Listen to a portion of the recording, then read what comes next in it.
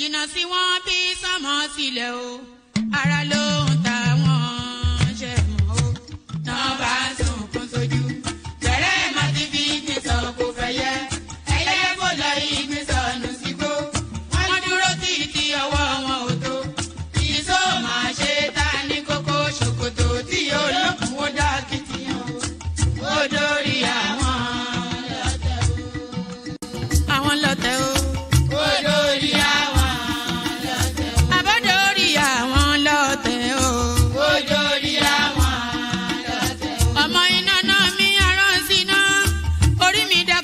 Ṣí mi lọ́nà o mo tẹ́rí bá fàdà àgbà o àgbà ẹ̀ foríjì ni ojoojúmọ́ ni mo pọ́n wọn lé mo ń ṣèyá sí àwọn àgbà o mi ò fojú tí rìn wọn láyé ọmọdé ẹ má fàgbà ṣe yẹ̀yẹ́ torí oníkọ́ tó yẹ ọ̀la ni ọmọdé ń bọ̀ wá dàgbà o màmá ń bọ̀ wá dàgbà o. Máa ń bọ̀ wá dàgbà o. Ọmọdé ń bọ̀ wá dàgbà. Ọmọdé ń bọ̀ wá dàgbà o. Ọmọdé ń bọ̀ wá dàgbà. Bọ́lájú kòkòrò bá gbẹ́ran nígbó tó bá múra ẹ̀pín ló dára jù o. Kọ̀wé mi á jẹ́ dàgbà o. Èyí mo rí màrò ẹ̀ka gbogbo náà ní ilé ayé. Sùúrù ní ṣẹ́gun ohun gbogbo. Ẹ má ṣèké mo ní ẹ má dalẹ̀. Forí wórí kìlọ̀ ló jẹ́ ẹni forí wórí yìí yóò ṣàbàmọ́ àwa ò ní ṣàbàmọ́ láyé o. nílé ayé o. àwa ò ní ṣàbàmọ́ láyé. àwa ò ní ṣàbàmọ́ láyé. àwa ò ní ṣàbàmọ́ láyé. dẹ́bìtọ̀ rẹ̀ àtàrà ilé o. àwa ò ní ṣàbàmọ́ láyé. àwa ò ní ṣàbàmọ́ láyé. àwa ò ní ṣàbàmọ́. Ṣókótó wọ́n múra wọn sáré kẹrù sọ́kọ̀ o àyàn ọmọ ògbóògùn o wọn ò béèrè lọ́wọ́ orí orí lọ́mọ mẹ́wàá lọ ìyàwó ohun tí ẹ wá lọ sí Ṣókótó ohun bẹ lágbo Ṣókótó mo sọ àkúnlẹ̀yàn ọmọ ẹ̀dá láyé kò lè yí padà mo ń tẹnu mọ́ o olórí làlá bàrò orí làlá bàrò olórí làlá bàrò mo lórí làlá bàrò olórí làlá bàrò orí mi gbé mi níjà o olórí làlá bàrò làlá bàrò olórí làlá bàrò oríjà jogun ìkànnì wọn rí má fi wá fàyè.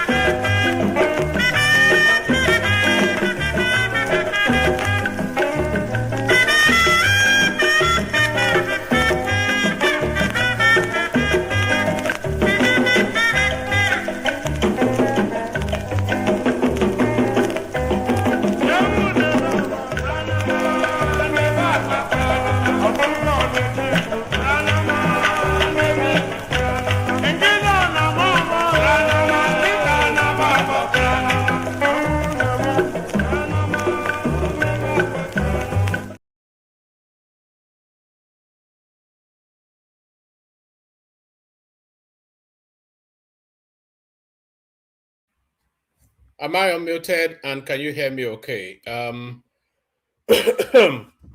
all right. I am unmuted and I'm sure you can hear me okay. So I'm unmuted and you can hear me okay. Good day to you. Good to be in your company and all that. Good day to you. Good to be in your company. Look,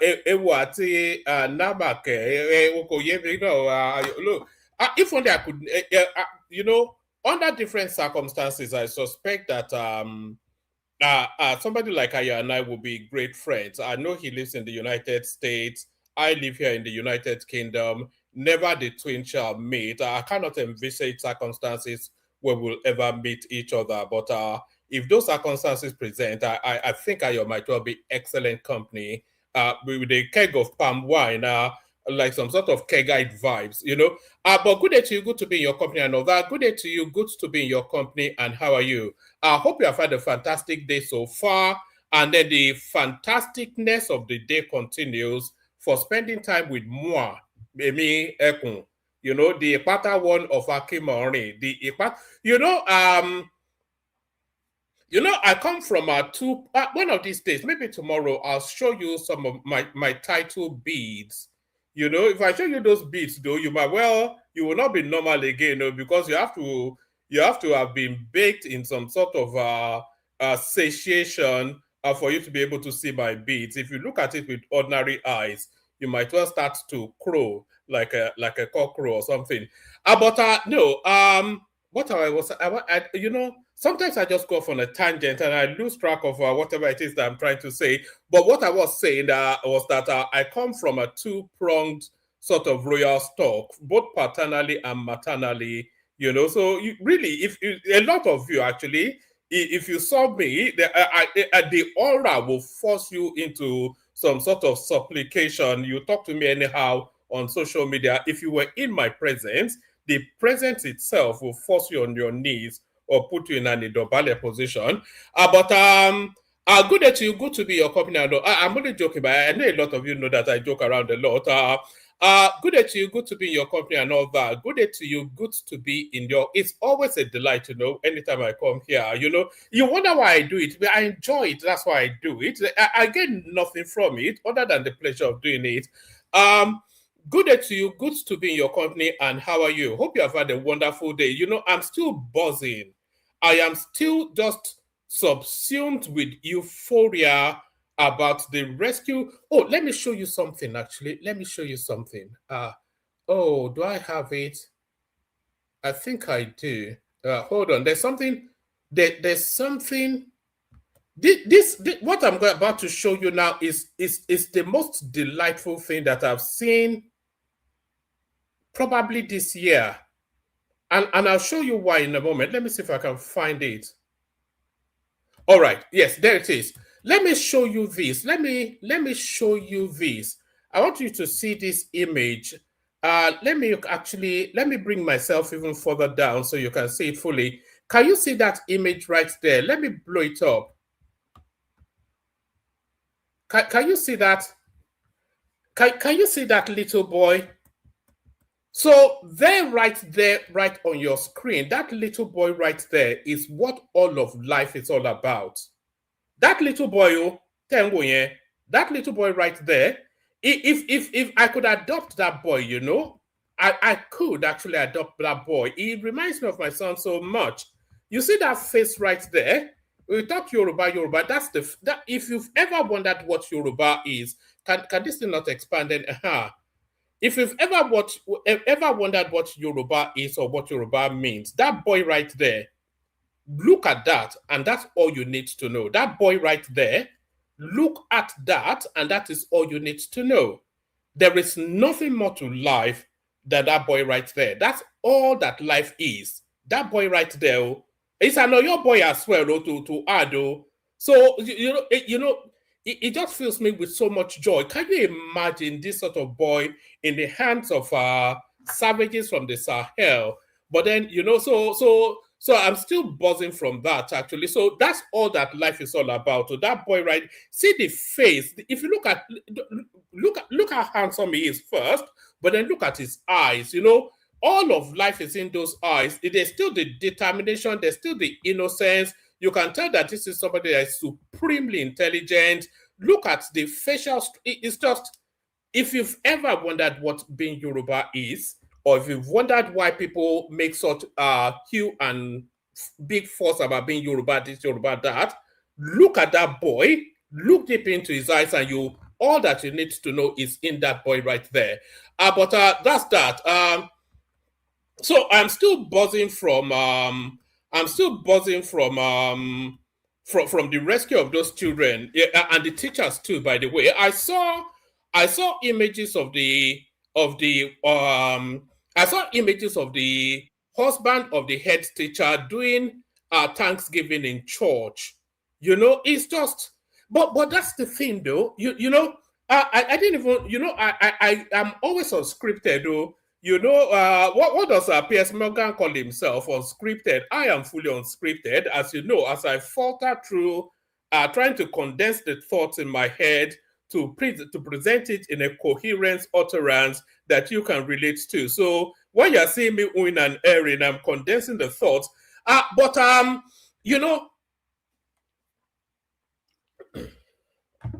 as terrible as what happened to those Oyo State kids are, or is, as terrible as what happened to those kids was, there's one silver lining there. It brings it home. When they say XYZ children are kidnapped in Borno, you feel a sense of pity. Of course, the humanity in you somewhat jars a little bit. It reaches to the inner core of your humanity, and you relate for a microsecond, and then you move on. And you relate for just that microsecond, really, because one, the people of Borno, they're as far removed as possibly can be from. They might as well say China. We all claim to be the same country, but somebody from Borno is as unrelatable. Somebody from Borno is as unrelatable as somebody from China to an Oyo man. What do I know about Gombe? What do I care about Gombe? If Gombe lives till the end of time or gets wiped off the face of the map, what do I care? It's nothing to do with me. It's like saying something happened in Myanmar. Of course, I'll feel empathy. There was an earthquake in Myanmar. I feel empathy, but I don't feel that relatability. But what happened to those Oyo State kids, and that image of that boy that I just showed you right there, it brings it stark home. It brings the starkness of the reality of it, the rawness of the situation we're content. This is the first time that Nigeria actually acknowledges that it's fighting some sort of insurgency, banditry, and whatever it is that we're terming it. Whatever we're terming that catchment area, this incident that happened in Oyo State is the first instance that actually introduces the reality of it to Nigeria. Because if you think of Nigeria, you are really thinking of the South, because that's where all of the narrative of that country takes shape. And that is where the humanity of that country resides. So that what happens in that Oyo State, it brings the stark reality of what we're contending with in Nigeria, at least to me. I won't say to, maybe I'm speaking, I don't think I'm being bigoted. I wouldn't consider that I'm being bigoted. I'm speaking to the reality as I'm digesting it. And the way I digest the reality, the Chibok girls, bring back our girls. If you need money, I will. If there was a campaign, I'll donate money. If you want me to canvass, I will canvass. But I'll relate to it, but as to the remoteness of how far Chibok is from me, that is how I will relate to something like that. But when something happens in Yoruba land, and then boil it down to Oyo, and then boil it down to a restive settlement in the interlands, that one cuts deep. So for me, it brings it very much home the stark reality what insurgency and banditry means in Nigeria. This is the first full understanding that I'm having of it. So that's that. So we'll be spending a bit more space within. And by the way, have I invited you to click on the like button? If you have not already clicked on the like button, then can you please do that? Very, very important. We've abandoned any prospects of any super chats or whatever. I know that's fine, but the likes and the subscribes, those are not fine now, because that doesn't even cost you. So every single person should be able to do that because it doesn't task you in any way other than just to reach to a button. That's all. That's the only task. It only tasks you for the maximum of 10, 20 seconds to just click on something. And that's it done in perpetuity. But the like, of course, you do every day. So like and subscribe. You can at least, at the very, what's all this thing that's beeping and bopping on my screen? So at the least, as the best minimum, you can at least do that. Like and subscribe. So like and subscribe. And then if you want to come and join me on the screen, there's a hyperlink in the comment section that says StreamYard. Let me send it again, actually. So if you want to come and conversate, is it conversate or converse? I'm a Yoruba man, so English is a second language to me. So the fact that I'm even able to speak it at all is an achievement in itself. There's nothing that obliges me to speak English, and it's no reflection of my lack or my lack or having of intellect. It's no reflection of my intellect that I'm able to speak English or not. Nothing obliges me to speak English. The only obligation I have is to speak Yoruba. That's the only obligation. That's the only measure that measures me. I am a Yoruba man. I'm not an Englishman. So nothing obliges me to speak English. So I mean, all these things that you people do, I don't even get it. Yes, so all that. So a lot going on within the news cycle. Have I said the usual opening phase? Like, yes, I've said that. Like, please. Check the like button, bring up the numbers, let the numbers go up, subscribe if you're not already subscribed, and if you found reason to unsubscribe, then you have every reason to resubscribe. So if you've ever been jarred to the point that you've unsubscribed, be jarred now to that point that you resubscribe. So like and subscribe. If you want to come and join me on the screen, as I said, there's a hyperlink in the comment section, says StreamYard. Click on it, up you pop into a studio space. I'll let you onto the screen at some point, and then I'll engage you in conversation. There's no complexity to it. It's just as simple as wiping your behind. It's just as simple as that. So like, share, subscribe. Click on the hyperlink that says StreamYard to come and join me on the screen. Share the links just as widely as you can, and then say hello to me in the comment section as well. Say hello to me in the comment section. I have no friends, so be my friend for the moment that we spent together. So Agbadorian, of course, first to say hello. So that's Agbadorian right there. Omotinobo, the first son of Jagaban. And that is Ajani right there. Good to see you, Ajani. So there's Ajani right there. Ayo, of course, we've already said hello. So that's the mighty man himself. Ufoma Michael, of course, that's Ufoma Michael right there. And that's Tony Africa right there. It's been a moment since we last saw Tony on the screen. So keep saying hello in the comment section. Anytime I pause for breath, and I'll acknowledge your presence and say hello back. So, like I said, the whole raft of so many things. Do you know that Dave Umahi is inviting Peter Obi out to a fight? Peter Obi told him to go and become a presidential candidate, and before he can debate him. And then Umahi has just come out today to say that I don't have to be a presidential candidate to school you.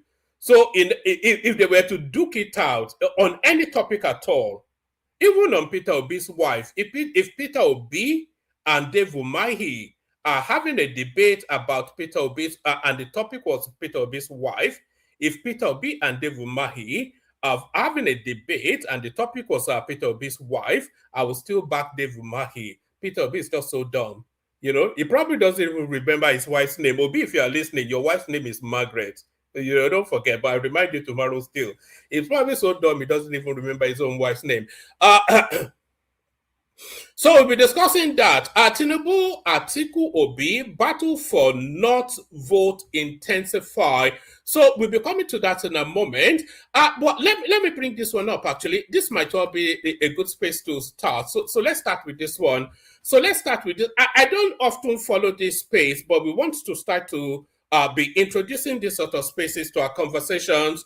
Court sent DJ Chicken to Kirikiri over death threats against Sheyi Tinubu. So it's the excesses of this online, I wouldn't even call them online personalities. These are unemployed people that have just now found a window to just be picking the pockets of gullible people online. These are just what they are. Can you imagine that DJ Chicken? What does that even convey? What's the resonance? What's the thinking that this resonance should resonate in this particular way? And then I want to acronym myself DJ Chicken.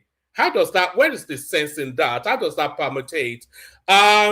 Court sends DJ Chicken to Kirikiri over death threat against Sheyi Tinubu. A magistrate court in Ogba, Lagos State, July the 10th, ordered the remand of controversial internet sensation Ademola Abi. Oh, it's even a Yoruba boy. You know, when somebody is using names like DJ Chicken, I always think of people from the South because that's more their own sort of sense of humor. That's their own, that's how they picadillo, that's their picadillo over there in the South. They are inclined in that way. That's their own cruise. That's their picadillo over there. You know, with the Yorubas, you expect a bit more sass and a bit more nativity, a bit more of a local accent to it. A Yoruba accentuated to the fun. You know, the Yoruba inflection is somewhat different, but the inflection of that name is very much a South inflection. Court sent DJ Chicken to Kirikiri over death threat against Sheyi Tinubu. A magistrate court in Ogba, Lagos State, today, July the 10th, ordered the remand of controversial internet sensation Ademola Abiodun, popularly known as DJ Chicken, over allegations of issuing a death threat against Sheyi Tinubu, son of President Bola Tinubu. DJ Chicken was brought before magistrate MF Onamusi. You know, I don't actually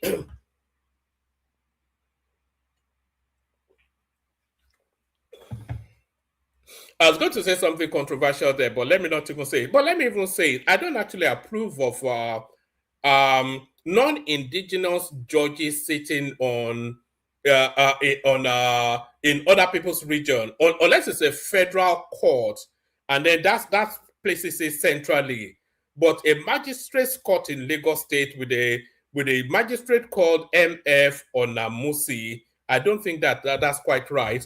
A magistrate court in Ogba, Lagos State, today, July the 10th, ordered the remand of controversial internet sensation Ademola Abiodun, popularly known as DJ Chicken, over allegations of issuing a death threat against Seyi Tinubu, son of President Bola Tinubu, DJ Chicken, was brought before Magistrate M.F. Onamusi on a 3-count charge bordering on alleged threat to kill, conduct likely to cause a breach of peace, an offense under Cybercrime Act. According to the prosecution, the charges arose from a video he posted online in which he allegedly threatened Seyi Tinubu whilst commenting on the 2027 presidential election. The prosecution told the court that the video contained statements interpreted as a threat to kill Seyi Tinubu, contrary to the provision of the Criminal Law of Lagos State and the Cybercrime Prohibition Prevention Act 2015. When the 3 charges were read to him, DJ Chicken pleaded not guilty. Magistrate M.F. Onamusi admitted him to bail in the sum of 1 million naira with 2 sureties in like sum. The court ruled that one of the sureties must be a government employee. So that's the guy. Anyways, remanded in is remanded, but they've granted him bail. You know, there's so many. They said they've sent him to Kirikiri as though he has been sentenced, but is remanded. So to say they sent him to Kirikiri will say that a judgment has been passed, and then he's serving that term, the term of that judgment.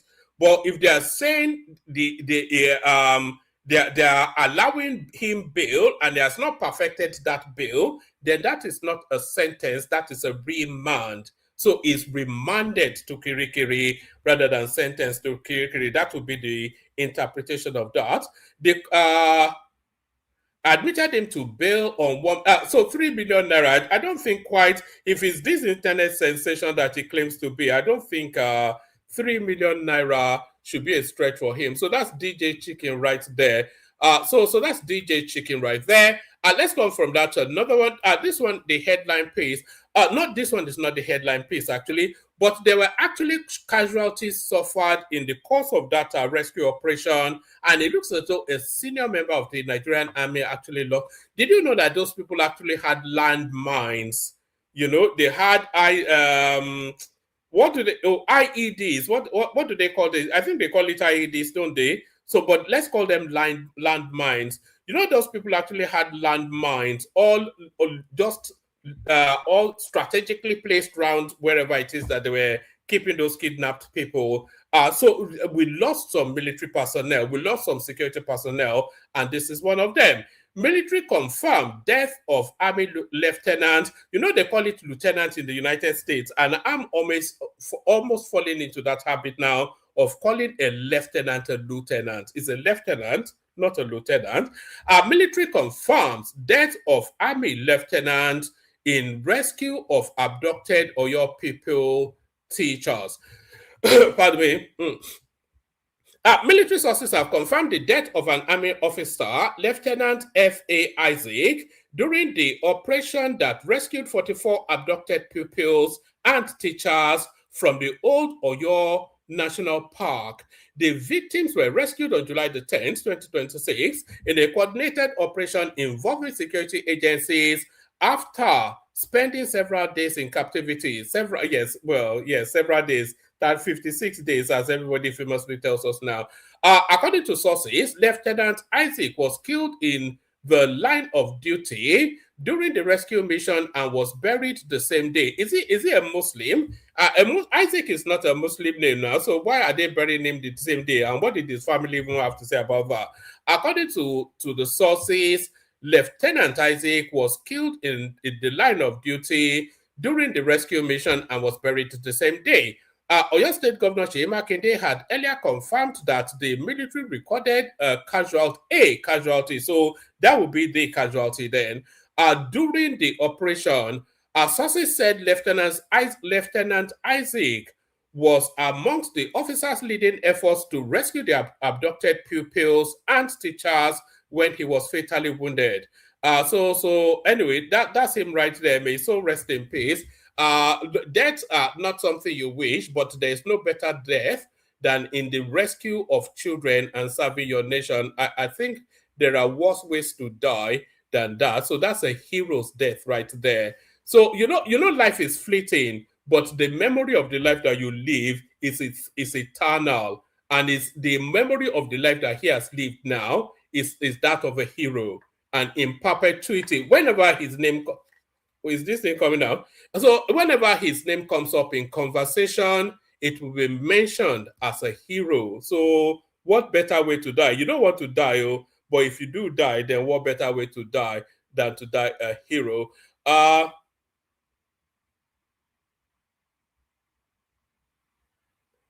One man, it appears you have news friends offline. That's why. Oh no, I don't have new friends. So, but I think you were saying.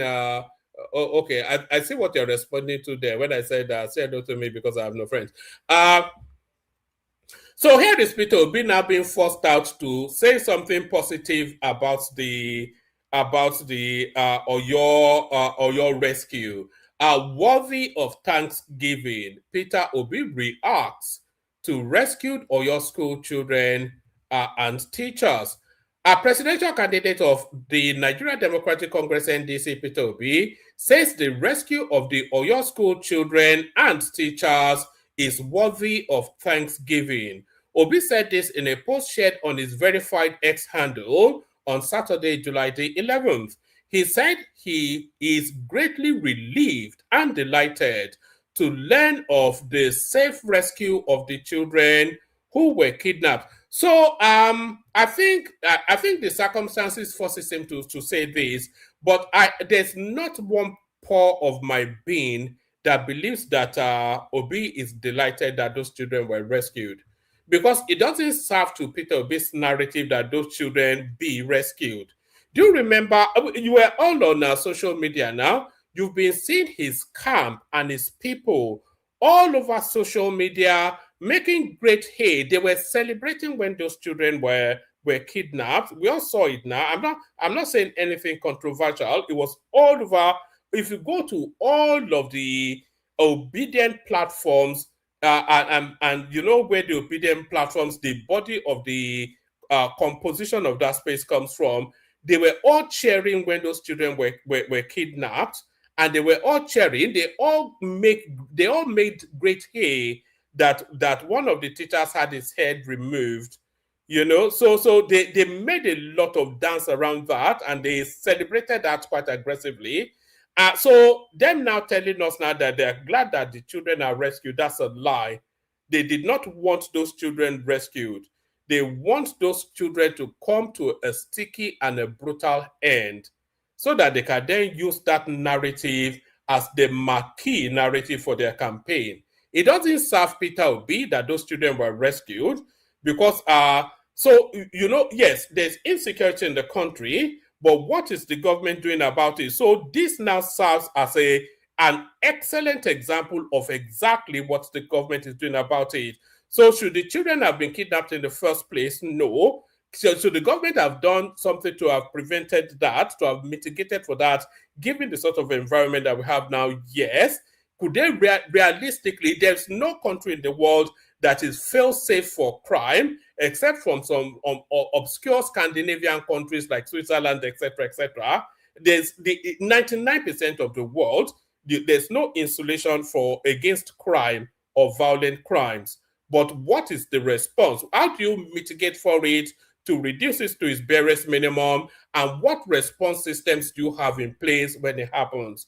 So you can say that Tinubu should have done is a failing on the government that the kidnapping took place in the first place.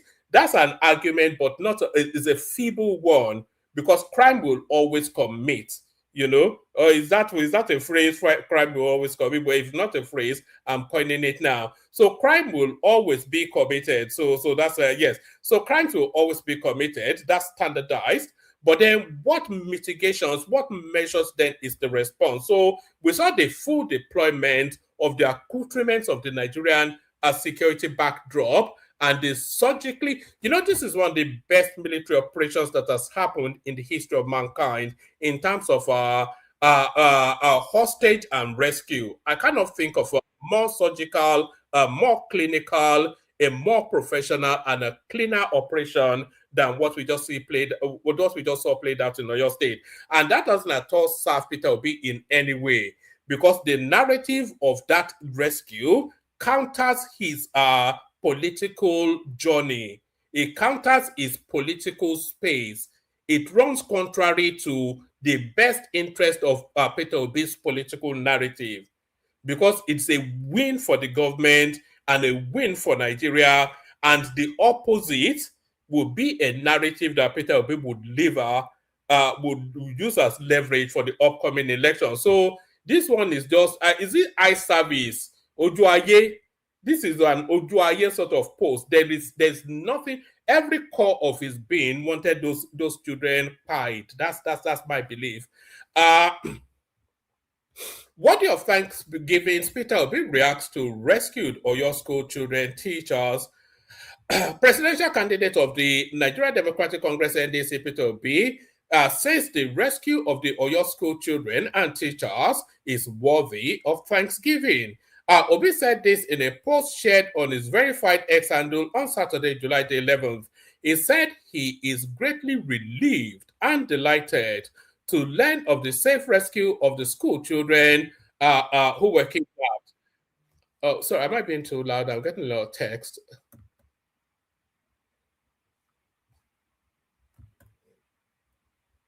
Oh, all right, I got that. I got the message. All right. So that's that one. So I don't believe a single note of what Peter Obi just said. So let's go from that to another one. Let me rattle through quickly. Yes. So I think we covered this in a previous session. Apologize to airport staff, pay 25,000, or face the aviation authorities action. This is Kiyamo calling out Peter Obi on yet another lie. So Peter Obi, of course, a career liar. Let's go on to this one. Notorious bandits. This is off the back of there's a full onslaught against the banditry insurgency, that sort of space. There's a full onslaught against them. It's relentless. Notorious bandits the notorious bandit commander Kachala Sani Yellow pied in Zamfara State. So this one is one of the notorious names. It's Bello Toji. Still, that would be the one that Tinubu will parade for his elections. That would be the body. Maybe they will pie him, and then they'll have Tinubu put his leg on his on his cadaver, on his corpse, and then say, vote for me. Look, I've killed Bello Toji. One of the most notorious bandit commanders in Zamfara State, Kachala Sani Yellow, has been killed in Anka local government area, ending the reign of a feared warlord long linked to deadly attacks, kidnapping, and castle rustling across parts of the Northwest. However, conflicting accounts have emerged regarding the circumstances surrounding his death. Multiple local sources said Yellow was shot on Friday, July the 10th, at Dan Jigba Market in Anka local government area by armed men believed to be loyal to rival bandits Dogo Gide. According to sources, so I would have rather this was. I think this might well be his body. So another one bites the dust. Whichever way they go, let them go. This the bandits. So let's go on to this one. So this is the real one that inspired the headline.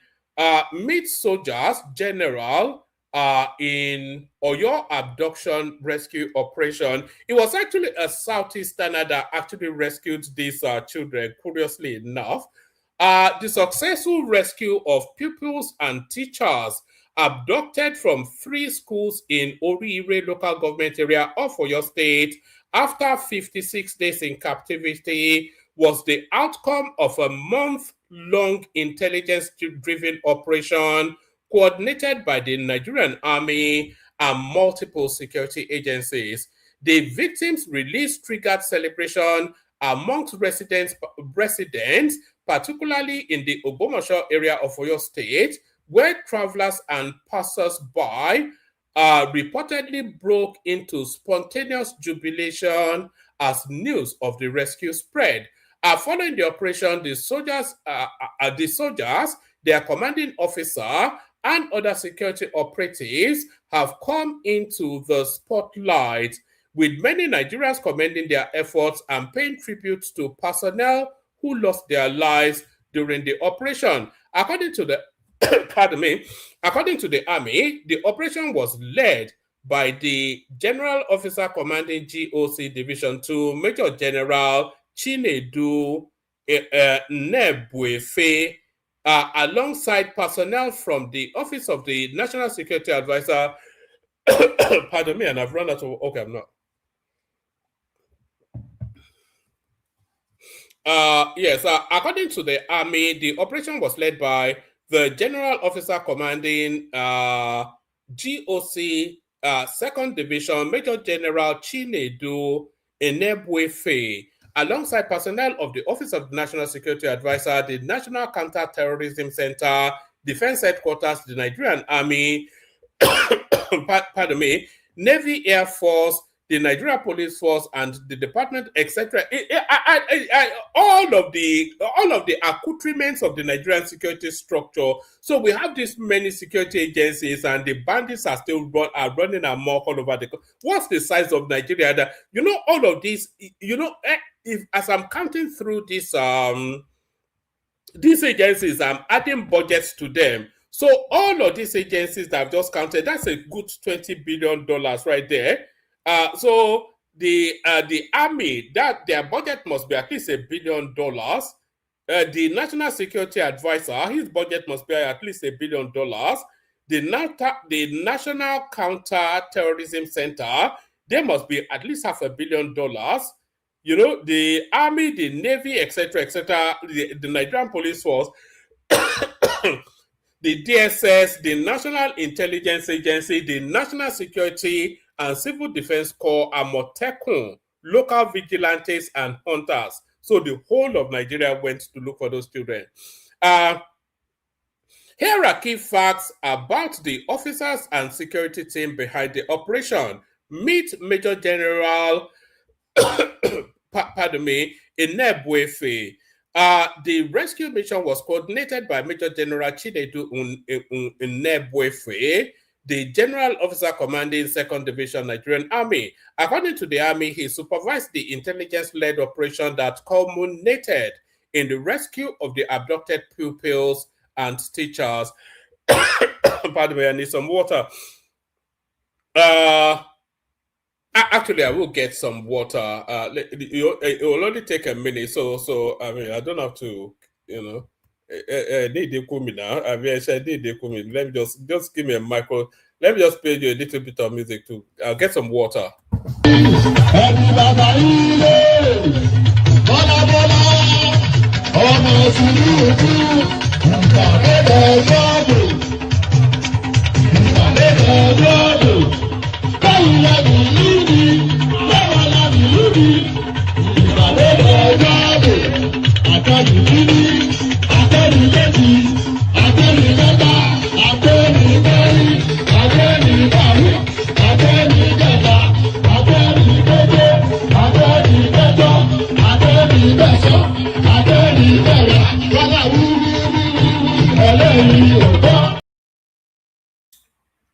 Oh, all right. So that's much better. Like many of you may recall, like I said, I'm carrying a bit of gremlin, a bit of virus, or whatever it is. So that's Major General Chinedu Enebwefe right there. So well done, Major General Enebwefe. The rescue mission was coordinated by Major General Chinedu Enebwefe, as I said, the General Officer Commanding 2nd Division, etc., etc. According to the Army, he supervised the intelligence-led operation that culminated in the rescue of the abducted pupils and teachers.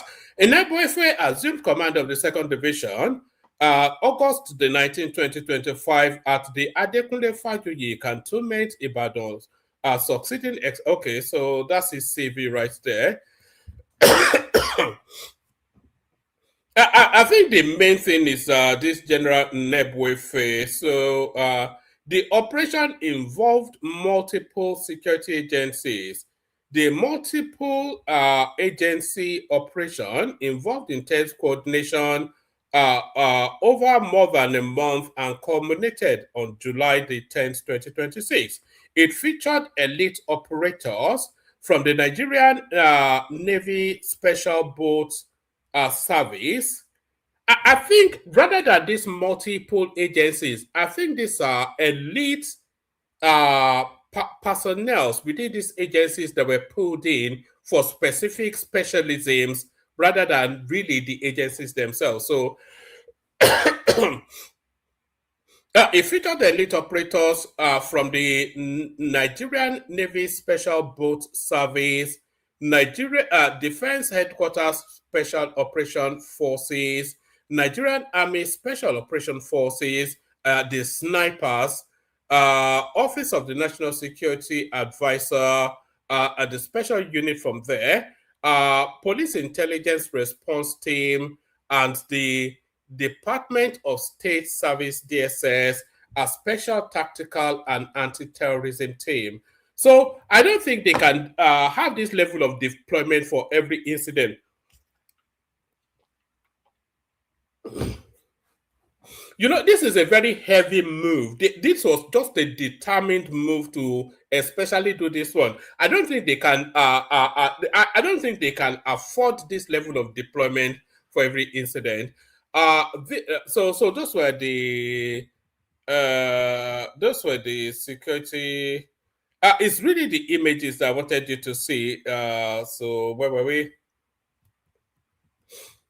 I don't want to read too much because I'm starting to cough now. The operation targeted the kidnappers network. The army disclosed that troops focused on operations around the old Oyo National Park, where the kidnappers' logistic routes, camps, and informants were located. As security operatives arrested 8 suspected kidnappers in Oyo and other states. According to the presidency, according to the presidency and the army, the arrests disrupted the kidnappers' network, whilst sustained military pressure and killing of some terrorists compelled them to release the victims. The victims were rescued without the federal government acceding to the kidnappers' reported demands for release of a Boko Haram suspect standing trial. So that is so that's that one right there. So that's excellent and brilliant news. Tinubu's Works Minister Umahi confirms Mary Habila died in his residence. Claims she was is that a physiotherapist seconded to her home? So this one, there's always this sort of risque storyline that wraps around a woman with Dave Umahi. And yes, here's yet another one. Let me give our 5 paragraphs of this, just so you get the gist of it. Nigeria's Minister of Works, David Umahi, has confirmed that Mary Habila died at his residence in Uburu, Ebonyi State. He also stated that she was a physiotherapist seconded to the Federal Ministry of Works from the David Umahi Federal University of Health Sciences, and renewed his call for an autopsy to determine the cause of her death. I'm not quite sure what this guy is doing. Right? This David Umahi is a bit of Justin. Nigerian military uncovers Moroccan Palestinian amongst terrorist fighters in Nigeria, and those are the foreigners right there. Nigeria is now an international hub of terrorism. Or that's just what it is. So I'll leave that just at the headline right there. Labour Party lawmaker hails rescue of Oyo pupils, says Nigeria gaining upper hand against terrorists. Like I said, that will cut through the obedience space like knife through butter, because it is my belief. I said it severally. I said it at some space I was just as early as yesterday, and there was a whole torrent of abuse that I got in response, just a violent abuse from a bunch of anyway. Let's leave all that. This will be the last one. Tinubu Atiku Obi battle for North vote intensify. So this is important. You see this headline right there? It's important.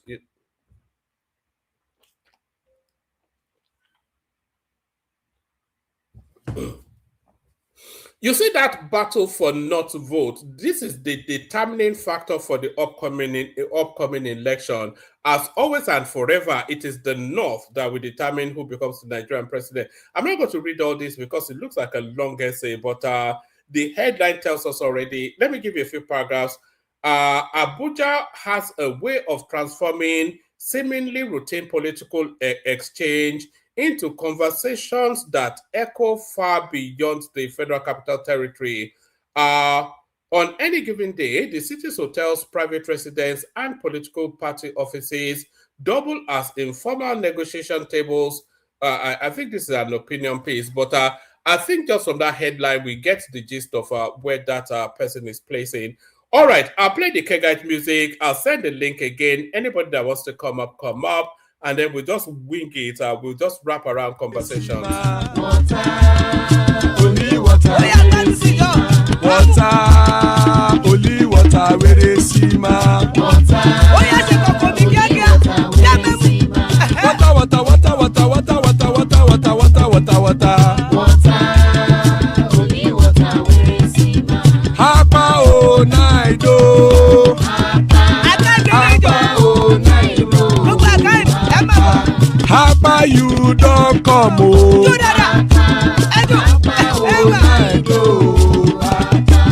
Hapa o naido.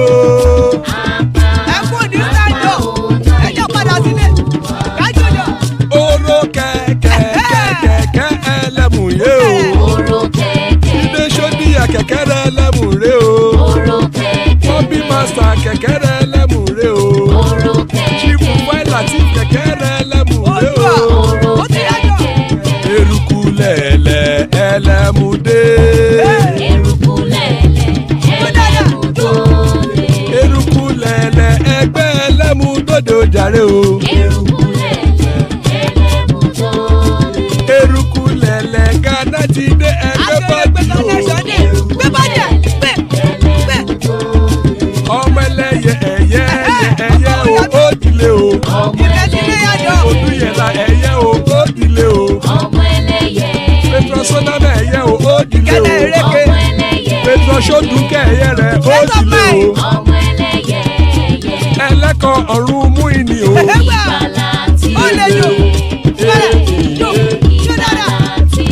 Àkùkọ ọ̀run mẹ́kọ̀.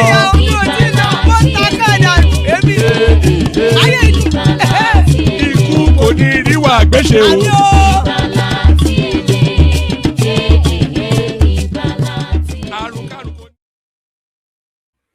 And there it is right there. Ikoko Niru Agwesha Miapo. Joining us, Baba. I always say delight when Baba is here.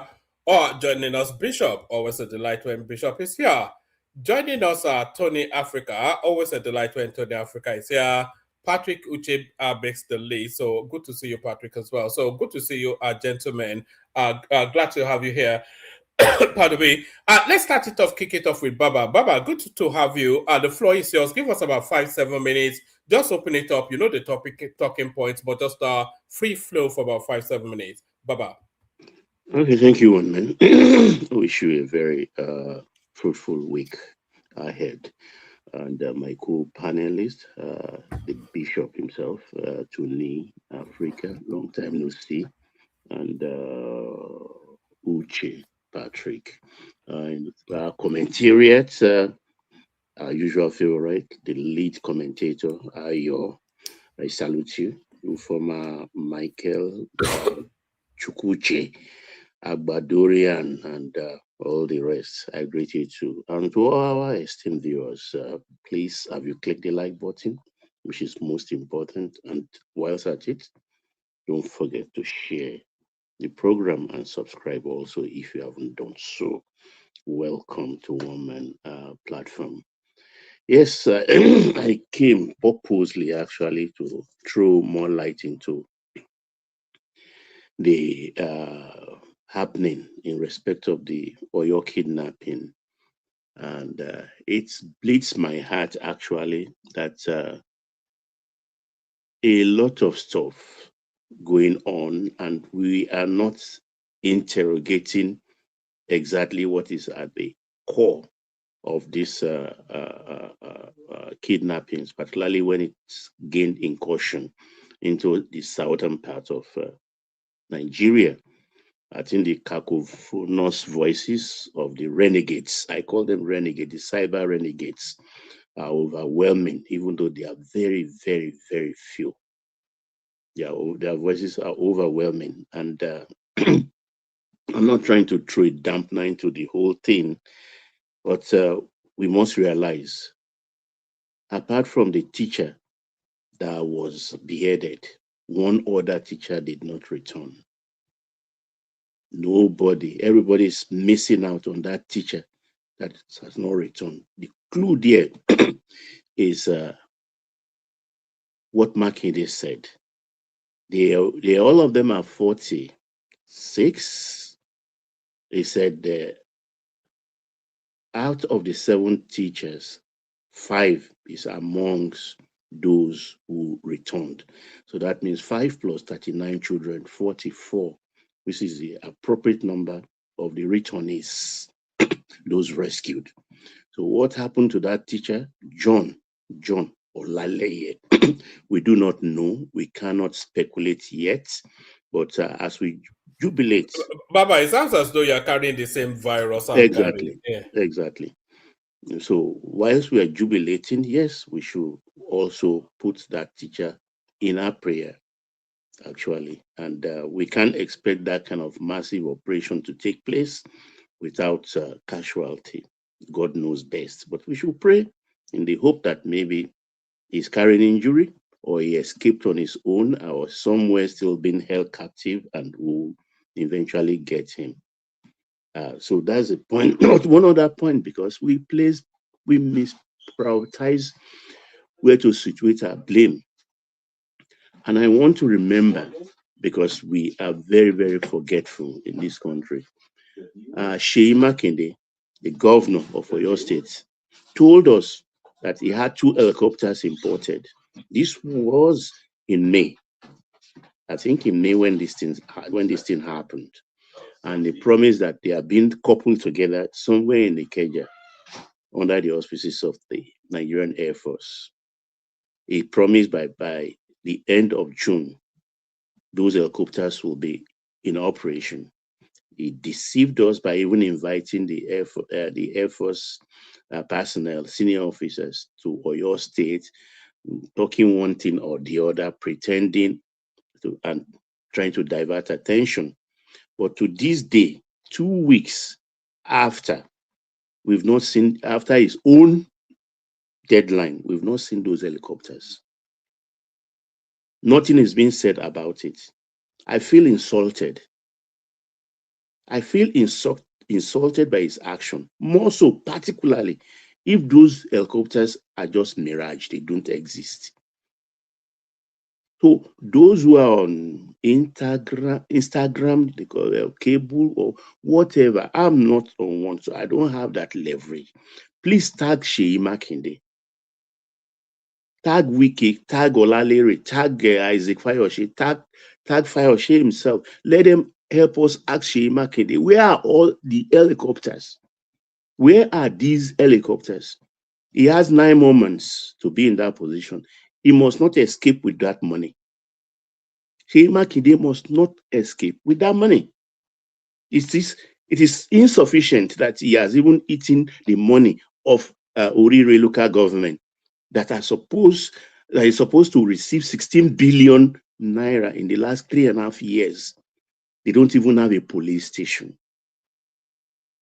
They don't even have a police station. Where are all this money? We will not ask him. No problem. There are many in the governors forum like him who are criminals governing states. There's no problem. That 2 helicopters, he told us himself, they are on the ground. They are coupling them. Over 2 months now, or about 2 months. They've not finished coupling the helicopter. Please tag these people, everybody. Let's ask him, where are the helicopters? If he has not imported them, let him start importing them now so that he can have delivery within the next 6 months. He must not go scot-free. He must not go scot-free. Let's catch one. Let's deal with him, because everything is about Abuja, Tinubu. But governance starts from the local government straight to the state governors or responsibility. Every politics is local. We should just remove, because it is convenient for these governors to divert our attention because of the hatred for one man, which is Tinubu. No, Tinubu is not our problem. It is the governors. If they are not receiving their FAC allocation monthly, we will understand. But they receive the direct ones and several more, which are not recorded in forms of grants. In form of grants. Take, for instance, a few months ago, America gave the states $37 million for security, to secure schools. If we were to divide it equitably, that means including Abuja, they all had $1 million each to secure the schools in their states. We didn't hear that there are any security personnel, equipment, or anything that resembles security accoutrements in Orire local government. So where is that $1 million America provided as grant, gift, dash to the states to secure our children? So these are very, very important. We should leave just share politicking alone and face the reality. Face the reality so that we can be governed well and our money will not go missing. And sadly enough, woman, we have Yorubas involved in the Oyo kidnapping. And because the love of filthy lucre, that's Lucre, lucre, filthy lucre has permeated our society. I don't know for the life of me why a Southwesterner will be involved in the kidnap of his own people, knowing full well we have this history of kidnapping in the last 15 years or more, particularly in the north. People have suffered. What kind of money is that? It's a reality. We should not hide from it. We shouldn't hide from it. And those involved should be exposed sooner than later. Because Nigeria now is under siege. We are not only at war with ourselves. The northern people, the northerners, when I say the northerners, I mean northeast, northwest. They call north. They've invited foreign terrorists into our midst. Just like what you showed a short while ago, a Moroccan terrorist and a known Palestinian operative. They are in the midst of the Ansaru and ISWAP terrorists operating. How many we do not know that are embedded? We have the monarchy or whatever they killed 2 months ago. So we have to do something, because why should a part of the country be unleashing terror on the other part of the country? Why? We should ask ourselves, what is there? And Gumi came out today and was saying, because there was a debate in the House of Representatives before the close of last week, that all terrorists must not be rehabilitated. There is nothing like rehabilitation of terrorists. All terrorists must be eliminated. Gumi came out boldly again, arrogantly, telling us that, no, that is a sin. To do away with rehabilitated terrorists. Who gave Gumi mouth? And I'll repeat here, my happiest day, one of the happiest days on earth for me, will be to see that man in a jumpsuit, with the likes of him in the north, and the Sultan in a jumpsuit in an American court. being prosecuted for terrorism. They unleashed it on their own people. It wasn't sufficient enough. They extended it to people that is not of their ilk. These are the things we are facing. So please, please, please, let's face Makinde and ask for those 2 helicopters, to which he has accepted that he has imported, and they are coupling them together. We should not let him go scot-free, even if it's just a little of what he has stolen. At least that's something that we have recovered. Thank you, woman. I yield.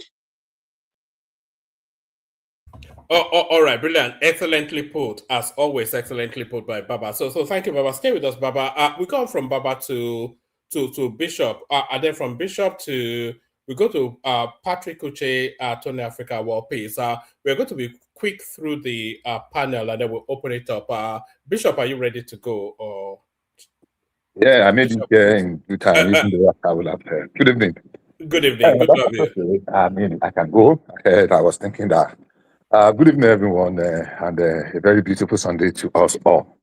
9:48. I should be able to manage my 5 minutes. Basically, and also, if there's any important topic that you don't feel we've covered, you can introduce it. Basically, I mean, the thing that really irks me, if that word is still correct, is the reaction of many of our so-called, compatriots to the rescue of these children. When everybody is just looking for something to just put a hole to puncture. Sorry, Bishop, you still have your time. I'm still insisting that the majority of the, in fact, all of the obese followership, that space, they did not want those children coming out of that space. Unfortunately, you are right. Unfortunately, you are right. Sadly, and very unfortunately, and that's the crux of my I call it contribution or intervention this evening. I'm shocked, especially particularly some certain individuals. I thought would have been able to cross the line of partisanship. And they're just looking for one way to just discredit, like killjoy kind of a thing, to just look for excuse to reduce the, I don't know, how do I call it, to water down the success of the military. And look, imagine people painting all kind of conspiracy theories that this just looking for excuse. Oh, they are looking too fresh. Oh, they are looking too neat. Oh, they are looking this. Oh, they should have been more emancipated. Oh, can't we just for once, just refuse to be blinded by just these primordial unnecessary things. And by the way, let me correct you, one man. I mean, don't join the likes of Rufai Hussaini in trying to reduce the effort of the whole, almost a whole, they are not up to a battalion now, but the people that did that operation were more than 200 altogether, everybody. There are people that were actively involved, they were not on ground. The people that effected the arrest of those people that carry out the surveillance, people that mingle with the communities, they were in their hundreds. So don't let us reduce it to one man, especially not to disrespect the officers and the individuals that lost their lives. We lost about 3 military men, including a lieutenant, just like you said, a young man, and I think 2 policemen, and I think when they had the explosion, 1 vigilante died, and apart from the one that was so-called killed and the one that was shot, the Okada rider man. So don't let us reduce it to, don't let us fall into the trap of what Rufai Hussaini is saying, attributing it that the man that released, he was the GOC, yes, he coordinated, but it was a multi-military, operation, joint operation. It ended very well.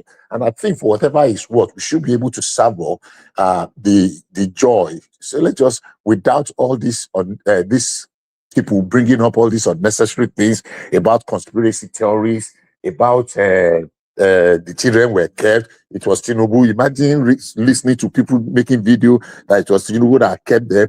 And to the most unfortunate part of them, one of them was the governor himself. Because in a few years down the line, they will be calling Seyi Makinde an elder statesman. There is nothing statesmanly about him. He sat down and he had the temerity, the effrontery to say, to infer that there was a conspiracy behind it. How come is it that a day after, if he has any modicum of decency and sense, he should have known that the people started planning this thing months ago. They went to that village for surveillance. In fact, the first set of people that, when they were doing the investigation, was a woman that was selling beans and rice. That all he noticed was that some group of people were coming and they would buy plenty of bread at Ewa. You know, imagine somebody coming to buy 10,000 naira worth of prepared beans. All the bread, just buy everything. And the woman was happy, celebrating, not knowing that she was somehow feeding. So has he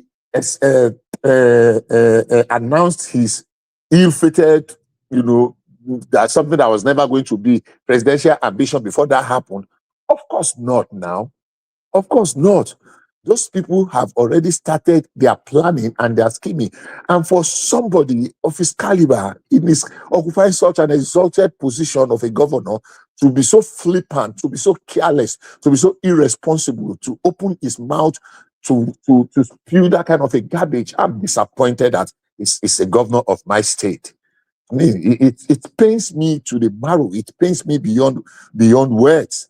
And why I find it difficult. I mean, I find it very distasteful, the commentaries of some other people, you know, all these miscreants, all these so-called online yeyebirities, as they used to call them.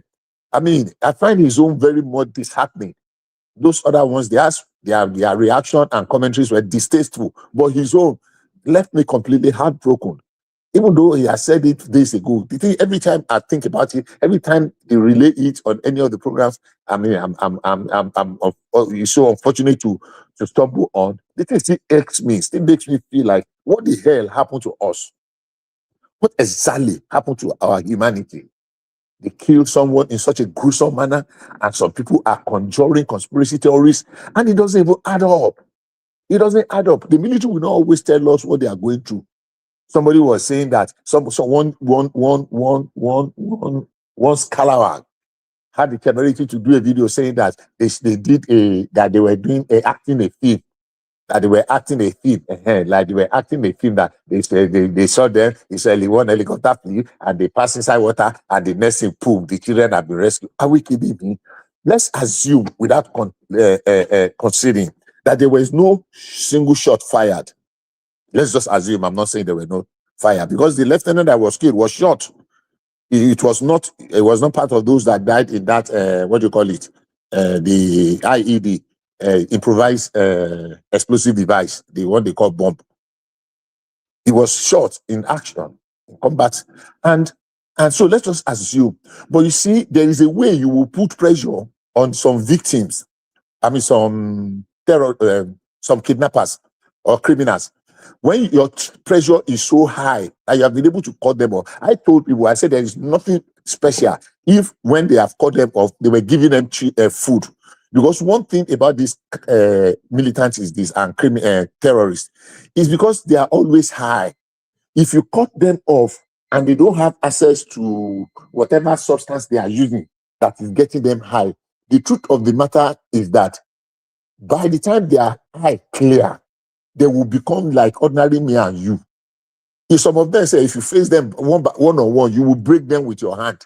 So if they have been able to cordon them off and they don't have access, they don't have supply of all those their narcotics they are using, and they are giving them enough food to be able to sustain the children, and after they have been able to, the psychological war they wage against them, arresting their parents, their wives, their family, their relatives, and showing them, because they are no longer as high as they were when they were going, because now they have been cut off from all this nonsense they are smoking, the one they sniff, the one they drink. Their eye go cool down. When their hair cool down, 90% of them, the thing where they do when they high, they no go fit do when their eye clear. We know these things now. We don't see them happen before. So let's now assume that when the pressure now mounts, they're looking for a way to escape.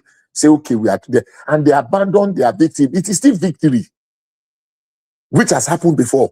And when they see that the pressure is high, they now abandon and try to flee. It is still victory. And some people trying to now cajole, we have not seen. I read somebody saying that Aisha was asking for... 2 more minutes, Bishop. That Aisha was asking for, what do you call it? Video evidence. Video evidence, CCTV of the operation, rescue operation. What happened? What happened? Well, congratulations once again, both to Nigerians, the new compatriots who are happy, who are genuinely happy, not the one that are pretending about the rescue of these children. Congratulations to them. Something that is coming up, thank you, Anda. Something that is coming up, I'll just mention it if you have the opportunity. A lot is happening in the financial sector in Nigeria. And if people that don't hop on now and take advantage of it, they will just become like those South Africans in a few years, when people that are investing in it are reaping the report. In the month of June alone, I lost close to about 3 million on my stock. But just within 1 or 2 weeks, I've almost recovered all of them. Just within 1 week, this past week, I lost about 3 million in June alone of my stocks. And the thing is recovering at a pace, and the prospects are high. All the rating agencies are saying Bishop, I'm sorry to interrupt you. Just let me help you with that. You know, when the winds of change blow, some people will start building walls, while people like you will start building windmills. So that's why you are making a kill. So let them be sleeping while Nigeria moves on financially. Thank you for that space. Bishop, I'm happy that you are gaining a lot. I mean, the thing is recovering. When it was down, I know it was going to come back. In fact, the unfortunate thing is that I wish I had more. It's still gonna recover more. I wish I had more money that week. That's 3 weeks ago. If I had more money, 17.5% is too small. That's CBN notes, treasury. No, I'm not even doing. I'm not doing treasury. I'm doing straight stock. I'm not doing that 17. I tried. I even saw one that they were offering 19.5%. I did the calculations. Too small, except I get like 200 million. But if I have 200 million, no. So 19%, 19.5% is not about stock, because we have some stocks in the past 2 years. Just go and dig that made 1,000%. Can you imagine that? 1,000%. Especially some small. Can you imagine putting real money into that? Can you imagine putting even 1 million naira into that? That's what I'm saying. It's unbelievable. So people that can see, that have vision, that can tap into it now, they will benefit. People that are jeering, that are laughing, they don't want to see anything good. When the time comes, Bishop, I'll bet you anything. All of those people mocking their investing. God bless you. That's what I want to say. Was it Patoski that was telling us that Peter Obi's fortune has quadrupled just in the 3 years of Tinubu? God bless you, woman. What I wanted to tell you is that the irony of it is that some of these cheerleaders that are shouting, underground, they are investing heavily. They are investing in the stock heavily. So, and they know it, that, they are, but instead of telling their followers, they keep shouting outside, but underneath, they are investing. They are putting money in the Nigerian stock. They are putting money in bonds. They are doing all these things. But the ones that are following them, the headless mobs, they are the one. But it's okay. Thank you. I just say I should add submission on the release of those children. So let's do that are looking for a conspiracy theory and complaining. Let them continue. They will meet us in front. Thank you very much. All right, brilliant. Thank you, Bishop. Stay with us, Bishop. We go on from Bishop. I'm not sure the order that I said. I thought it was Patrick, Tony, and then World Peace, and then Larry Joyce also. We look forward to Larry. Before I come to you, Patrick, I want to play you just a 30-second clip that speaks to what Bishop just said. Bishop was just saying that the people that are not moving now, they will end up like those South Africans that are having to look at their own country through the glass window. You know when you're outside of a fancy shop and you're looking at all the fancy things inside. That's how the South African blacks are now. They are from the outside looking at this fantastic country that the Nigerians are enjoying, all because they did not invest themselves into in the moment that they could have. So what Bishop was saying there, let me play you this 30-second clip. Nigeria just became the world's best performing stock market. Yeah, they just overtook South Korea in dollar returns this year. But how did they do it? Economic reform, stronger oil prices, stronger Naira, that all helped fuel the rally. So honestly, it's a reminder that sometimes the biggest winners don't always have to be the loudest markets. It's Naira, not Nyla. Naira. I said Naira. No, you said Nyla. I said Naira. Naira. Arr.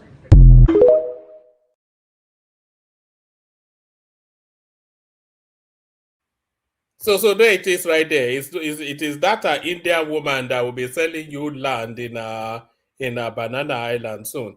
But yeah, we come to was it Tony? Tony, let's hear from you. Or was it Patrick? I don't know the other anymore. Tony or Patrick, whichever one of you is ready. Yeah, can I come in? Yes, you can come in. Floor is yours. Patrick, good to see you. Okay. Good morning from here. Happy New Week. Glory be to God, our mama, our children, our brothers and sisters in the bush almost 2 months now is already be free. Glory be to God. And also thank for P2B, because minus P2B went there. I call president, our president, I don't think all those kids supposed to be out now. I thank him so much to call our president out to act as a leader in this country once. I will say only P2B is only opposition that country have now as a presidential candidate. Thank you for him, and also I'll use this opportunity and tell every one of us here to remind you people, anywhere you see anything going wrong in that country or any state you see no infrastructure in that state, you can use this opportunity and invite our leader, P2B, to go there and call our president, our able minister to order to excursion that road immediately, because he can see now in Southeast Edo East Road now already come to pass, because our leader went there, called them, take picture and remind them this road is so bad. They went immediately, and I thank you for that. He's doing his own job. But some people, some global Nigeria people don't understand what that man is doing. He's doing that because of your own benefits. And also, I use this opportunity to tell David Maher to call David Maher to order. P2B is a presidential candidate. P2B is not an appointee. P2B is not working with anybody. If he want to debate P2B, let him go and take his form and contest President of Nigeria. P2B will debate him. And let him go ask our honorable Professor Yemi Osibanjo. And let him go ask Chukwuma Charles Soludo in Anambra State. And also let him go ask Chris Nwabezengige. All those people already debate with P2B. He no pass them at all. He never be professor before. Let him go ask Chris Nwabezengige what P2B told him the time he and P2B is contest second tenor. P2B is that man that man can talk, but he's quiet man. If you don't know that man, go and check P2B debate with Chris Nwabezengige in Anambra State. And also go and check P2B Osibanjo debates. And I will use this opportunity to tell Festus Kiamo, my brother, if Nigeria is working, that man, president is supposed to sack that man. He cannot release fake video. Call that video, and remember P2B is a presidential candidate. You have any right to protect that man, And secondly, let me remind him that video he brought out, say P2B is half police driver, is fake, is lie. P2B never have one day police driver. unless that video he released is not P2B car, because P2B never have police driver. That is wrong, fake, and lie. You know. So in this country, I would say that on 2027, by next year, all our people already made up. All members of North people already decide where they are going. You know, they are going Kwankwaso Peter Obi ticket, no going back. And you can see now, nobody is talking about Atiku or Sheyi Makinde in Oyo State. And we in Nigeria already making his mind to vote P2B. And secondly, let me go to Oyo State again. My brother, in Southwest Nigeria, Sheyi 3 more Makinde minutes. is Patrick, 3 more minutes. Carry. okay. Southwest Nigeria, Sheyi Makinde is best governor in that area as of today. Nobody. Because you cannot compare Lagos in Oyo State. Oyo State is more bigger than, it is more 3 times than Lagos State. You cannot compare them. So that man is doing very good job in that state. Go to Oyo State today, you see that what this man is doing. He may you don't like him, but this man is working. In Southwest today is #1 best governor. Can you list Southwest 3? Can you list 3 things that he has done? 3 things. Infrastructure, the man is doing well. Infrastructure in Oyo State is doing well. Insecurity is not his own job because he not control any military or police. Rather, if you assume in Nigeria have state police, that one is different. But now he's not control anybody. You know, so infrastructure is doing marvelous well. So you cannot compare them with the Lagos State. Lagos State have mineral resources, have revenue. Oyo State, no, it's not that. Lagos State is a very small state. Everybody can govern Lagos State. If you say Prepo can govern Lagos State, but Oyo cannot do that. Oyo is bigger than more 3 states in Nigeria. So don't compare them. In Oyo State, that man is doing fine. He's doing well. You know, I wish him good luck. You know, that man is performing. Let us tell ourselves true. Remove sentiments, remove politics. Minus this kidnapper in Oyo State. That man is doing well. So I give kudos from him. You know, so go 2027, my brother, my sister, let us change our mind going towards OK ticket. This is time now. We are not a baby any longer. We are not a children any longer. Most of what first year now is almost 40-something, 50. Getting old.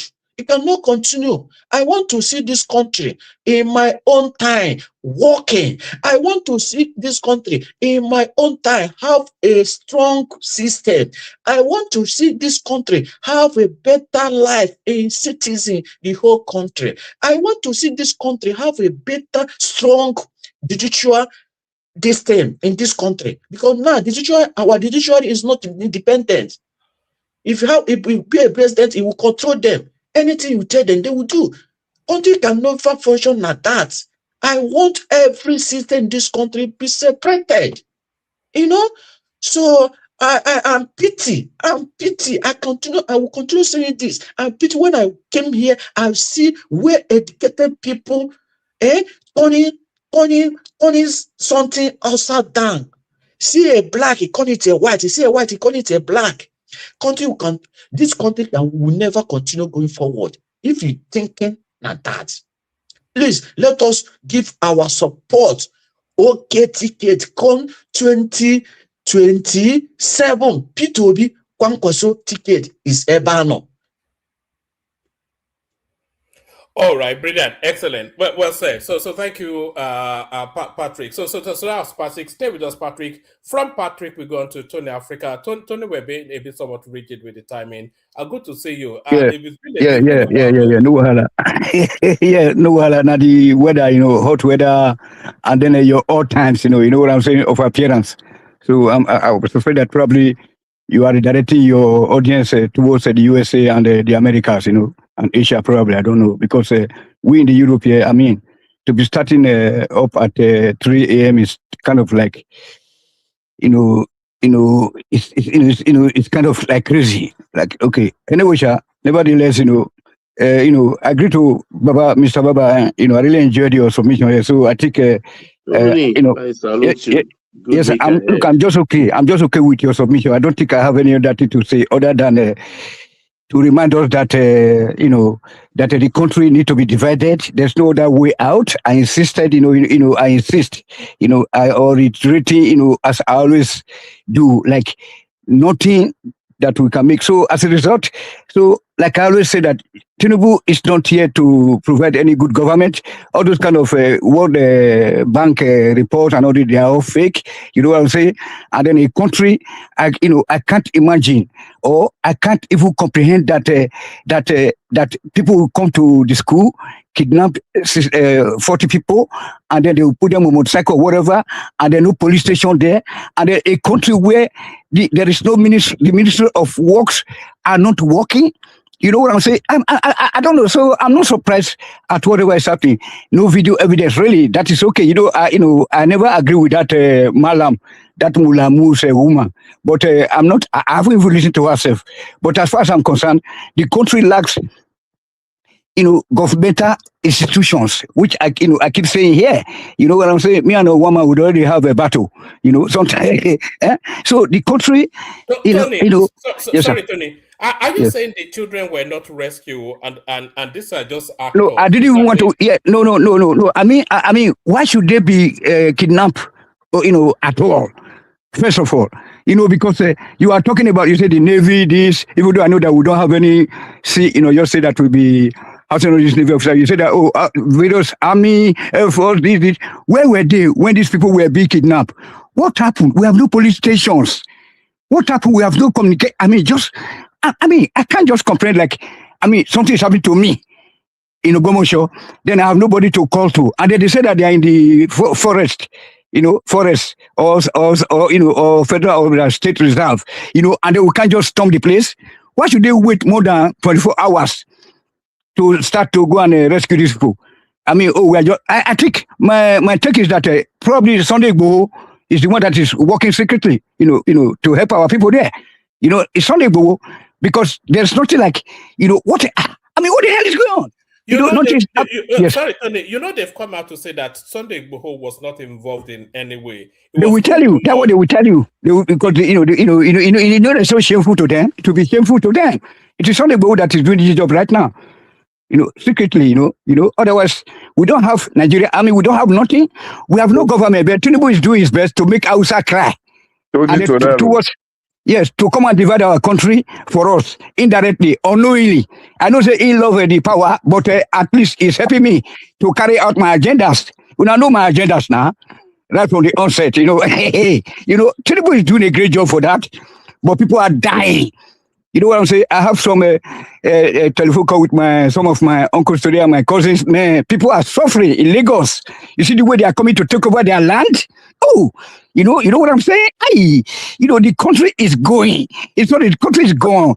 Once upon a time there was a country. You know what I'm saying? Someone that grew up in Ibadan and Lagos and Benin, for example. No police station, police people, they have no boot. You have to buy your own boot as a police. Go and look at a police college. People that you are training, that are graduated from such institutions. Tony, 1 second. Yes. Tony, 1 second. Yes. Let me interject you. Yes, sir. Now, grab that Bishop, my brother. Yeah, how you doing now? You don't do. I didn't hear. Okay, sir. I think it's only one comedian we get before. Patrick, you said you don't join now. Anyhow, that's by the way. The question I wanted to ask you, all these things you mentioned, all these things that you mentioned, I agree with you. But I also want to agree with you. They just started yesterday when Tinubu became the president. Nigeria was an El Dorado before. Yes. Everything was no, it was not an El Dorado. Tinubu have nothing to do at all. Tinubu is doing his best. All right, 3 more minutes, Tony. 3 more minutes.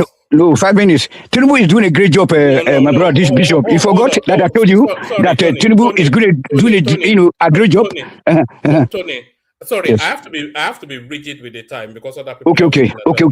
So Bishop, Sorolona, make you finish, huh? No wahala. I did this to you, sir, my brother, Bishop.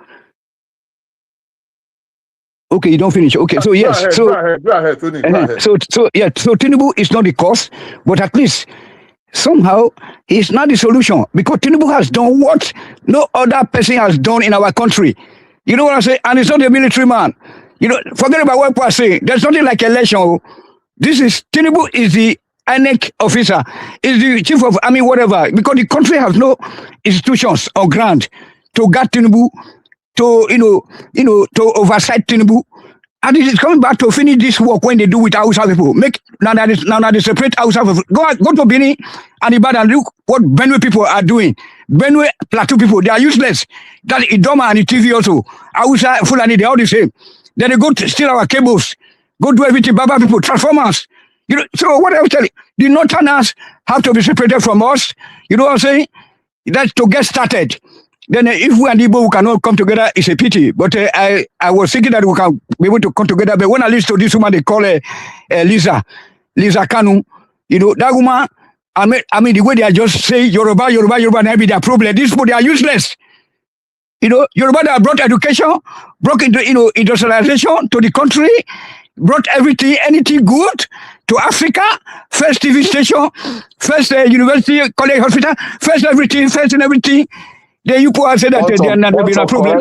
Yoruba never brought education in Nigeria. Go and verify. Stop lying. They brought education. Bring education means fair education. When it's accessible. Hold on. Accessibility. Hold on. Why are we better than you people now in education? Bender State or your state Benin State, Delta State. Why are we the best till today? No matter how. Look at the way we conduct election now. We are not. So we don't have any vote like say we are the most educated. Who are you? Before Biafra War, who are you? It's not better for Igbo brought education in Yoruba land. First professor in Oyo. You know what's called Western Union? Western region. First professor in Yoruba land is the Igbo man. So you know brought anything before after the war. So my brother, when I was at the Polytechnic, a lot of people were in my school. They said that they came from, hold on. They said they came from Bender State. So they can go to get a scholarship in Ibadan. Let me educate you. I know you don't know anything. Time. Hold on. Let me just finish. Then you can be able to interject me. Let me tell you something. You have never been to Benin before. You have never been to Ibadan before, or Ikeja, Ogba Industrial Estate, Ikoba Hill Industrial Estate. If you go to Benin, all those estates when you are going to Agbo, those are the creation for World War. You know what I'm saying? Forget about what people are saying because the EK Clark, may so rest in peace, was start to miseducate their people of a Bender State that World War did not give them equal, equity, which is a lie. You know what I'm saying? I want to look at them in Nahuru. Tony, we have to move it around. So 1 minute.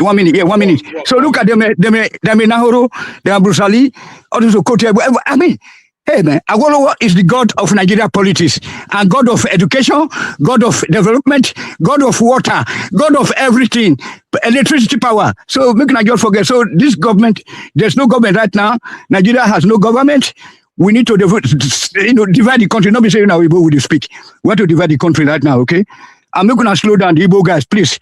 I want us to be able to come together to see these Northerners as our mutual enemies so that we can be able to work together, okay? Otherwise, it will be difficult. Let us support Tinubu so that there will be no election next year. Let Tinubu come back to finish up the work to separate the country. Thank you, sir. Thank you, everybody. Thank you. So that's the excellent Tony. So thank you, Tony.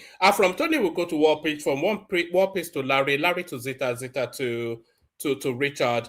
But before we go to War Peace, let me play you just this 1 minute clip, just to that conversation that Tony and Patrick were having just now.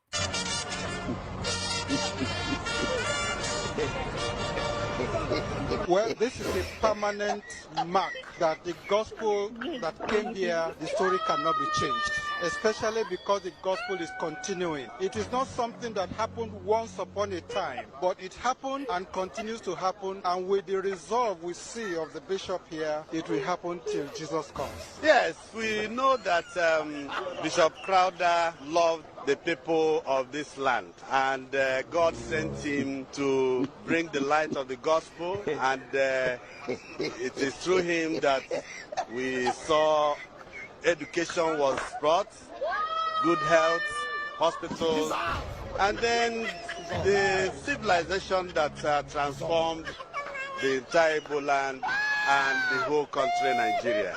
So we are excited that he started here. And this symbol here will continue to remind us of the sacrifice he made, the price he paid to serve our Lord. So that it is right there. So that's what Tony was saying. Wapis, you there? Yeah, all right. Salam alaikum. Is that sleep in your voice? You sound tired. No. I'm just drinking water. I just finished having my breakfast. Though it's late breakfast, but it's okay. Now, wow. Yeah, eating breakfast. Maybe I'm just thinking of bed. You see, this is... You know, that's... I keep telling people that we're a global platform. So there you are in Japan. Here I am in Kent. There Tony is in Germany. Zita in America. So, I mean, what's more global than that? But give us 5 minutes and we'll move around. Good to see you. Good to see everybody. I greet everybody. I greet Mother Zita, Bishop, and Patrick, and Tony. You know, Tony, now you get your mouth. You can say whatever you want to say, and you have your own rights. And you have your own truth. It's okay. Suffer the talk, yeah? Anyway, congratulations. They picked, they rescued those young girls. I had Baba spoke, and I had Bishop spoke. There's point in everything people are saying. I'm not going to say my point is more better than the other people's point. But we all know that they are playing politics with people's life. Of course, when crime stays too long, it becomes a business. Those are the side effects of all these crimes being lingering on. Whatever happened in Oyo, we can see it playing out right now. They are trying to diminish Makinde not to run for presidency. I don't even know how that guy is going to run for presidency. I don't know. But they are trying to diminish him, and or the Northerners are trying to give Tinubu, the opposition tried to give him bad record, of which that how the APC government, this is my statement, that how the APC government came to power, and that how they stayed in power. Caused chaos, because when they came to power, they had no plan for power, what to do with it. So all they were doing is just creating chaos for division. But it's unfortunate that those kids that were rescued, certainly we have them dressed in nice clothes. I don't know how they rescued them with nice clothes, other they were allowing them to send them clothes when they were in kidnappers then. But again, they are out. That is not even my issue. Congratulations, they are out. We are looking forward to see more. Now this have happened. If it's ransom they paid, if it's rescue mission they went, only God knows. But time will tell. Yeah, out. Is the first lady I have problem with as in Nigeria. The other day, he was in Southwest on live media telling the governors, ordering them to buy vehicles for the women leader in Southwest, telling the APC is not that kind of party, they take care of their own. And those cars will be registered in those women's name. It will be their own personal cars. All in the name of winning an election. I don't understand the election they are still dragging themselves for. The election they already won, done clean and dusted. The day that they amended the electoral act that no opposition stood against it, no protest against it. They amended it. That was one of the fastest bill passed and signed by the president. And he signed immediately. That's the end of this 2027 election. But that thing will echo for a longer time. Because when we are doing things, we have this short memory. We only do things to favor ourselves today. Forgetting the side effect. A great nation planned ahead. And a nation that is planned to, planning for a doom, or whatever they use in English, is planning to fail, take shorter route, like a shortcut, to just get whatever they want, forgetting the side effect. Now, she came out the other day again and said, oh, kulikuli, like you should do kulikuli. Not bad. Now he's coming out again as saying that the artists should be responsible, help in supporting the country. Of course, the government, there's no country that the government alone have built the country by themselves. The people actually build the country. The government creates enabler environment for the people to strive or company to strive, so that the people in return will build what they want. America or every great country was not built in a day. Even Rome didn't was built by a day. But the Roman citizens, different emperors came, different philanthropists did whatever they want to do. That's how nations are being built. But in Nigeria, we leave everything for federal government. But Spain saying that, she came out and said they should do their own quarter. But she forgot she was telling the APC chairman to use Nigerian money to buy cars, vehicles for the women leader. I did not see people like Bishop, I'm calling me out, because I know they are actually Bola Tinubu, an APC supporter. I should remove Bola Tinubu, there's just thinking being a tribalistic. APC supporter, which I have problem with, we started from Buhari time. There did not see any problem with that, because in Nigeria we don't have opposition. You will answer me, I know you will come out. I know you answer me, hold on, please.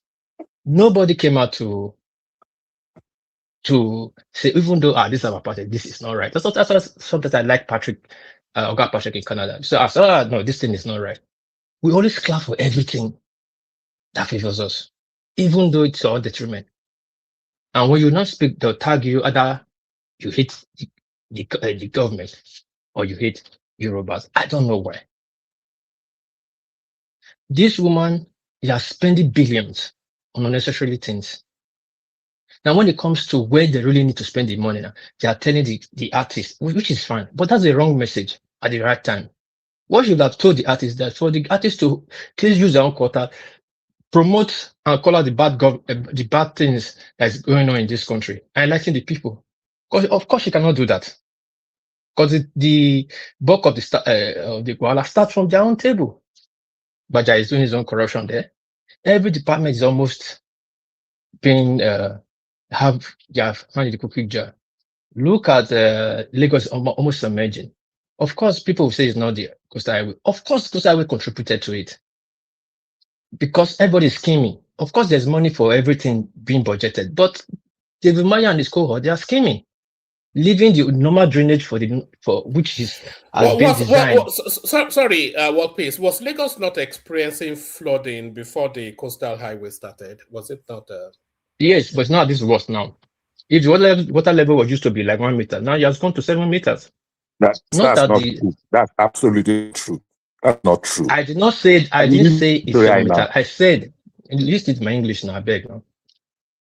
I said if the water level used to be 1 meter, now it's 7 meters. Doesn't mean I don't mean it's that 7 meters. I'm just saying it has increased more than the volume is supposed to be. Now the problem is that the drainage system that was designed was for the old Lagos, not designed for this new Coastal Highway. Of course, the drainage system are still there, which you can point out the drainage system is there, but you cannot take the inflow, the pressure of the water is coming this time around, so it becomes slow.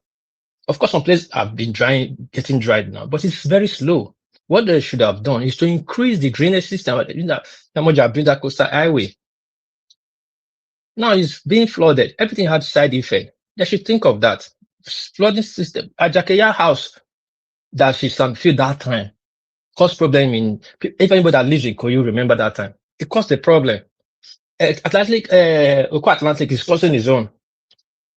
Now in Coastal Highway, Lagos is a very sensitive place. It should be given to experts. I would have advised the Netherlands, because their Netherlands is below the sea level, and they're able to control flood, erosion, and all that.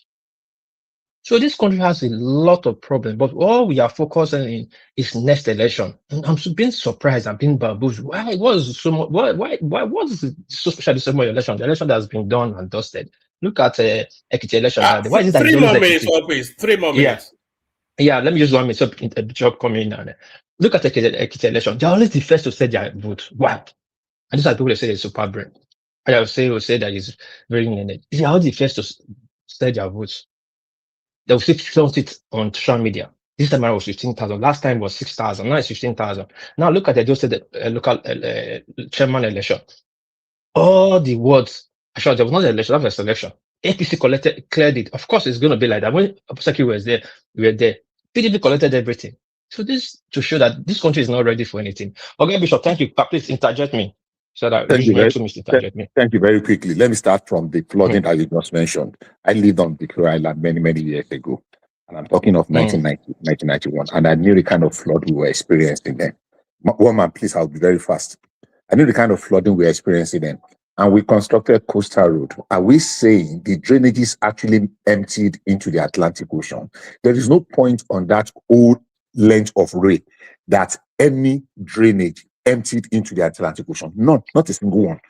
If you know that area very well, people have built and blocked canals. So every year, and the one that is remaining, they use waste to block it. Apart from that, it is unusual time, and flooding as a natural phenomenon will continue to happen. In these past 2.5 weeks alone, there have been flooding in major cities in Brazil, in Argentina, in America, the almighty United States of America, in Canada. Major flooding. I think it was in Brazil, almost 11 or 13 people died. Why are you going too far, Bishop? Accra. No, I'm not even, no, let me just, so all the coastline, I'm coming there, Baba, all the coastline of West Africa, right from our own hand, even from Cameroon, southern Cameroon side, till go to Accra, go to Benin Republic, go to Togo, the coastline, the water rose. So attributing me to is a kind of argument and discussion that's really, but that's okay. I mean, we always want to. Now, what exactly did Remi Tinubu say? She said she appealed, and encouraged artists to use their resources to help vulnerable grassroots people that are just managing to make life, like pepper seller, like vegetable seller, like akara seller, like kuli seller. All right, we must move on now, Bishop. Your Give me 1 minute for now. Let me interject. Let me finish. It's longer. It's not longer. I've not even spent 2 minutes now. Just let me land it. If you don't want me to talk on the rest thing again. Now, we saw somebody in Delta that went out and was going to people. If you don't even have any milk of sympathy in you, you see those people that guy was using this akara crusade to touch their life. Look at a woman that all her akara no even reach 20,000. That said that's what she's been doing for 18 years. She lost her husband, and that's what she's using to train her children. Sometimes we should just get down from our high horses. And you are saying Tinubu won everything in Ekiti State, but Peter Obi got 90% in Southeast State, and he was even boasting that he was supposed to get 100%. It is okay for Peter Obi to get 100% or Labour Party to get 100% in Anambra and Ebonyi and Imo and Enugu and Abia State, but it is wrong for Tinubu to get 63% or 52% in Ekiti. How did we ever get here? I think it's only you that.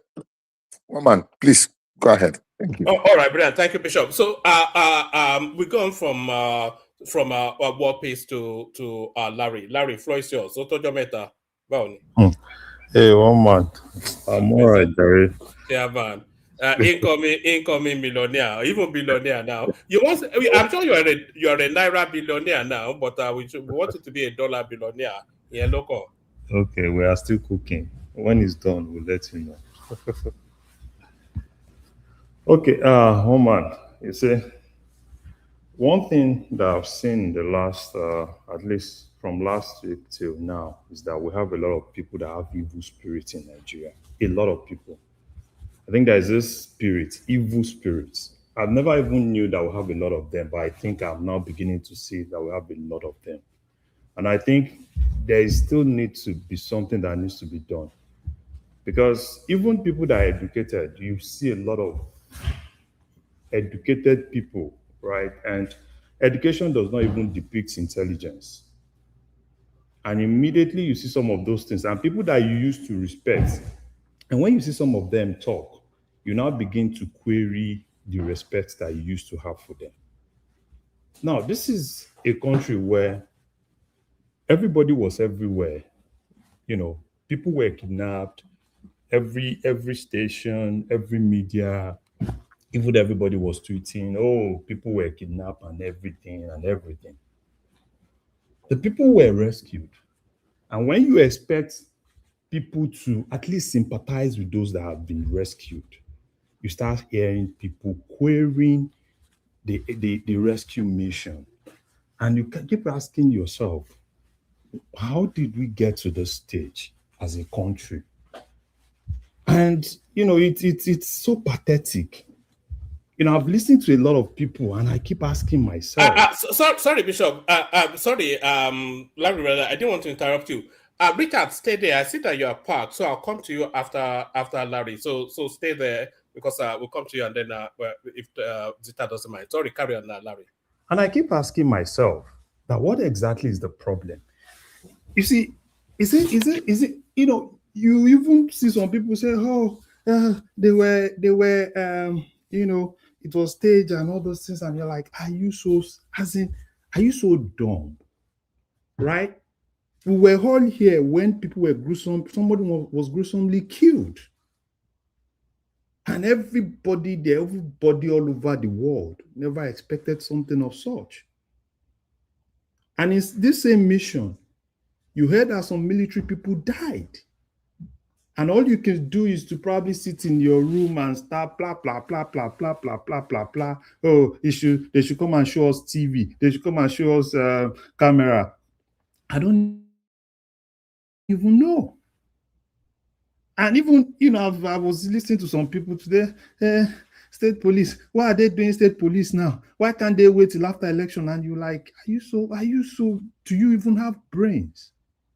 They said state police. This is not a national police, which means that every state has the right to either, you could actually write to, if they want to implement it, write to your state governor, don't implement. Let other states that are interested go forward and implement their state police. That's why it's called state police. There are 36 states in that country, right? You can decide not to do. Let other people that are ready to do. And we keep saying, oh, why? I don't even know. Sometimes I need to be very candid with you. Sometimes I listen to people and I tell myself something, right? That, well, someone can actually be a professor and deep inside might not really be intelligent. Someone might actually have gone to school, get all the certifications and everything, all the degrees. And at the end of the day, they might not really get to that point of adding value to anybody. For me, I think Tinubu has actually done well with this state police. I like the fact that I think they're even talking, the military should stop talking. Walk and forget about all those people. Whatever they want to say, forget about them. They do not matter. All the military should focus on. Today, I was really happy. They killed one guy in Zamfara. Kachala Sani Yellow, one of the dreaded bad guys that have been killing. We covered it, but I don't think it was the military. I think it was the bandits. It's a joint. They have this joint task force, and with the vigilantes and all of them. No, they're actually saying it's a rival group. No, it's not a rival group. Did you see the video of where they tied him to a motorcycle? Did you see the video? That guy was basically, what they did was they tied him to a motorcycle and they were dragging him everywhere on the road. Just to send shock waves into all other ones. This is not a rival group thing. They basically, Vigilante and those guys, they basically tied him, walk him through the road, which is good. And that's what I really want the military to do. Forget about all these people, media, all the blah, blah, blah, blah, blah people. They do not matter. Because some of them, a majority of them are not even in Nigeria. Or some of them wait for every day to look for the next bad news for them to, to rub their ego. That's what they wait for. They are not even interested in any good news coming from that country. So why do we need to care about them? Why do we need to care about them? If you have a problem because one of your candidates, blah, blah, blah, you think bad news will push your candidate to where you want your candidate to be, we do not care. I think it's getting to that point. Previously, right, I mostly do not really, disturb myself about those people. I just look at them and like, okay, maybe that's how they think. But I'm beginning to now see more about them. I'm beginning to now see their thinking and their reasoning. And most times I even doubt, why do we have to be in the same country with people like that? So for me, right, I think the government should just continue. Security is a problem. They should keep doing their job. For the military, I know there are a lot of military guys that are kind of like probably demoralized with some of all those people. And I'm using your platform to tell anybody that is actually on uniform in that country to please close their ears, focus on what they are doing. Forget about all these people because they do not matter. They do not matter. They will come, cook all other thing, say all sorts of things. If you're a military person, me being a Nigerian, I respect you. You're doing a great job, and God will keep helping you and keep helping your family too, because you're laying your life, you are in the bush while I'm actually here in my house, with under air conditions, but you guys are actually there. Some of you sleep in the bush for months, sleep in the bush when your family are actually somewhere else. So God will keep helping you, keep helping that country. Nigeria will be better. Thank you, Mama. Amen. Amen. All right, brilliant. Excellently put. Stay with us, Larry, for as long as you can. I want you to speak on the financial situation that Bishop was hinting at as well. But before we get to any of that, we'll go to Richard. Don't let me speak until what we are cooking is done. Oh yes. No, not your financial situation. The improvements within the Nigerian anyway, I'll come to it in a moment. Yeah. But before we're going to Richard, let me play you this clip. This is the military guy. There was one casualty, and this was the guy. This is the thing that these people are mocking. This guy is a lieutenant. They didn't say lieutenant colonel, but it's a senior ranking with a lot of money invested in his training. And just 28 years old. And with a family as well. This is what happened to this guy.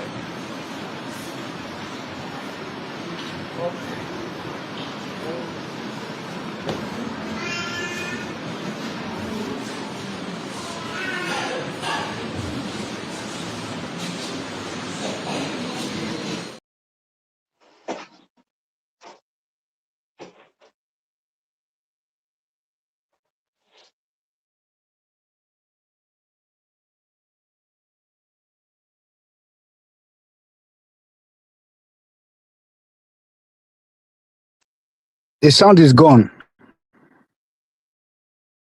Oh, sorry. I was speaking. I didn't know. Thank you, Tony. So yeah, that was Lieutenant. What was his name again? Lieutenant Isaac. Anyway, let me just go. That's Lieutenant Isaac right there, who lost his life. I was just saying in the opening phase that we are all going to die because the phase of life is a short phase, but the memory of your time in this world, it carries till eternity. And that guy right there, the memory that it carries till eternity is the memory of a hero. So if you've ever but one man, please, I don't want to ask you something. Oh goodness. Sorry, why was that bush not on fire? Bush, where they're supposed to be on fire. Why? As a result of the what the German would call the camp. The fight between them, between the terrorists and then the so-called army. You know what I'm saying? Well, that bush supposed to be on fire. We're supposed to be seeing all those helicopters flying. Okay, no. All right, thank you. Richard, floor is yours. I didn't even know what that means, but I'm not sure I want to get involved. Richard, how are yes, you? Sir. It's been a while. Good to see you. Okay, good to see you too. You look well. Your cheeks are full. I should belong you. One man, I want to greet you for what you do. I follow you. I see join you, but it's so difficult for me to come in because of my schedule. So I'm at work now. I just got to work. So, but today I say I have to join because of one thing or the other. I greet everybody. We are patriots. We love our country. We love our generation, and we are doing this for the next generation. Now, Tony, I'm not saying you should come in, but I want to address some things that you said. During that last podcast, Mr. Peter Obi said they are not even giving him what he deserves as a presidential candidate. This guy will never learn to tell the truth. Nobody knew that he actually had police protection as a presidential candidate of the party until that video that we saw that government has given him police. Police is driving him. At least he will have one or two or more police protection right now. But he came out. That incident in the airport actually happened on the 4th of July. Government did not say anything. Festus Keyamo did not come out to say anything. But Peter Obi was the one that said, oh, they were talking about him. They were, if you see the airport staff, they were doing this, they were doing that.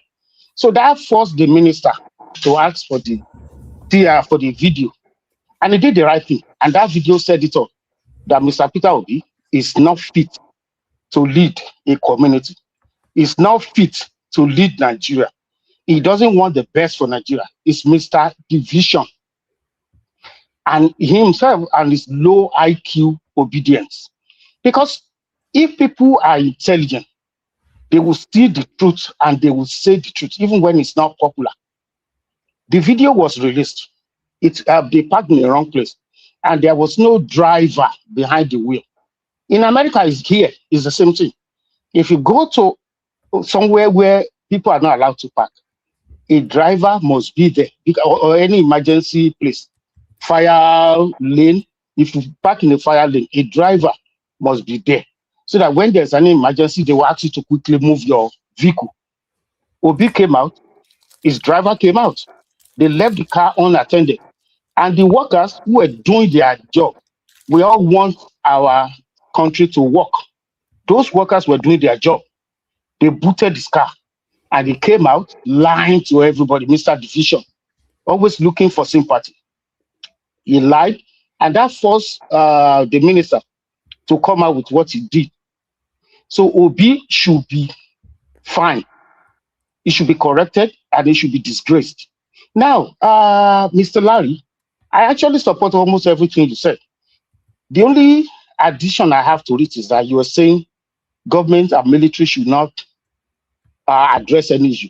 It's not that they want to. So it's the case of the same thing with Mr. Festus Keyamo. When allegations are made, you'll be, even if you don't want to come out to say anything, journalists will come to you to ask you about, oh, Mr. Peter will be alleged that you did this. Then they have no choice. They have to respond. It's not that government, Bayo Nanuga or whatever, want to come out and talk about who is Peter Obi, who is Seyi Makinde. Seyi Makinde who can't even win on your state. They are saying they kidnapped because they don't want Seyi Makinde to become president. Who knows Seyi? Who is going to vote for Seyi Makinde in North Central, in North East, North West, Southeast, South? Nobody knows him. He won the second second term because of Agidigbo man. Because that guy is a grassroots. You saw the crowd after him when he declared for governorship. Those are the people that campaigned for him. And the NURT people now is fighting all of them. Seyi Makinde cannot win Oyo State. I repeat that. He can't win Oyo. He's a nobody. And he knows he cannot win. PRP knows Donald Duke cannot win. But they are doing this one because I don't understand why our people are not waking up. They are doing it because of Bola Tinubu to divide the vote coming from the South. That is why you see, Ahmed, Peter Obi's running mate, the last election, and their PRP party, and then the Seyi Makinde and Governor of Bauchi State. They are all doing this to favor Atiku. They gang up together to divide the votes coming from the South so that Bola Tinubu will not win presidency. But what they don't know is that Bola Tinubu has options. He has South. In Imo State and Ebonyi is likely to steal one or the two of those states, Imo and Ebonyi, or Imo or Ebonyi State. And then when you go to the South, you cannot tell me that Akpabio and the governor will not deliver Akwa Ibom. You can't tell me that Akwa will not give him 40% in Delta, and that in Edo, he will not win Edo. There's no way. Go to the North Central, Kogi, Kwara, Niger, Nasarawa, Plateau. Bola Tinubu will sweep the North Central. I can assure you of that because national chairman of the party is from Plateau. Benue, he won Benue the last election. He lost Nasarawa to Peter Obi because there was division in Nasarawa that made the Senator Makurawa to go to SDP. Now he's back. It's actually their APC candidate, governorship candidate for the next election in Nasarawa. So trust me, everything is okay. And even Kwankwaso cannot deliver. Kwankwaso is not going to have more than 40 or 45% of the vote in Kano. The guy that controls most of the vote in Kano is Ibrahim Shikarau. He's the only Hausa among the Kano politicians, top politician. And Hausa people they are waking today. They don't want to follow the Fulani like that again. So there's no way Bola Tinubu will not win Kano. Go to Kaduna. Governor Sani is doing very well. And check out the Minister for Defense, Christopher Musa, Christian from Kaduna South. His people love him. And they want him to still remain as the defense minister because they feel safer with him being the defense minister. His people love him. So the people of Southern Kaduna, they have voted for Peter Obi in the last election because of faith, Christianity. They will vote for Bola Tinubu this time around. So anywhere you turn. So Peter Obi is not a factor. He's not going to be a factor. As weak as Atiku might be in the next election, Atiku will still defeat Peter Obi. I can assure you. So let every obedience, let them say what they. I mean, the worst of it is this. I understand if you don't like Bola Tinubu. I cannot say you should love everybody. It's not possible. But please give credit to the military for rescuing this abducted teacher and teachers and children. Sorry, Richard, that's what really rankles me. Exactly as you just said, hate Tinubu all you like, but give regard to the military. I just showed you the coffin of one of them. Give exactly. Regard. I mean, yes. I pity every indigene of the Southwest who are following or who have made up their mind to vote for Peter Obi. I don't like to say this, but I have to say this. They will not participate in the blessings of the ancestors in the Southwest. Because Obedient hate the Southwest to the extent that they won't even come out to say congratulations to Yorubas. Because when you lose your children, when one of the teachers was fired in line of duty, he was at work. And they abducted him and did him like that. Now other people regain their freedom. None of them. I follow all the obedient platforms. They were so quiet. None of them said anything to congratulate the military, to congratulate the nation. And you are telling me you want a better Nigeria.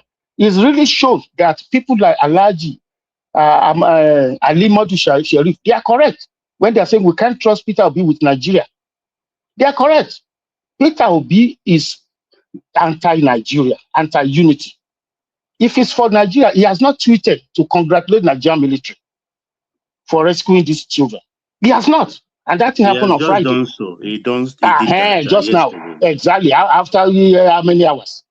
And none of the platforms, obedient platform, came out to say, congratulations to Nigeria. Congratulations to the military. And when abduction happened, they were everywhere, sending it to America, sending it to Europe. This president has failed. This country has failed them. When that teacher was spied, they were blowing everywhere. Why is it that when we have a good news in favor of the country, you don't show up? Any Southwesterner who is an obedient will not inherit the blessing of the land. I'm serious about that. Yes, sir. Take that interjection, Richard, and then round off, and then we go on to Zeta. Okay. Somebody wants to ask a question. Yeah, take the question and then use the question to round off, and then we go on to Zeta. All right. Okay. Yeah. No, it's just you see, when I said it's evil spirits, serious evil spirits, and you're beginning to see more of those things. Mm-hmm. It's serious evil spirits. And for me to have said the military should not care about them because they do not matter. Let's not deceive ourselves. Forget about all this, their noise and everywhere. They're everywhere. Oh, blah, blah, blah, blah, blah. They do not matter. Because the military people are human beings like us. So if they keep listening to these people, they will be demoralized. The number one thing they need to do, forget about all this, their TV station and everything. They do not matter. In natural sense, let's just tell ourselves the truth. Because There's no good thing. Look at them. Look at their trajectory. Look at them from all the TV stations and everything. Once there is a good news, they look for one way to water it down. That's what they do. So why will you, if I'm a military guy in Nigeria, why would I want to listen to those guys? Because they do not matter to me. They do not even exist. Because if you have that mindset that they matter, then that means they get to you. They do not exist. Let me give you an instance. There was this guy called Justice Crack that the military picked at a point. And everybody was like, oh, why would the military pick him up? And when the Minister of Defense was talking, they asked him about that guy. He said, they are not saying he should not criticize the military, but what that guy did is actually criminal. He basically they said they gave the military, there was a food, there is meat and everything in it. He told them to take all those things out and make it look like there's nothing there to make content. So as to push a narrative, that suits what their mission. So those are criminals. So until you start thinking, having a mindset that these people do not exist, they are presidential candidates, everybody, they do not exist. And as far as me, I'm concerned, right? Tinubu should just, whatever they want to do, Tinubu go and win. I don't even care about them.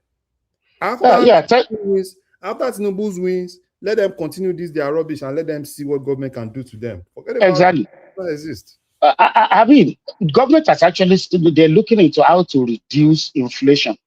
Part of it is what happened last week. Importation of cars, vehicles to Kumbaka now, the tariff on it was 15%. Now they reduced it to 5%. If you are bringing in a new brand car, it was 20%. Now they reduced it to 10%. So that will reduce transportation. I mean, when the cost of vehicles are reduced, transportation will reduce. And before you know it, you see the effect on commodities in the market. So those are part of what they have to do. Now, people are saying, oh, you remove the subsidy. We are not feeling the effect. I understand there's poverty in the land. I understand things are expensive. It's expected. But for people to now say they don't feel the effect, most of just like, I think it was Larry that said it, that if you are planning for the future, you can't go through background or shortcut. Shortcut will not last. So what they are doing is for the long-term effect, which is not going to be shortcut. Now, before, if you look at the past administrations, every state go out to borrow money. Since Tinubu started this administration for 3.5 years ago, governors are making more from the federation account. No state is going out to borrow money again now. And they are not borrowing money, they are actually paying off some of the loans their predecessors borrowed. That is good news for Nigeria. States are no longer borrowing money, but they are paying off the debt they may inherited. It's good news. And it's all because subsidies has been removed. So why are people just exercise a little bit patient? I'm sure by October. One more minute. Oh, okay, good. Thank you. I'm sure by October, they might have to review the minimum wage upward. So when they review it upward, and then with what I said the other time, that the cost of vehicles, purchasing of vehicles will go down, definitely that will not allow inflation to rise by more than maybe some 0.5%. And people will buy things less, and then they'll be able to hold on to their money. And before we know it, everybody will be smiling. I can assure you by October 1st, there will be upward review of the minimum wage, maybe to 100,000 or 150 or 120,000, something like that. And every state should be able to pay. So I'm very positive. Good things will come to our country. We don't have another country. We are just in a foreign country. We intend to go back home at a point. So thank you so much, everybody. And Woma, please put me at the background, please. All right, brother. Thank you so much. All right. One man, before we go to Zita, can you give me 30 seconds, please? Of course. So thank you, Richard. All right. Background. Yeah, it's just about historical truth, which is irrefutable and cannot be changed.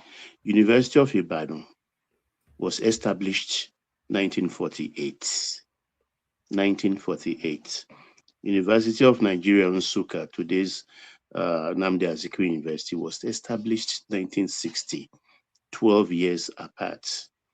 Chino Achebe and the Ngozi Okujo Iwealas of the Southeast all attended University of Ibadan. Facts are facts. Thank you. All right, brilliant. Brilliant. Thank you, Baba. Facts are And facts. thank you, Baba, for the clarification. Yes. All right. Nobody more factual, of course, than Zita. So Zita, we're still in the afterglow of the Ibadan rescue. So we're talking about that. So anyway, Floyd, yeah, Zita. Is it the Ibadan you people are still talking about? No, but I'm hearing myself back from you. That's why I didn't want to give you the phone. We're talking about that. Can you hear me? Yeah, but I can also hear myself echoing back. So maybe nobody is hearing you echoing back. I don't know about others. No, I can hear it. So maybe you are hearing me. No, I can hear him also. I can hear you echoing back. Yeah. So okay, let me. If you mute YouTube, I think you are both in the studio and on YouTube as well. So just put the YouTube on mute. So yes, you. No, not at all. All right. Then where am I bouncing from? Maybe somebody else is unmuted. Let me You are okay now. You are okay now. You are okay now. I think we're actually bouncing off you, maybe Tony. So we're talking about still the Ibadan, and then we're talking about because details are not coming out as to what happened. There was actually a military personnel that lost his life, and then we're also talking about the various responses to what happened, with some people actually almost unhappy that those children were rescued, and then we're saying and I was actually saying, because I said it frontally, that certain political spaces would have rather that those children were killed, so that because that serves their politics more. So because they seem somewhat saddened. If you monitor them on social media, they are all in tears that these children were rescued. So that should tell you then that their politics lent more for those children to have been quiet. So we're talking about that, and then we were, and then, like I said, an army officer lost his life. What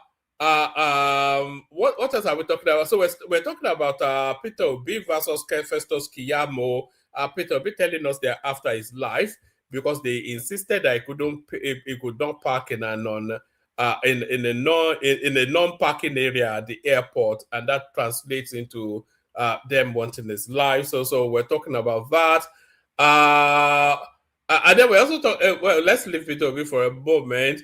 Nigeria uncovers. So this was an incident that happened in Zamfara State. So some insurgents tried to attack a military formation to get, I think they were after vaccination for some ailment or the other, which they felt was in large quantity there.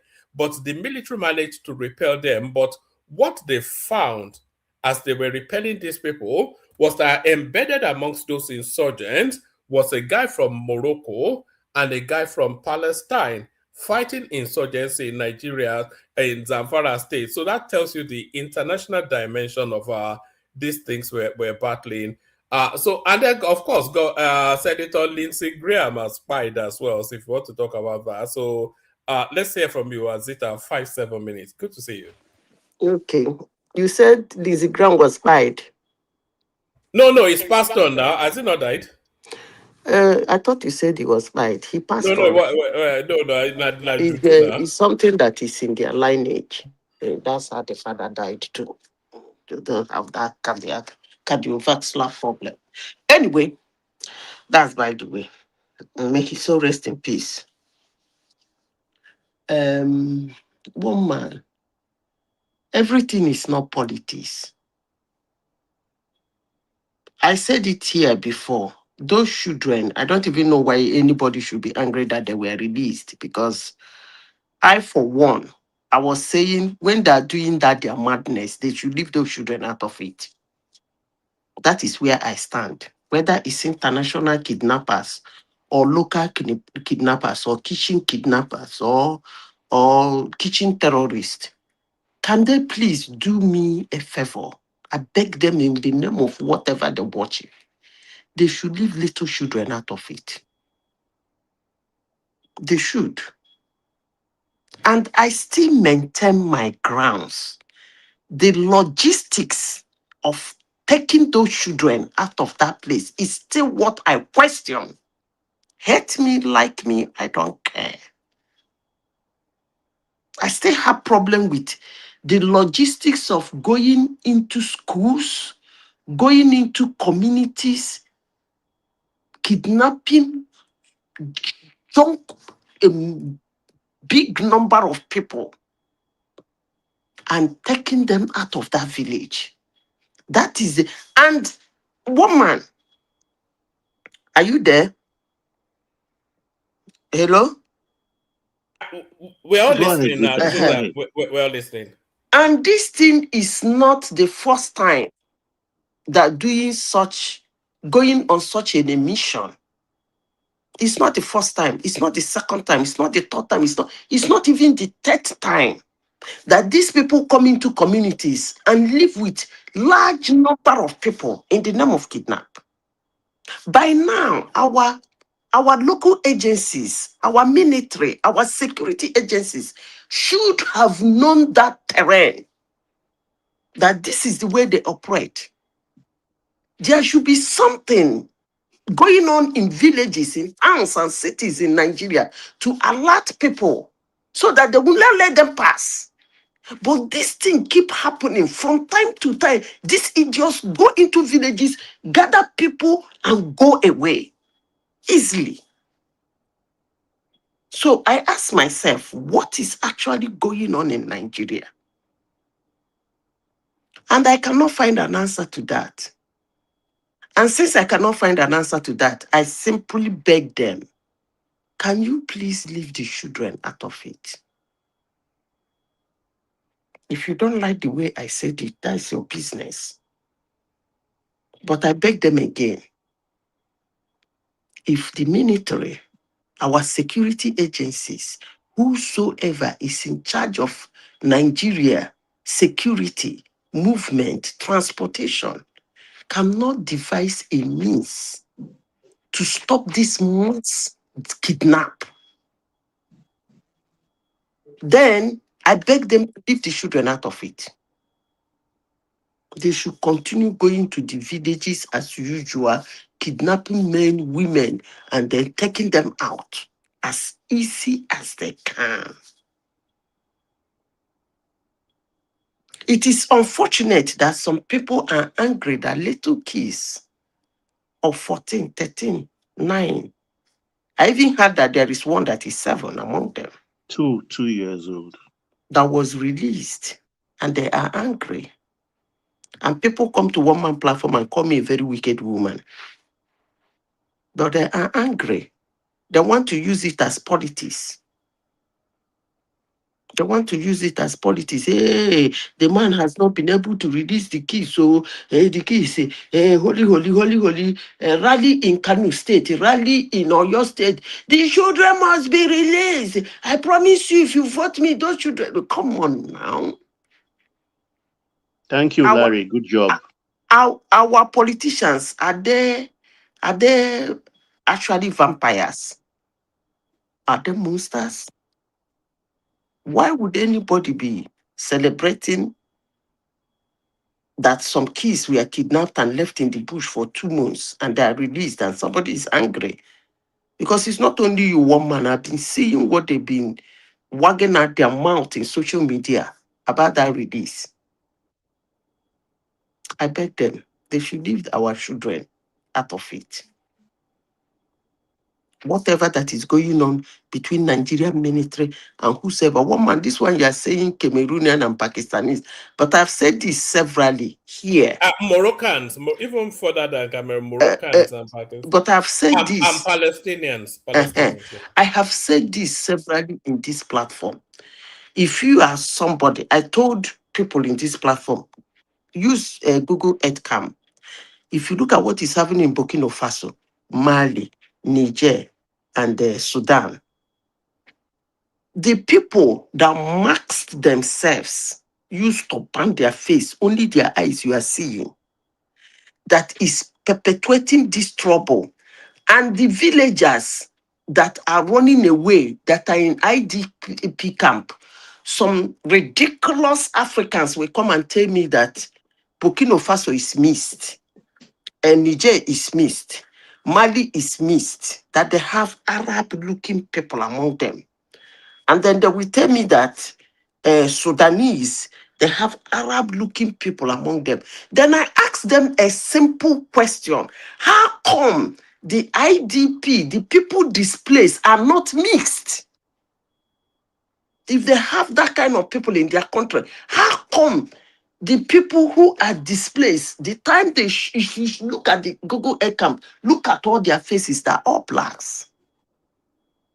And the people perpetuating problem to ban their face, and they are Arabs. I've asked that question here. Oh, okay, they have started entering Nigeria. Wahala day. But that is what I can say about that. My heart goes to the family of the police officers and the military that because they want to serve Nigeria and they found themselves in this shenanigan and they lost their life. Because if you are a military man, you are called to duty. You wouldn't know what is going on at the back end. You will still go and do your duty. I've said this severally here. Military mission is not a round table discussion. I have said it severally here. If a Equally, military, their budget also, Zita, is not for a round. Their budget is also not for a round table discussion. that is what I'm saying. If a military is going to attack Aba now, it's not something they sit down on the table and say, okay, look at. Even if they do that, the day of the mission is one person decision. That's how they function. So for those people to go there and get attacked, something is definitely wrong. Or they go there and on their way, they are waylaid. Something is definitely wrong. But hey, who am I? I say a lot of rubbish, but that's okay. One man, let's go back to, you said... Manazita, can I quickly say something? You know, Go you said, ahead. you said two things. You said they should leave the kids out of it, and the logistics of taking those kids. We all saw the buses they used to brought those kids from the bush. Now, when I said in my own time that they should stop playing politics with people's life, whatever they are doing, because it's not easy to move 45 people out of that community. Whatever is going on, there's something going on, and politics is involved. If the politician can be kidnapping themselves to make statements, it's okay by Nigerians, but it's not use Nigerian life to be playing politics. But unfortunately, the country we are today, everybody sings bias and everybody have bitterness in their mind. We don't have a position again who can actually be opposition constructively. We are tribalistic, egocentric, and think other people are not educated. That education stops in their table. Everything must be right. The other person must be wrong. And if you speak, the tag will be there. So fortunately, whatever happened in Ibadan is politics. If you lost their life, you are sorry for that. And I hope it won't repeat itself anymore if it's actually natural. Because if it's not natural, it's going to repeat itself again. Thank you, Madam Senator. Sorry, let me to quickly interject briefly. The unfortunate thing that happened in Ibadan was tragic. But for saying that what the shenanigans or that it is politics, it's disrespecting the memory of those that lost their lives. Saying it's politics, like I said, it was staged. It was a kind of something that was programmed and planned that it did not really happen because the logistics of it, how will you carry children? And it's something that has been happening. Have you not been able to put police and secure we cannot secure every inch of our land for now. And I'll tell you just two things. There are areas in every part of this country that are very vulnerable, extremely very vulnerable. They are far from civilizations. I know some states in Nigeria, you will travel like 4 or 5 hours before you get to the local government headquarters. Especially states that are very big. There is no network, there is no roads, there is nothing. And there are schools there. If anything happens, before you get to the local government headquarters that has a police station, before they mobilize and say they come there, those people must have gained like 5 or 6 hours. So they have a head start. Now, because this thing has been happening, why have you not been able to stop it? Let me remind you, the first time school shooting happened in America was in 1966. As of last week, July, early July, a school shooting still happened. How has America not been able to stop school shooting since 1966 to date? How? With all the police department and all the things. Sometimes when things happen, because you are not planning evil, the man that is planning things and that is watching you is smarter than you. Because the man is watching all your step. We have record that the people that even carried out this thing have infiltrated that community. They've been there probably for weeks, or at least they can confirm for more than 1 week. Maybe it's been more than that. They have done their surveillance. So when we are saying, oh, it is shenanigan, oh, it is politics, oh, it is this, unfortunately, we are just reducing that into petty talk, and we are disrespecting the memory of those that lost their lives. I think it is not time to start debating whether it is shenanigan, it is politics, it is this, it is that. I don't think it is fair. Thank you. Can I take back my time?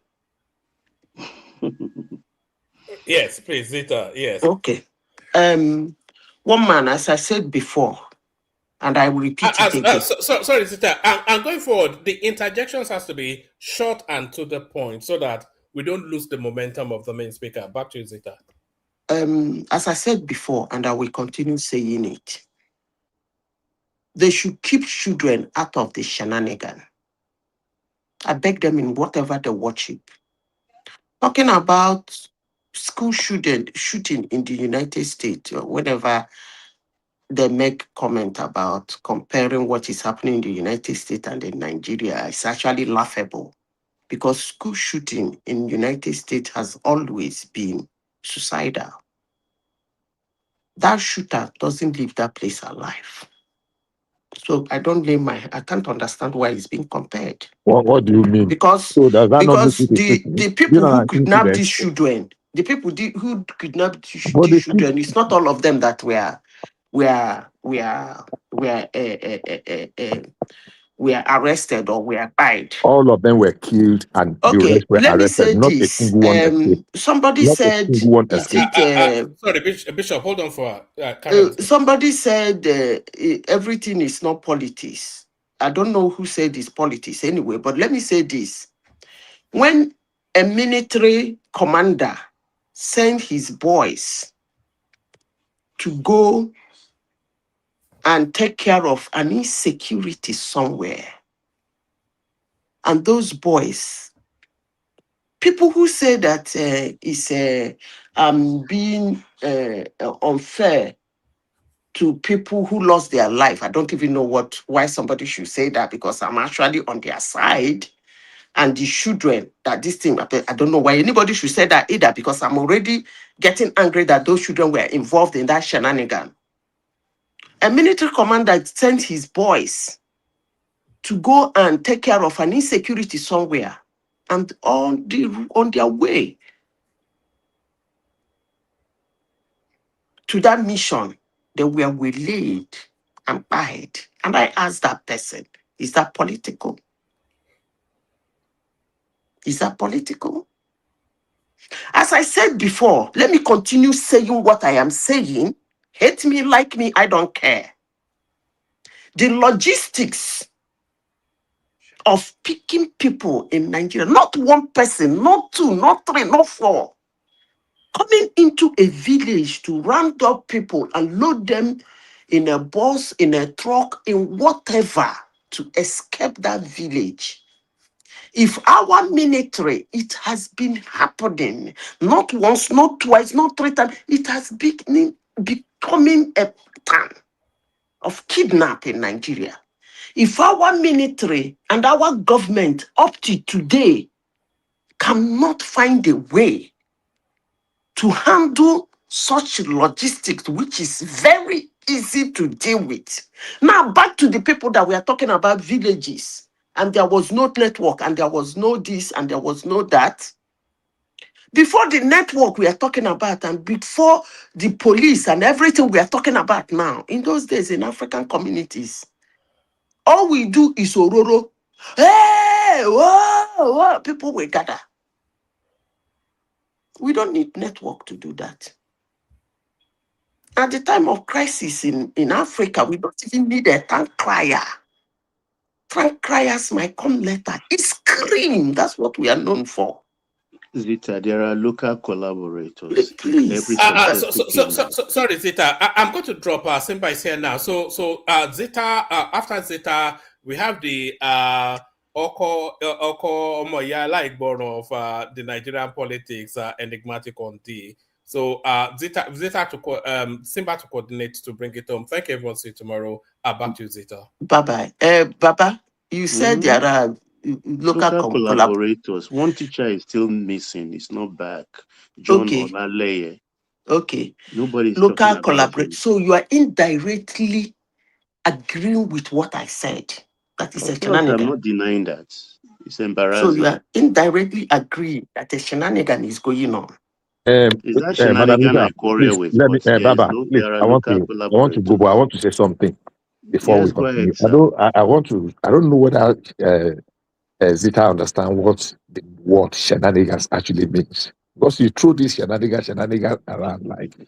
So the dictionary simple meaning means shenanigan means a silly, mischievous trick. Like that is what I'm saying.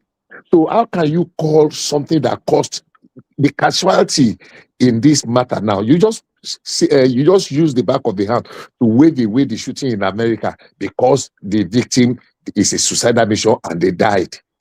Does that justify going into a school to kill children, and it has been happening for 60 years? Listen, let me tell you. Let me land. I will hand off now. This is actually laughable, honestly. Let me land. It is where you can call it anything. It is even laughable that you call. It is very ridiculous. Don't let me use word like you. That you cause an incident that happened where people died. Not one, not two, not three, not four, not five. We've not had such an incident before. Unfortunately, it happened in Oyo State. The people have a reason. They came and they were stopped. Luckily, they were not able to get the children away. Not because they did not want to get them away. They were stopped. They knew they were surrounded. They plant IED. And some people mistakenly stepped on the IED and people died. And you are calling it shenanigan. Yes, I called it shenanigan. It's still my turn. Please. It's enough. You have made your point. I called it shenanigan. Do you know why I call it shenanigan? Zita, listen. Don't it's be my down. turn, please. That's okay. Can I speak? Listen. Don't be talking down. Don't be talking down on people like that. I've had that interjection. I told you, don't Can I be speak, talking please? to It's me my turn. like that again. You've made your point. Don't just whip me up like that. Don't just whip me up like that. You may be talking to, hey, hold on, Simba. I'm going to leave here now. Hold on. Zita, you cannot be. No, you don't need to leave. It is my turn, and I said I've had enough of the interjection.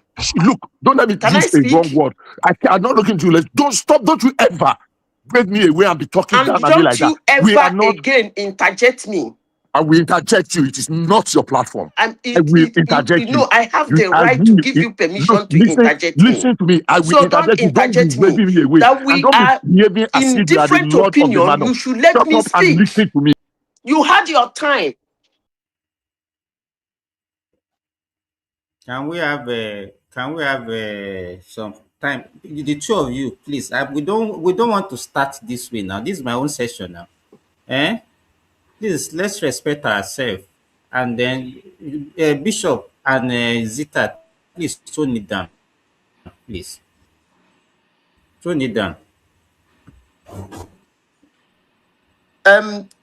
Simba, why did you drop me? Because both of you are fighting one another. That is all right. It's my session. I am the one doing something. Remy, you don't do that. You don't do that. Come down for him to also. No, you don't do that. It is my. Listen to me. It is my turn. I was the one speaking. Please listen. Simba, where is Bishop? Listen. Can't you restore him too? I was the one speaking. He asked for an interjection. Sorry, Zita has the floor. Zita has the floor. He asked for the interjection. Yeah. I gave him time to interject. He was the one that left on his own. And he was going round and round the issue. I said, okay, fine, you have made your point. Okay. Can I take back my floor? He got angry. So why did you drop me, Simba? what happened? Okay, he's no longer here. Anyway, So, No, I see, want to can understand you the wait? justification. Why did you drop me? Because Madam this is not. Zita, This I is Madam how. don't. Zita, Madam Zita, Simba didn't drop you because he just came. He didn't really know what was going on, and The he two of wanted you. to one. No, So, He has to have he the would have found out what was going on. He has yeah, been yeah, here yeah, for yeah. like 5 I know. minutes. I wanted to tell him, but it was room. The noise was too much. I couldn't come in. If I added my voice, it would be like 4 people talking at the same time. But Simba was talking, you and Bishop were talking. If I try to explain to Simba what's going on, Because nobody will hear my voice. But you sorry, guys. Madam, he has to do what he has to do to calm the situation down. He didn't No, drop you. He just put you I'm guys not on the back supposed to floor. be the one he's supposed to drop. He's supposed to Of drop the course, guy. true. Of course, true. Of course, true. it's not, Because it's my flaw. if we can hear what you but want to hear, I dropped both of you, not only you. So, if you what You are don't you have saying? right to drop me. It's my flaw. You don't just kick people out of the platform just like I that. think Simba You is shouldn't do that. Simba is a moderator. He has power to drop you guys. No, he does not. Remy, may you calm That is down now. May injustice. You don't just drop people for you no guys. reason. No, You let me don't. just leave Manazita, her. please. Leave her. Let's her say Hold whatever she on. wants to Yeah, say. please. Please, Manazita, sorry. Simba did not know what was going on. He didn't know it was your turn. But you have to Obviously, I he calm know was what down. was talking. going Wait, on. No, he you know, didn't know. you want, He didn't no, know it just was your wait. turn. No, I know it was her turn, but when the two of Have them you were heard talking him at the now? same time, and I was talking to them, and none of them even respected me. That was why I put the two of them at Simba, the and back I stage. repeat So I myself don't think I've done again. anything wrong. It is my turn to speak. I don't even know. Thank God you say you know what was going on. Somebody asked for interjection. I still have the right to say, please don't interject me. But I gave him Simba, time to interject. Zita, drop it. Carry on, please. He Don't interjected overflood and he keep repeating himself. We are in this platform. We have the right to have Zita, do different you want to views. talk or you still want to be whining and winning? Yes, I will whine and win. If that is the only way I can make my point in this platform, I will whine and win. If that is Okay, what you so call you see, it. okay, you have, oh yeah, take your stage and conclude because you've been on this. Some other people want to talk now, so conclude. You can go. Let us have peace.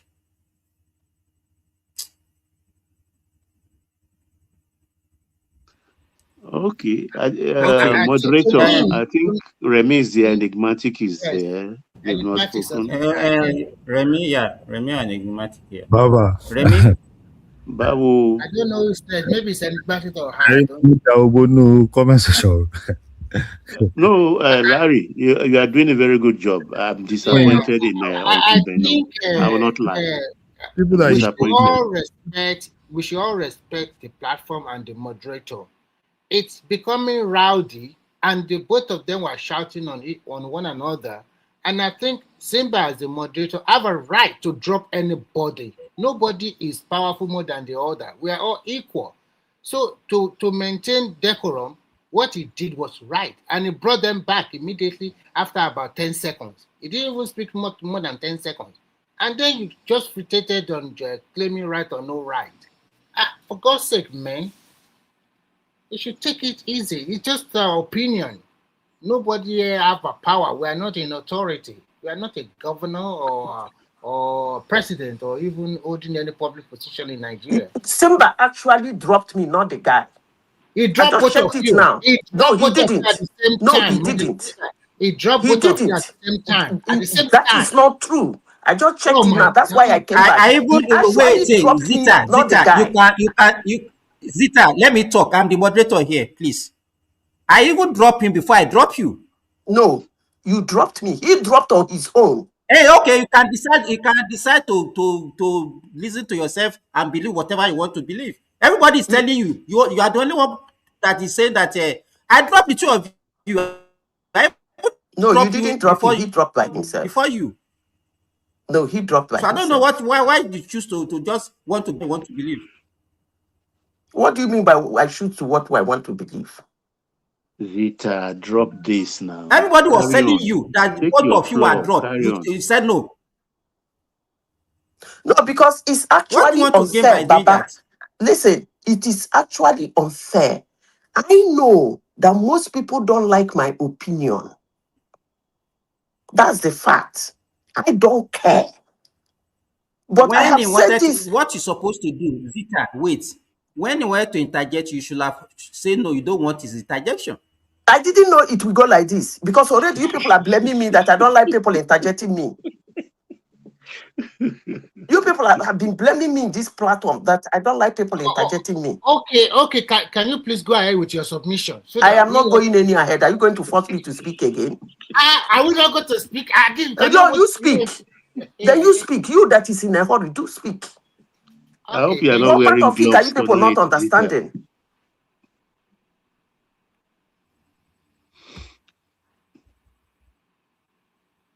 Hello. Yeah, hello, We Simba. can well hear you. Simba, we Okay, can so hear you. Remy, we can't hear Zita again. Yeah, if she's okay, I will Zita, just are make you my own there? submission. And Why una dey trouble the only woman on the platform? Why una dey trouble? Una won't be like Peter Obi wey dey lie up and down. Madam Zita. That he doesn't agree with my opinion. That's fine. Madam Zita, you see It's one talk. okay. And you people know me in this platform. When I do my submission, I don't budge. Take it away. I've called this shenanigan. That is a shenanigan. That is a silly thing happening in my country. Madam Zita. That people will play with the life of kids. They run into schools, they pack people, and they run away. And you tell me I will call it a big deal? Say your mind. Now? Say your mind. Don't worry. Just say your mind. Vent. Is he trying to force me to nwanne m accept nwaanyị his opinion? efugo n'ihe anyị Who na-agwa does gị that? onye amakwa nke bụ eziokwu butuo gị ọ ma na-ekwe gị na ha bụ ofu ife mana a na-agwa ụnụ adịghị aghọta ọ ma nke bụ eziokwu ma butuo gị efugo onye ya na-eme gị n'anya ọkwadago ya na-eme gị n'anya echi mara ya mara Is he mara ndị forcing me na-akwụ elu to accept his opinion? Who is this one now? Hey, Who is please, it? nobody asked you to talk. You people look at me on this platform. You think you can force your opinion down my throat? Where did you people get that Zita, courage? I think That somebody will walk into this platform and force his or her opinion down my throat? Where did you get that courage from? And he's shutting me up and telling me, and he's warning me. Come on now. Person should go. Nonsense. Madam Zita, can we move on? You people should move on. No. When you reach my turn, I will speak. And I wouldn't want another interjection. Okay, thank you. Remy, can you take over? Yeah, sure. Oh, okay. Hello, everyone. guy From here. apologize for her you make mistake apologize madman. Thank you. Remy, make your submission. Okay. This person. Okay. First and foremost, we give glory to God for the safe return of these abducted people. No matter what you are going to say, it has been proven that there are some Nigerian are unnecessary evil people. Not because the people they are supporting is not there or not. People are just unnecessary evil. And that totally proved that human being cannot be trusted. And human being, some people generally feed on evil, deceit, lies, and a lot of totally negative things of life. When our gallant soldiers, some of them lost their life, and then at the end of the day, they were able to free these people, and some people are coming online talking trash. This is unfair. And in any military operation, you don't expect the military to tell you exactly how they are going to do their job, because this is a matter of security.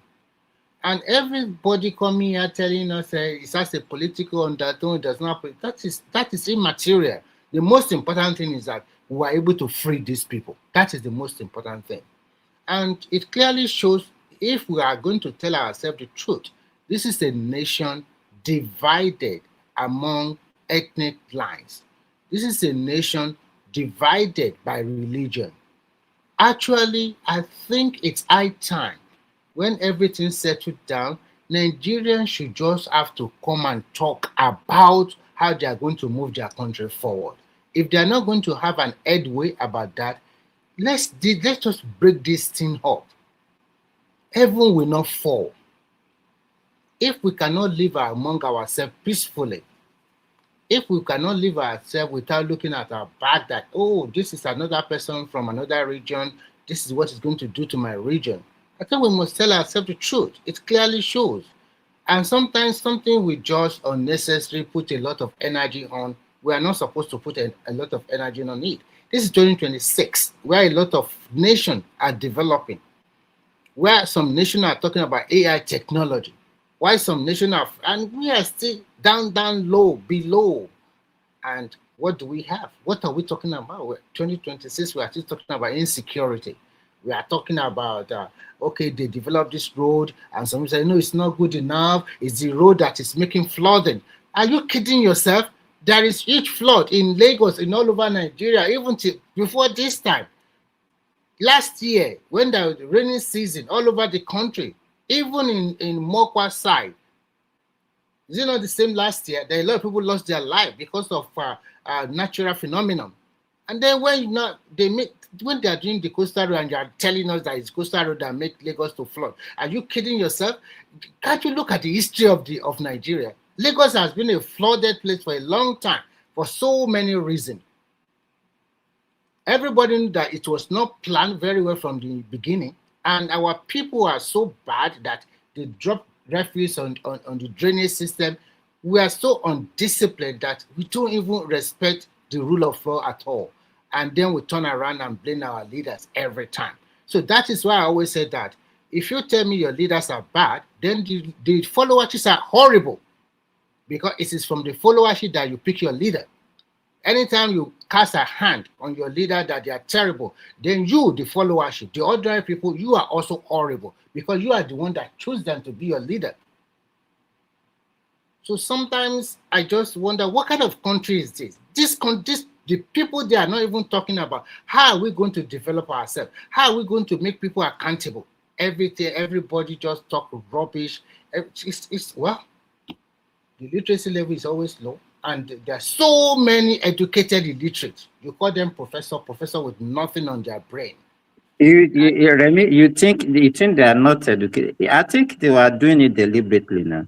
Yes, I find if they are doing it because deliberately. let me say this, Remy. If when those pupils were in captivity, everybody was talking, the children, the government were not doing anything, protest here and there, and then suddenly they released them. The release now became an issue. I don't even know even whether they pay ransom to even release. If they pay ransom to even release, does it really matter? So why do we now want? Some people are even saying they are not showing why did they show the video? So that is the major reason why I said that. It clearly showed there is major division.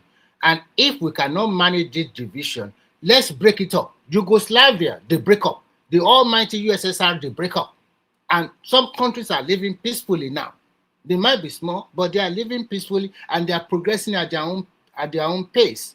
If to be frank with you, it clearly shows that this country have a lot of problems. As you are solving one problem and 2 or 3 are rearing their head, how can you in 2026 they free some people and them the same called Nigerian, they were feeding on this negative news and things that are terrible that happen in Nigeria, they are feeding on it, and when they now release them, they were not even happy. Can you believe some Nigerians are telling the military to show us how they kidnap, how they release them? They want to see the firefight. They want to see a lot of things. Oh my God! What kind of? Sometimes, well, black people. I'm sorry to say, I must say black man. We are all mumu. I will rest my case here, mumu people. Thank you. Okay, thank you, Remy. Sorry, what are you rating the mumuness of black people on? Sorry, well done, no. Sorry, I saw you yesterday. You are one man warrior.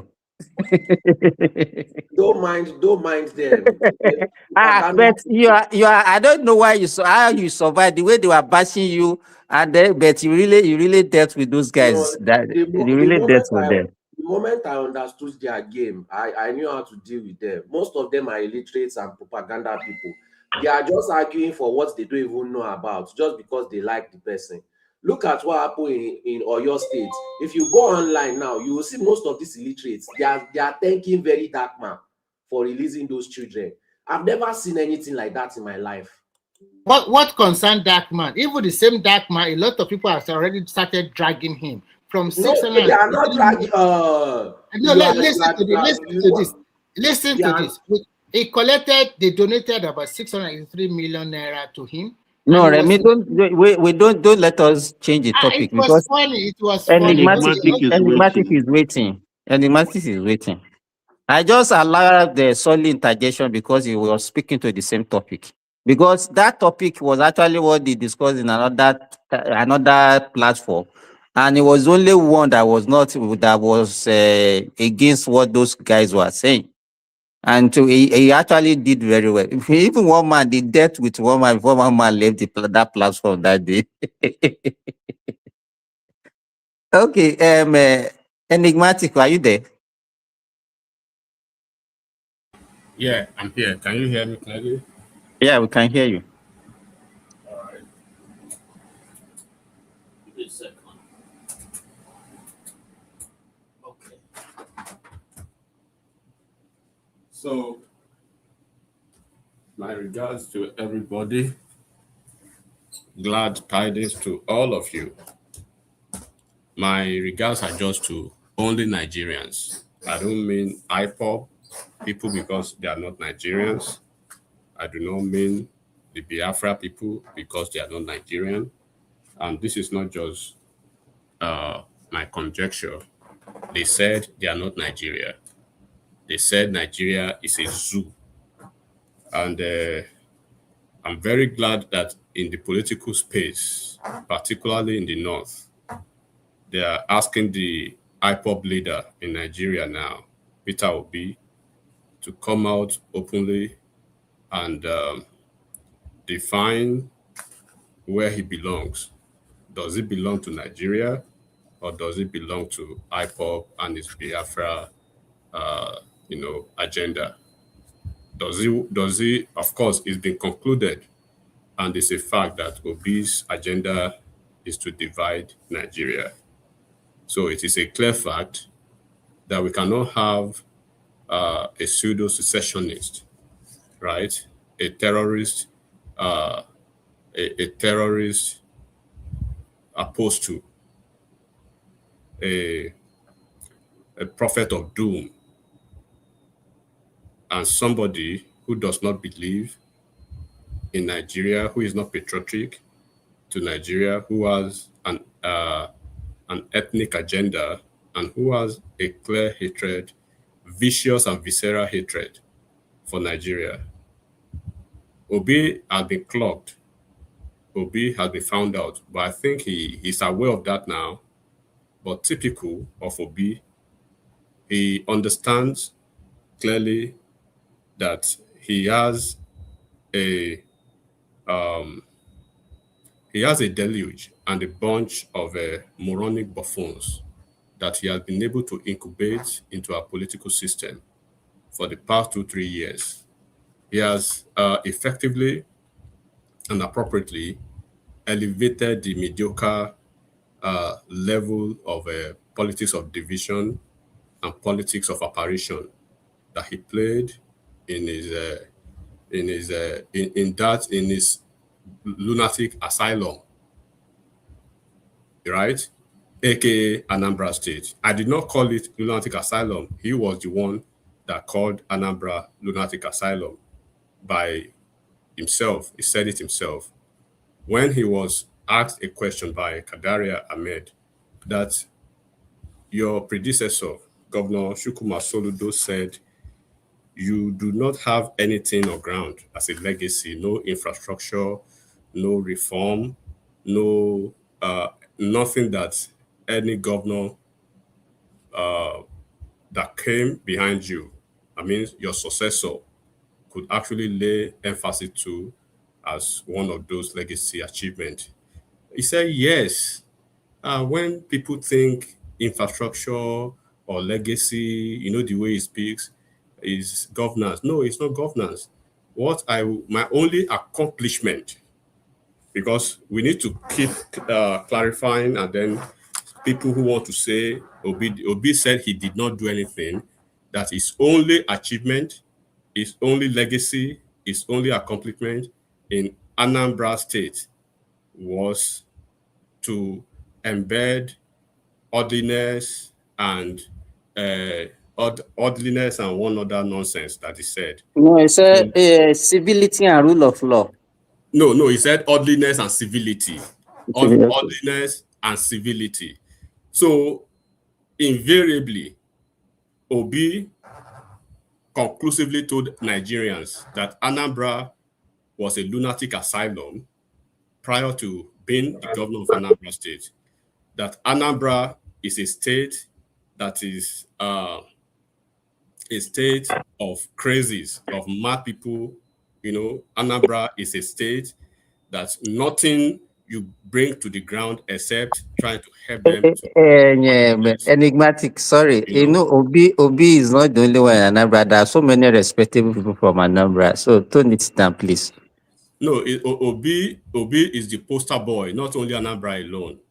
Obi is the poster boy. Don't use him to now rob everybody now. You understand? Okay. So, yes.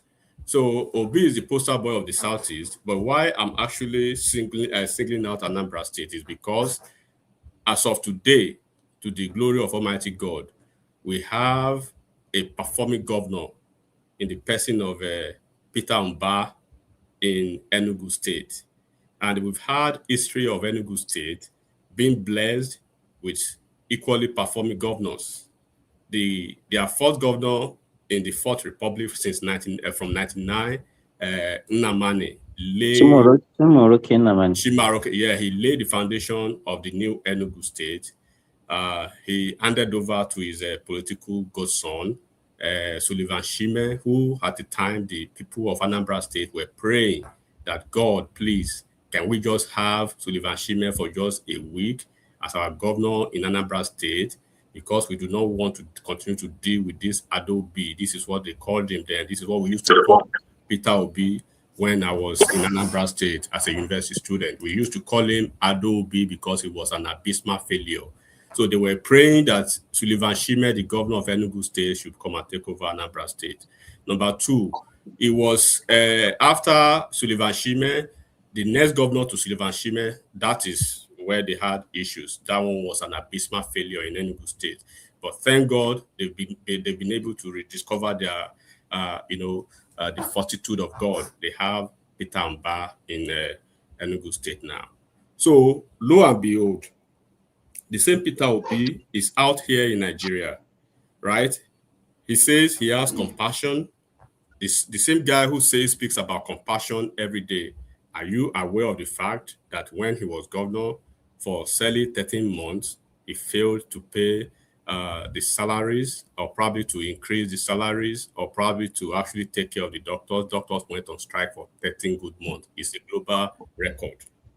The same Obi who says he has compassion, more than 6 times, Anambra State University and some other institutions in Anambra State went on strike, right? In fact, one of the terrible cases was the one that Soludo just resolved 2 years ago through the Bank of Industry, where it was alleged that Peter Obi did not pay the water work people their salaries of increment and everything.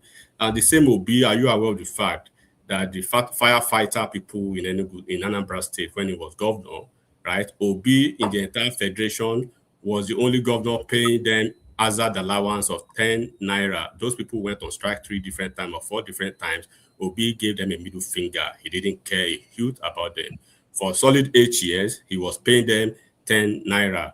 The neighboring state of Enugu, Imo, Ebonyi, even an abysmal state like Abia State, they were paying 15, 10,000, Enugu, I think 27. It was Peter Obi's successor, Obaino, who came to change the trajectory of those firefighters in Anambra State, and he increased that to 27,000 naira.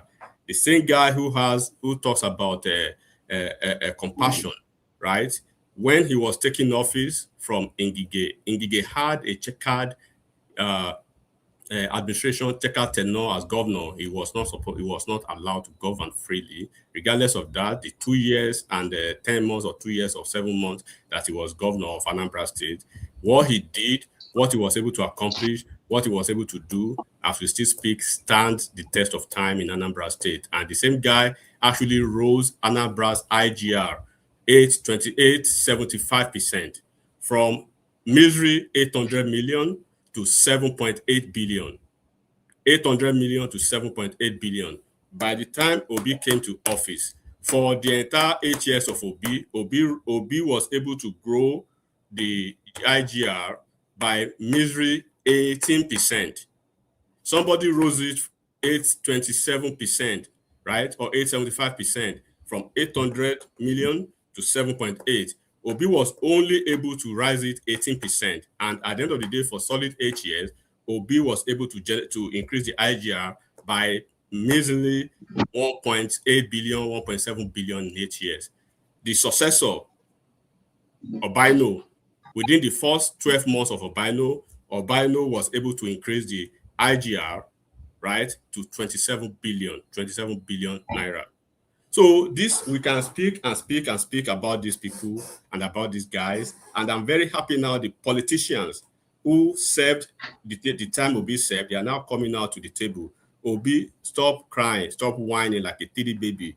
You were a governor, I was a governor, band for band, accomplish for accomplishment. Let us put it on the table and see the abysmal failure in you.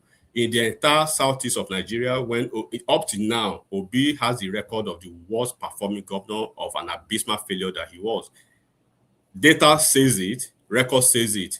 In another global record, national record from Peter Obi, anybody can fact check this. When Obi was running for a second term re-election, usually the second term re-election of any politician or any governor, right, is an antecedent and more or less like an indictment, or more or less incumbent upon what he had done in the first term. When Fashola was seeking his first term, he was elected by maybe 400,000 or 500,000. By the time he was getting re-elected, he was re-elected by over 1 million votes, right? Soludo, that the Peter Obi galvanized his obedience to disturb him, to lampoon him, to embarrass him, to disgrace him, to insult him. Soludo sets the record as the highest number of governor in Anambra State that has the highest number of re-election by over 400,000 votes. Obi was begging, was prostrating all over Anambra State until this man, Ojukwu of blessed memory, say, please make him my final wish. Go and let him get back to office. Obi got back to office with less than 100,000 votes. They never wanted him back into office. After rigging, after manipulation, after voter suppression, he was still able to get less than 100,000 votes. In the national political history of Nigeria, no governor has had such an abysmal number for a re-elected governor, because he was so abysmally woeful in his first term. And in the entire 8 years, the guy who speaks about rule of law now, right?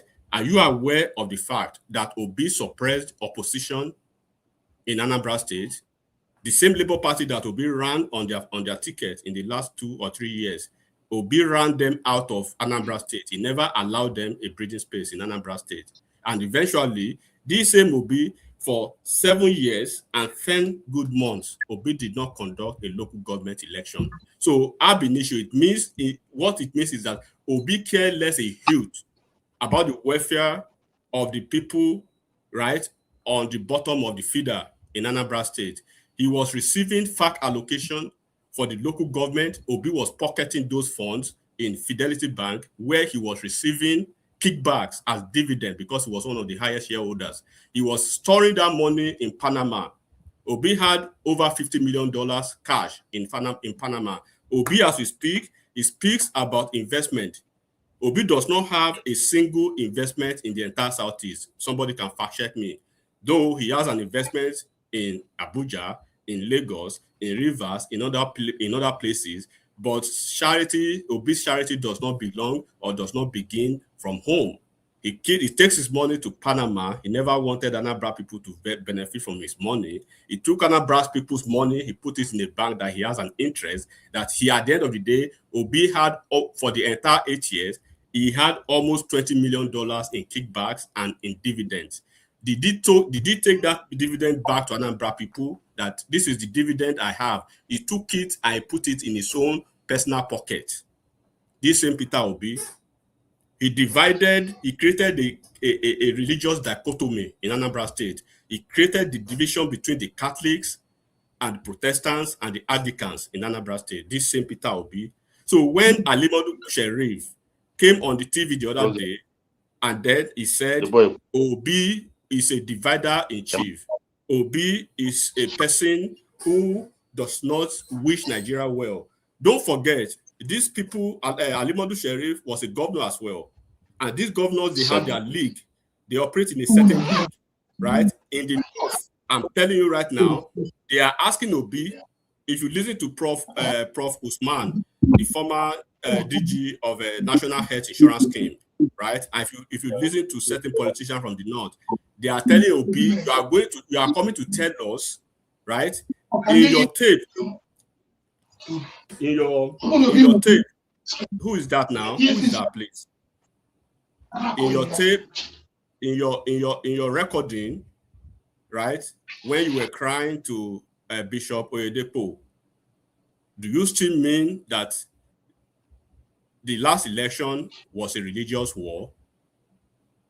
When you said it was religious war, whose religion are you talking about? Are you talking about Islam, or you are talking about Ogun, or you are talking about Shango, or you are talking about Christian? What religion do you really mean? It was a religious war. Why did you use that word? Obi, you said, church, take back your country. Which country are you telling the church to take back? Are you telling them to take Nigeria back, that you did not belong, or you are telling them to take the iPod or Biafra back, because nobody is dragging your iPod with you, nobody is dragging your Biafra with you? And as we speak up to today, you've never condemned the activities of NNamdi Kanu in the southeast. NNamdi Kanu killed over 30,000 Igbo people. They are Christians.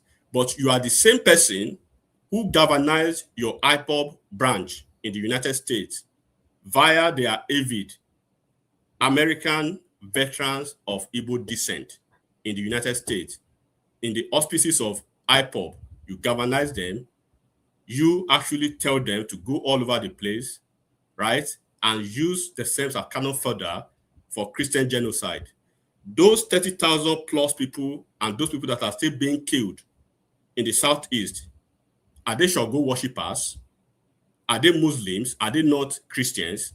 So how could you try to set up the northern part of the country, right, with the narrative of Christian genocide, while your brother, NNamdi Kanu, that you actually came to the TV several times, you confessed that, oh, he did not do anything. You said NNamdi Kanu did not do anything, and I'm very glad that the northern leaders have seen that. Alimadu Sheriff said it. Come to the national TV and deny and say youth is where you belong. You said you are the first thing immediately you are going to do if you get to Aso Rock, right, is to release NNamdi Kanu that was convicted by a properly constituted court of the Federation. You said you are going to release him. The same NNamdi Kanu that is IPOB is considered a terrorist organization in Nigeria and beyond Nigeria and globally. And even one of NNamdi Kanu's mentee, Simon Ekpa, right, is serving a jail term having been convicted on the same IPOB narrative. So are you telling the global village and Nigerians who cares to listen that the Finnish government in Finland, they made an error by convicting Simon Ekpa, who is NNamdi Kanu's mentee, right, on the basis of his activities as an IPOB and your mentor and your mentee, and then in Nigeria you are trying to switch the coin. So where does Obi actually belong? Does Obi belong to Nigeria, to Biafra, or IPOB? He needs to tell Nigerians, as actually people are asking him now. because it is the same it is the same IPOB and Biafra people that are causing problems for Nigeria. Don't forget that Obi is a deceptive manipulator. Don't forget that Obi is psychologically manipulative. And don't forget that Obi distorts reality from fact. And Obi acts as though he operates in an alternate universe. He sees himself as an angel, while other politicians are evil. And he has been able to implant that right into the minds and the activities of his incubated terrorists, the one he calls is obedient, because obedient are actually IPOB people, right? And the biggest mistake Obi ever made in his life was ever allowing IPOB to hijack that movement. They've messed up his political career beyond repair, because that was the time that other people beyond Southeast started noticing that, no, we are not going to be a part of this terrorist group. They started moving out, except those who are still confused about their identical issues. So when we talk about Peter Obi, look at what he did 3 days ago or 4 days ago in the podcast with Shude. He first of all, we conclude that Obi is a pathological liar. I've been saying it for a long time because I know Obi very well. Nobody tells me Peter Obi's story. I know Peter Obi's story myself. Some people have never met Peter Obi here, right? Some of us, we've met him more than 8 times. And Obi has a pattern. If you know Peter Obi's pattern, the people of the Southeast, they know his pattern. Until they wanted to prepackage him to be their poster boy for the presidential project. Unfortunately, he has been clogged. Unfortunately, he has been found out. Unfortunately, that is why he's crying all over the place. Because in the North, they've known that this guy is nothing but a pusillanimity. He's a coward. He has created a guillotine machine, right, of banal and venial myrmidon of obedience who do not like Nigeria, who wants everything evil for Nigeria. He has created an irascible army, of intransigent individuals that you can consider nothing but terrorists. Their activities are fascistic, and then he has this narcissistic, idea that it is only me, and it is only me. And that actually speaks to the sanctimonious nature of the way he carries himself, as if is different from Dave Umahi, is different from Soludo, is better than Peter Mba, is better than Opuzodima. Every other politician in the Southeast are rubbish. It is only him, and this is the poorest of the poorest among them. Academically, intellectually, in terms of gravitas, in terms of, he does not even have the testicular fortitude that all this individual has, because they will never pretend. They will come out straight to tell you what they want to do. Obi is a pretentious, two-faced, bigoted, Badue, like our professor called him. Do you want to tell me that Peter Obi is better than Sultan? Do you want to tell me that Peter Obi is better than Prof. Soludo? Do you want to tell me that Peter Obi is better than Prof. Shoyinka? You want to tell me that Peter Obi is better than Oba of Benin, Oba of Lagos? Or do you want to tell me that Peter Obi does not know that all these individuals have been actually lampooned, derogatorily insulted at one time or the other? What did Peter Obi do? Typically, he will feign ignorance. He will pretend as if he never see what they do. And when they call him a divisive nation or somebody, so what do you think? Can I interject a little bit? Because there are so many other topics you should talk about. So I'm going. I just, sometimes I just want them to know. Because there are so many people who have not spoken, so that you can round it up. I think Simba is not on the decks, so that you can round it up as quickly as possible, so that you can give. I'm going to round up. So why I started with Obi was the trick that he pulled. He went to the airport. He lied about that. Nobody would have known about whatever activities happened. But because of his nature, he can't just hold on, but the compulsive lying spirit in him will actually push him to say rubbish. You say Nigeria is after you, the government is after you, they do not allow you to serve jollof rice and shawarma in parties, they do not invite you to party again, they do not allow you, they do not let people greet you again. What is the problem of Atiku with that? What is the problem of Tinubu with that? Are you really ready for president? Are you trying to be a councillor or a president? Have you seen Atiku going all over the place doing sure? And when they speak, they will say somebody is scared of Obi. Nobody is fucking scared of Obi. Obi is the one who is talking sure everywhere. Since 2023, he has never zipped his mouth. And 5 months to election, they are not going to keep quiet again. They are going to keep responding to him. 1 year ago, nobody paid him attention. 2 years ago, nobody paid him attention. So it's not special. Is he not in New York? He's in New York today, begging for money again, begging for donations.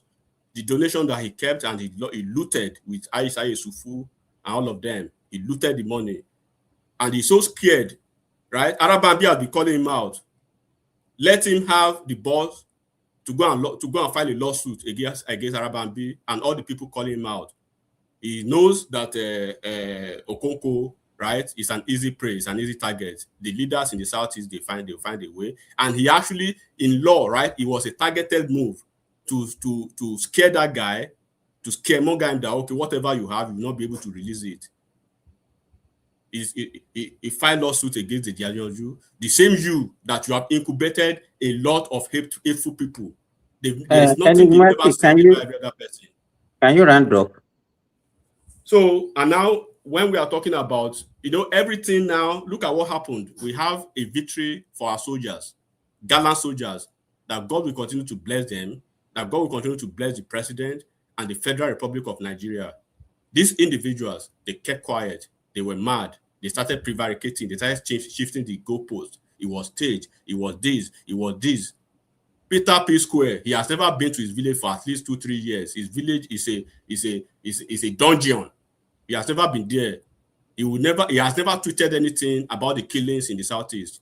But he was all over the place, gallivanting and twerking about Oyo State. Now they've released those kids. Have you heard anything from P Square? Have you heard anything from any of them? And they need to understand the fact that they cannot continue to keep this hateful soul against the North. When Buhari was there for solid 8 years, they hated the North. The Yoruba man is there now, they are hating the Yoruba people. And they cannot be anything. They need to understand they cannot get to Aso Rock without playing a good game with the Yoruba people. They need to understand that. If they don't know, they need to know now. So I will land with this, right? I will land with this. Thank God, all of us, we are waiting for the election. We want the election to come and go, right? What you don't have, you can't give. Obi does not have it, he can't give it, right? And I believe, and I'm very happy that most politicians, even from the region that he comes from, they know that now, and they are doing what they can to actually, they looked away the last time. They are not looking away now. They are going to punish him decisively. Every candidate is going to go to the same Southeast and get their numbers. They are not going to allow him to have the 90% he had the last time. He suppressed APC, he suppressed PDP, they did everything humanly possible for him. They rigged the election wantonly, 90%, mathematically impossible in any national election.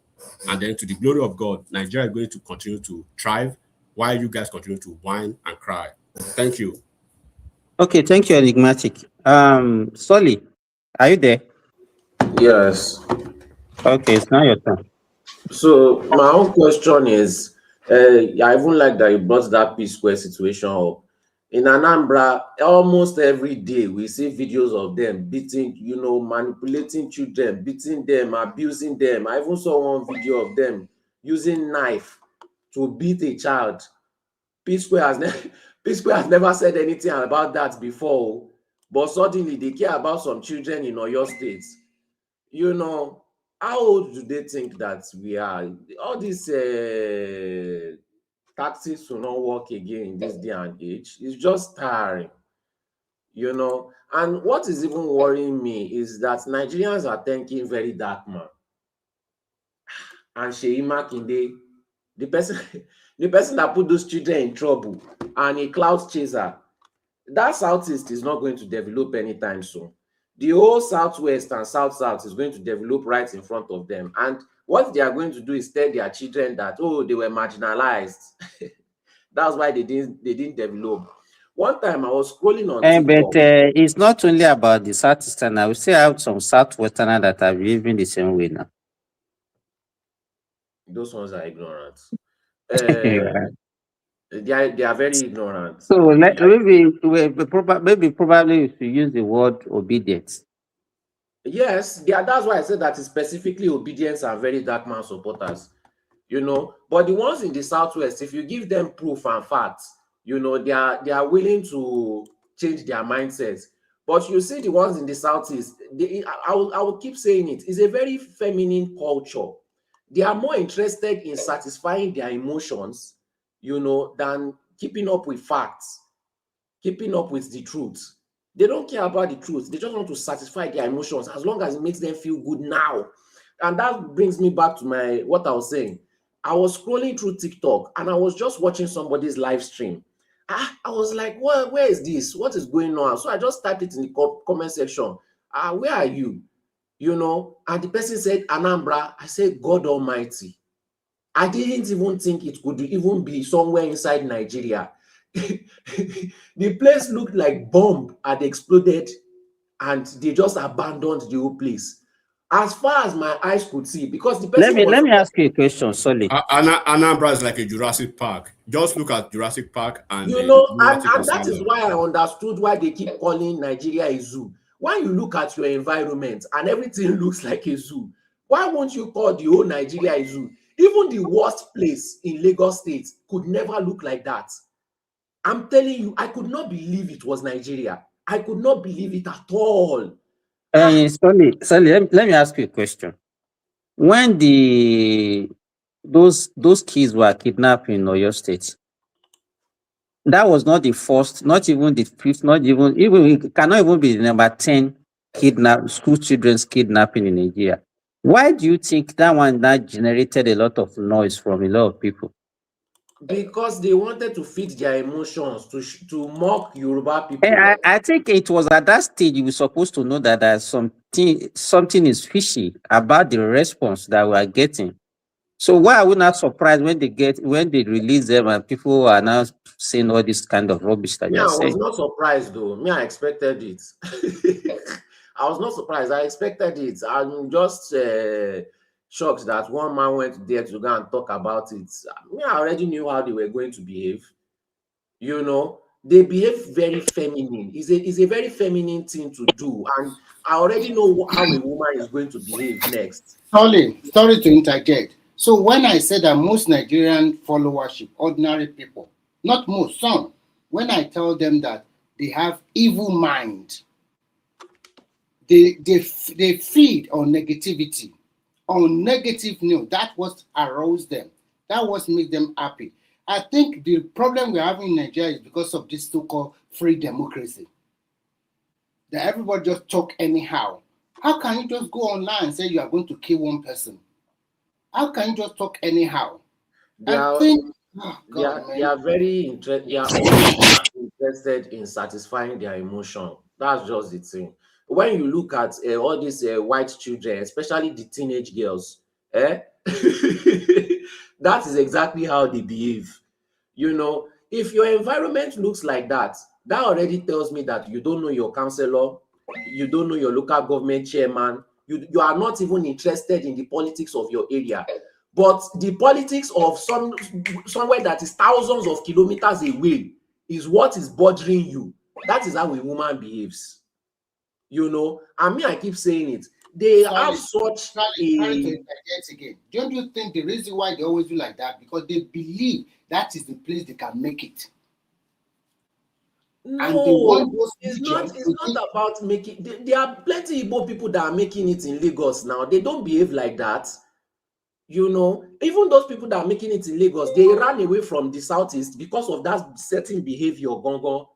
It's just, when you have a society when it's the man that is in control of everything, it's the man that is ruling everything, and you have no women to challenge you, they now start behaving like bitches. But if they had women in their society that were rich, that were challenging them, they will now start behaving mature. So they've had decades of women not challenging them, decades of suppressing women, so they are just misbehaving anyhow. You care about children, but the constant children being abused in your own state, you've never spoken about it once. You turn a blind eye to it. That's feminine behavior. You know, they just behave so feminine. You don't know anything about the situation, but you are arguing for it.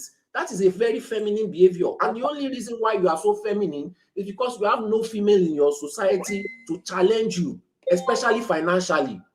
If they had women financially challenging them in their society, they will respect themselves. They will. So that's just the situation for them. I'm not expecting any form of maturity from Okay. them. Okay. Are you done? Yeah. For now. Yeah, mostly. I'm just very Okay. annoyed that they Let are me paying greet that man for it. the great host of the show is doing a great job. The very wonderful host, Simba. Amazing job so far. Just wanted to say that. Yeah. Thank you. I've developed hydrocephalus from ET. Okay. Let's move to Nicholas. Nicholas, are you there? I just wish there was a way to empower the women in the Southeast. Nicholas.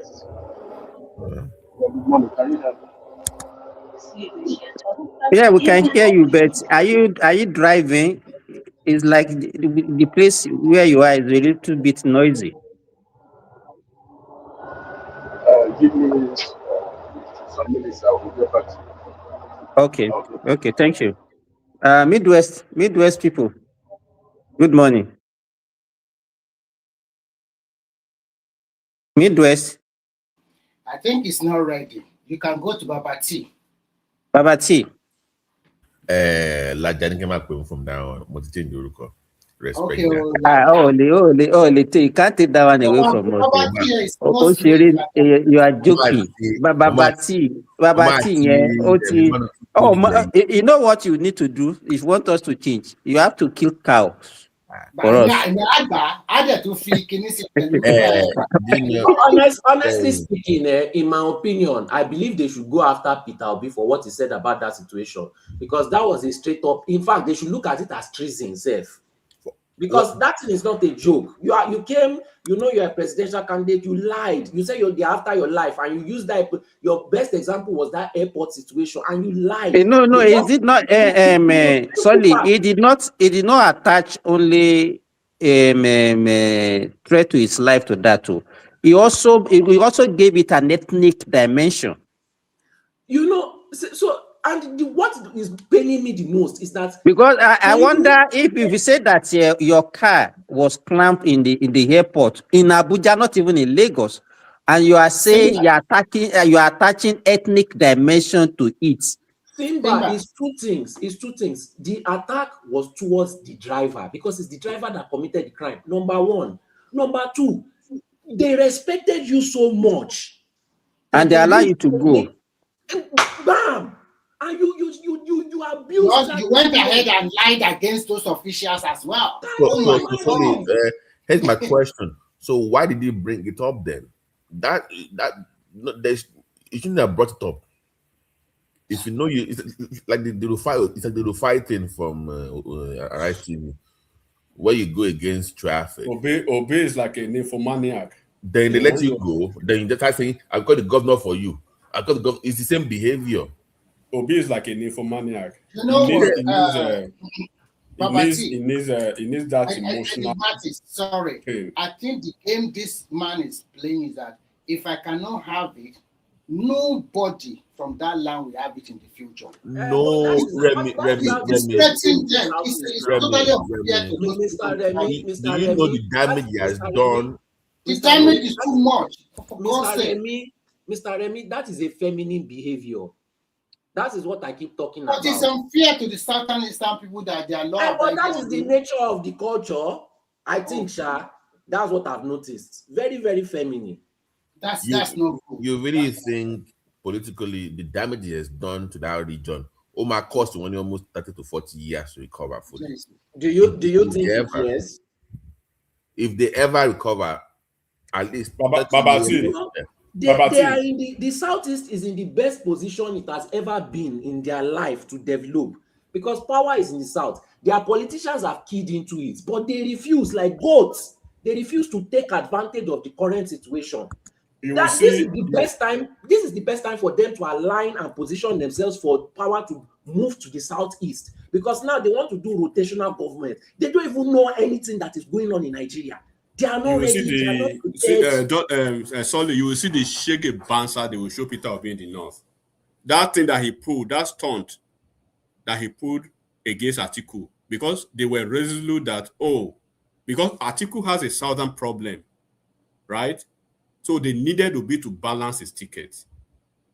And Obi did that stunt. He went in. If he didn't go to them, just leave them and let them look for somebody ab initio, that would have been good for them.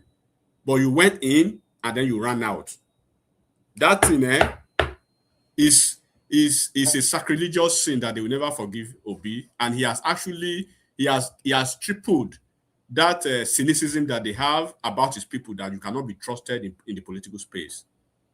Well, how could you do that? And Mati, me, I have a contrary opinion. My opinion was this. My opinion is sorry. Atiku was not supposed to contest election since 2023. Because I completely disagree with you. Constitutionally, let me tell you the reason. No, forget no. Let me give you my reason. I understand the reason you want to speak. You want to speak about the zoning or that thing. Apart from the zoning. Okay, what? In 2015, majority of the states in Southwest and in Northern, they filed in Buhari. And having the same Fulani person after Buhari, you are speaking to the. Is it different? It's the same thing that you are saying now. You are speaking to the innuendos of politics. Practical politics. But that is the truth. But that is the truth. Unless no, it's not in the a truth. complex country like Nigeria. No, this practical politics. Let me tell you how practical politics works. The practical politics is that as Atiku, right, violated any constitutional provision of the nation not to run. No. Is he qualified to run? He has violated the constitution of the PDP. Yeah, at least that. What is it? Okay, you say gentleman. There was there is no constitution. Remy, stop saying what is not there. There is no constitution of PDP that says that. Remy, you are making an emotion. Right, you are making an emotional. Let me say this and I'll keep quiet. In 2031, if Tinubu is leaving, let me tell you, in 2031. If Tinubu is leaving, if Southwest choose to bring a Fashola or bring me to come and run, and if Nigeria votes for me, it goes. That's it. So nothing. If it is not white and black constitutionally, you have not broken the law. Atiku has not broken any law. I understand. The problem will be what Obi did was that right. He heightened the expectation of the North, that finally they have somebody they can use to balance the North. In as much he can ran away. In as much as he heightened the expectations, I also like it that he also betrayed Atiku at the end of the day. He himself will also meet his own betrayal in front.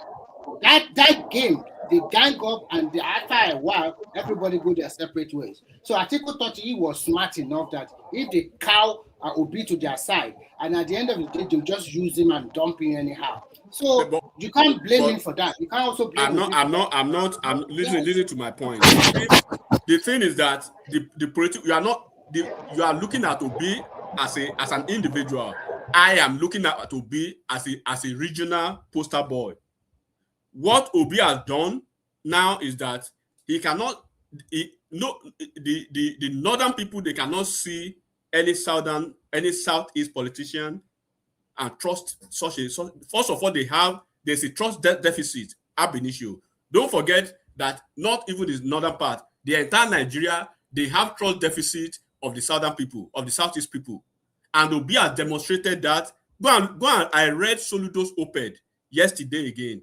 Everything Soludo said about in that op-ed is happening. Now, it's happening. He said at the end of the day, Obi is not going to lose. Obi is not going to win the election. It's going to cause more damage to the southeast, and the damage is going to go beyond repairs. Now in the southwest, right? They see Obi as somebody who hates everything southwest. Now in the north, they see him as somebody who has corroborated his people, his IPOP and everything, right, to champion the cause of Christian genocide. And then now, even in the South, the South, I mean the Southeast, they have a bigger they have a bigger pie to fry in the South because the South people are not playing. Can I respond? Yeah, just a second, sorry. They have a political game in the South. They want to consolidate, they want to retain that Senate president. Don't forget, Opuzo Dima is positioning himself, right, to be the Senate president. My brother, Opuzo Dima is not going to be the Senate president because his people will fail him. Because at the end of the day, everything is going to boil down to the numbers. What number are you bringing at the end of the day? What number is South bringing? Don't forget, South, they still want to remain in the Senate president for the second term, and they want to consolidate to get the VP ticket when it comes to the West. Because, I mean, when it comes back to the South, because at that time, it's going to be a direct fight between the South and Southeast who picks the ticket of the VP. And from what we are seeing, Obi has completely destroyed the politics of the Southeast. In 2027, they are going to pack all their votes again in Peter Obi's bucket. The unzobu mentality, they will give him all the votes. And then South is going to consolidate, get the Senate president at 2031, get the VP. And then you'll be crying again for marginalization. So, and this is why these people, this is why Umai, Soludo, all of them are mad. That, guys, are you not seeing what is happening? Like Solly said, they are not seeing the politics that Nigeria is tilting towards that rotational presidency. But these people are still not seeing it. And they will make Nigeria their victim. They will never accept their own culpability. That's the problem. They see everybody as the victim while they are the victim. Obi is causing a lot of problem for them, but they are all killed behind the same problem, which is Obi. Soludo is their problem, Umar is their problem, Peter Obi is their problem, everybody else is their problem, but not the same guy who is actually causing the problem for them. He's causing problem in the North, he's causing problem in every other part of the South. Only him.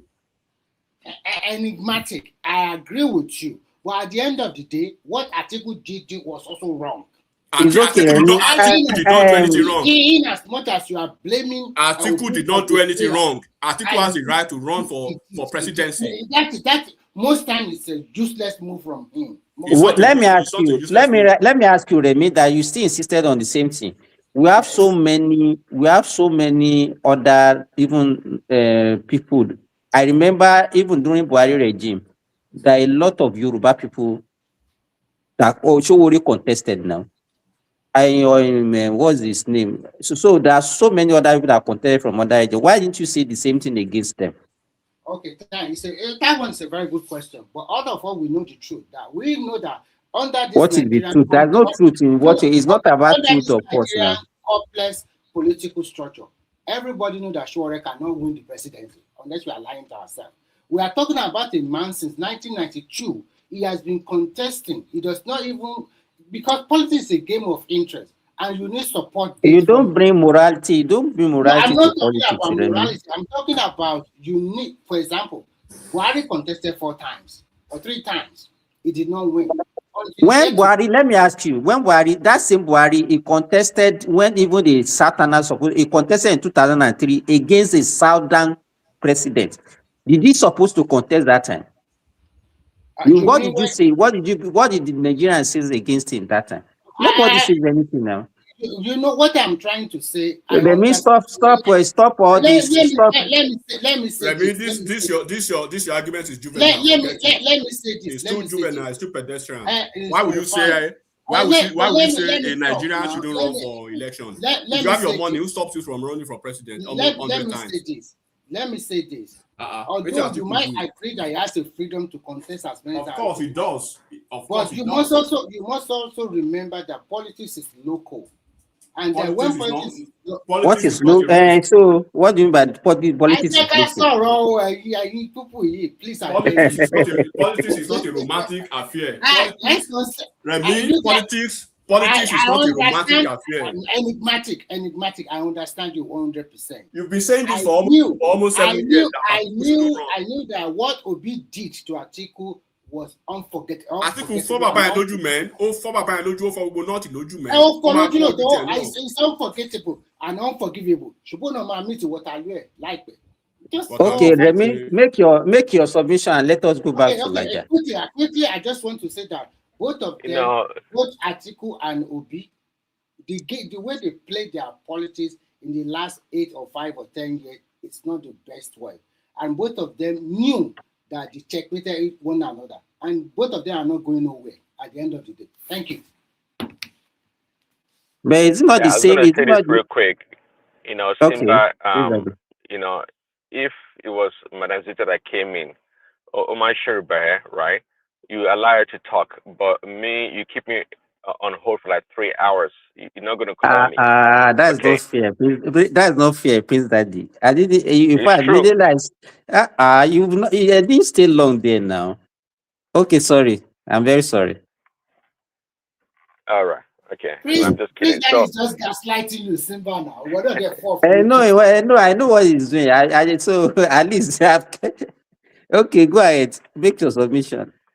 hey, no, just let me give a shout out to Sully. I never seen that show before. Let's just call the name Dr. Damages, right? I used to see him when he was on a different platform, but somehow, some way that feed just came to my feeds on YouTube, and I saw a bunch of people, and I think I saw the name. Let me just click on it, and I heard Sully was on there. I actually saw him actually, so he made a submission. It was like great submission actually. Amongst No, all I those was so people. proud. I was so proud of Solid that day. In fact, Oh Solid yeah. just made my day. In fact, I was the one actually that rescued one man from that show. One man was there too. Well, one man was there earlier. Maybe he didn't. Oh, Maybe okay. there.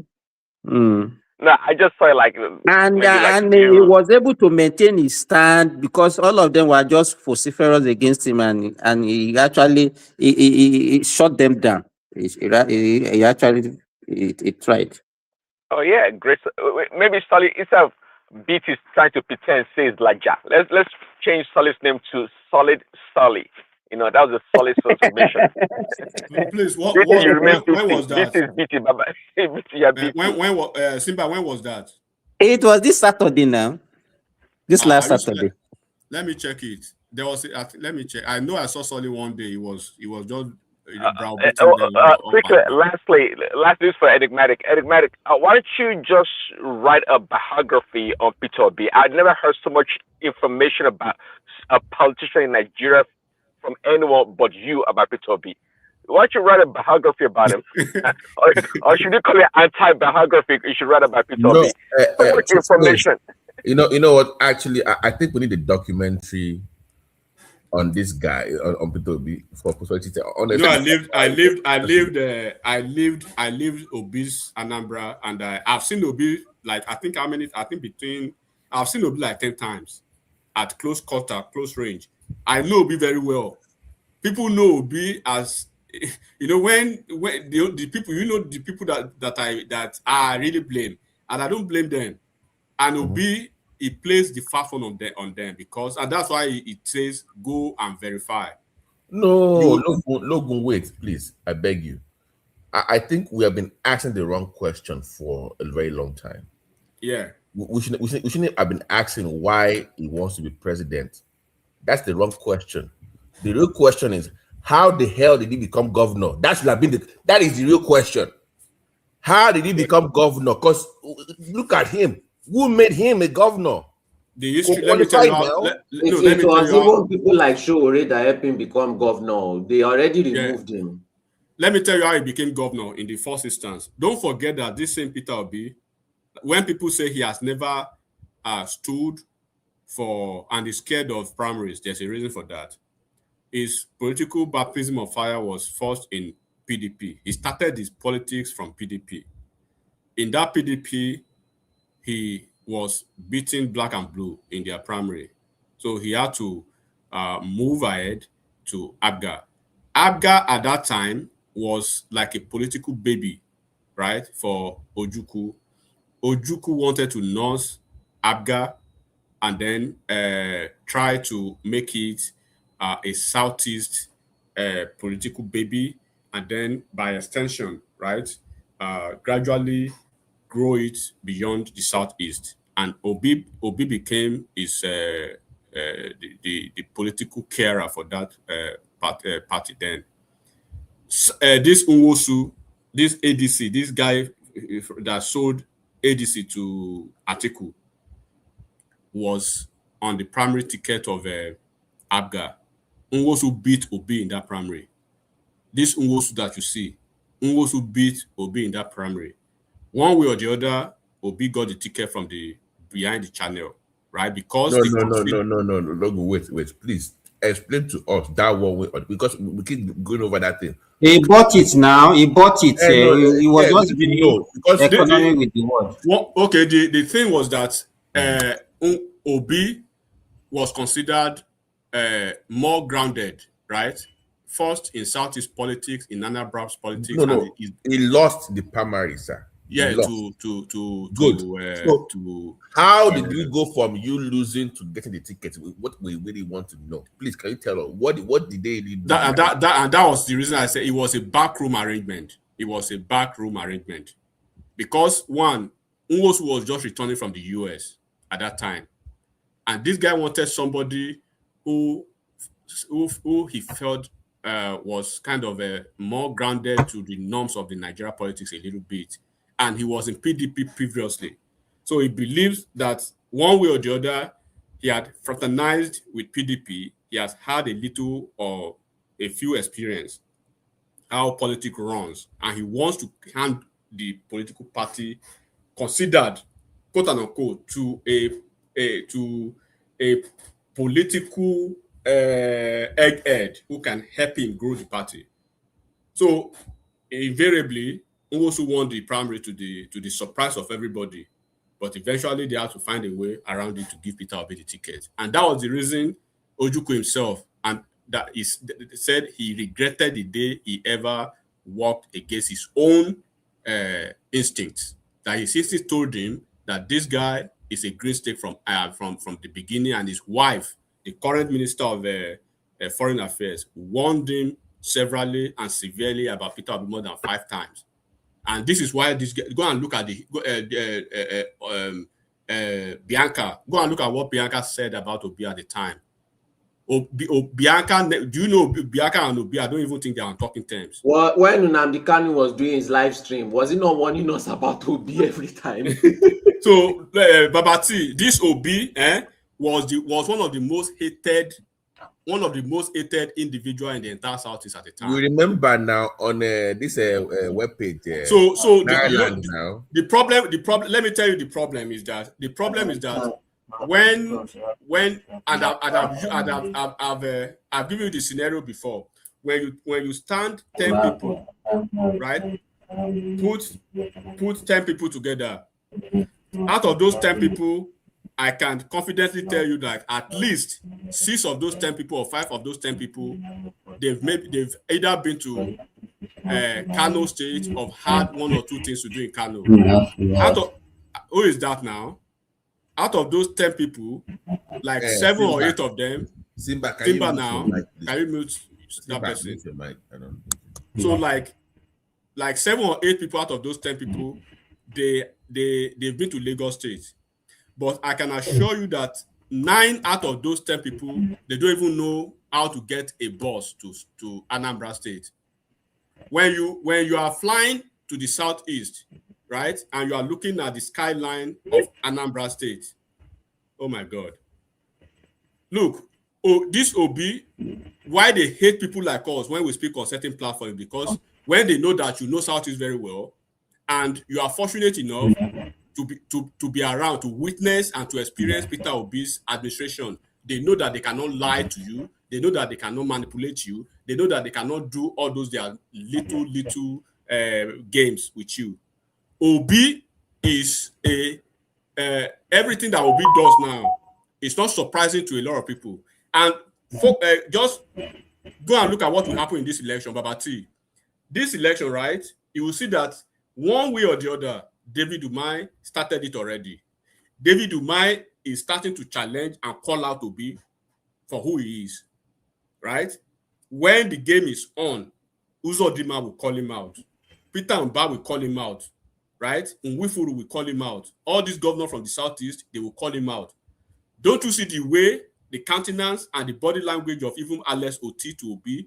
When they were trying to link Alex Oti's victory to Obi, he said, no, I won my election myself. I was in politics before Obi. He shut it down immediately. History of Peter Obi, right, is an history of ignominy in the Southeast. They packaged Peter Obi like Obi, the Obi's foundational and fundamental operatives are the IPOB people. When Obi came out from PDP and they knew that they wanted to run Obi's election, the first two things that Obi did was Obi tried to look for the top 5, top 7 influencers in Nigeria.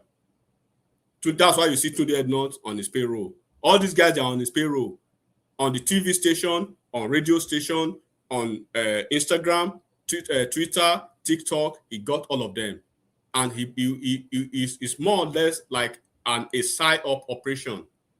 When they started that group, it was 4,000. They've grown to 11,000, and they metamorphosed. They even have section of them in the diaspora. Avid, right? American veteran of Igbo descent. If you live in America, there is no American veteran of Yoruba descent, no American veteran of Indian descent, no American veteran of Hausa, Fulani, Nupe descent. No, so it is when we started to see what is American veteran of Igbo descent. By the time we started to dig, we found out that they were operatives of IPOB. And they already have a lot of heavy doses against Peter Obi and his activities with his IPOB. And that is why you see that people like that prof from the north, right, and Alimodu Sheriff, they are testing the water. They are telling Peter Obi, we already know you, guy. Go and listen to Dati Baba Ahmed, what he said like 2 or a month ago, and his brother. They know Peter Obi very well. Obi is a patron of IPOB. Have you ever seen him call IPOB out or Nnamdi Kanu out? Did Simon Ekpa not say, he said on the TV that day on the radio that he dares Obi that if they burn Obi Papa well, let Obi come out and say he's not their leader. Let Nnamdi Kanu call him out. Remember the election in 2019, a week before the election. You know what happened before the election? There was a palpitation in the Southeast that the election was not going to hold. Eventually, Nnamdi Kanu, Atiku, and Obi, they held a meeting. And Nnamdi Kanu came to release a statement beyond a week before the election that everything has been agreed. Whatever he wanted, they've agreed, and everything is done and dusted. And he said Obi is part of the operative of IPOB. When politicians are calling Obi IPOB leader, right, they are not making mistake. Politicians don't speak like that. Politicians will not come on national TV and tell you that you are anti-Nigeria. Obi, right, if Obi lives on this earth for 1,000 years, Obi will never smell that Aso Rock. They know Obi already beyond Nigeria. The National Security Advisor was in the US for a month plus. He has a lot of the activities of Peter Obi's operatives in the US. They have everything solid.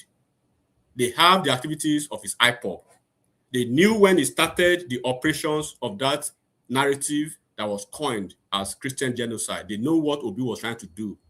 And Obi throws red herring to his people. They speak in codes and they speak in languages. Now he knows that he's been clogged. Now he knows that they found him out. And that's why he's trying to change the narrative. They're after my life. They want to kill me. They want to do this. They want to do that. And look at the way Umai responded to him immediately. He said he should shut up. He's an AI politician. He should stop all those nonsense that he did as Anambra governor. Because they know that Obi is not just messing it up for himself. It's messing it for the entire region. And there are so many young prospective potential president and VP in Southeast that Obi is trying to spoil the chances for them. So if you live in the Southeast, go and look at what they said about Obi now, this same Anambra people. When he was governor, it was all over the internet. Abisoni, you didn't see it. Did you guys not see it? It was all over the internet now. They can't clean it up. It was on Nairaland back in Nairaland. They can't clean it up. Sorry, see what? the comments that Anambra people made about Obi on Oh on yeah, I Facebook, saw it. on internet, everything. Yeah, there are even videos. There are even videos. They can't clean it. Babati, if you go to Anambra, the entire stretch of Oka, every month I used to go to Oka that time, right? I used to go to Oka every month because I had to go to. I was in school that time. I was still studying law.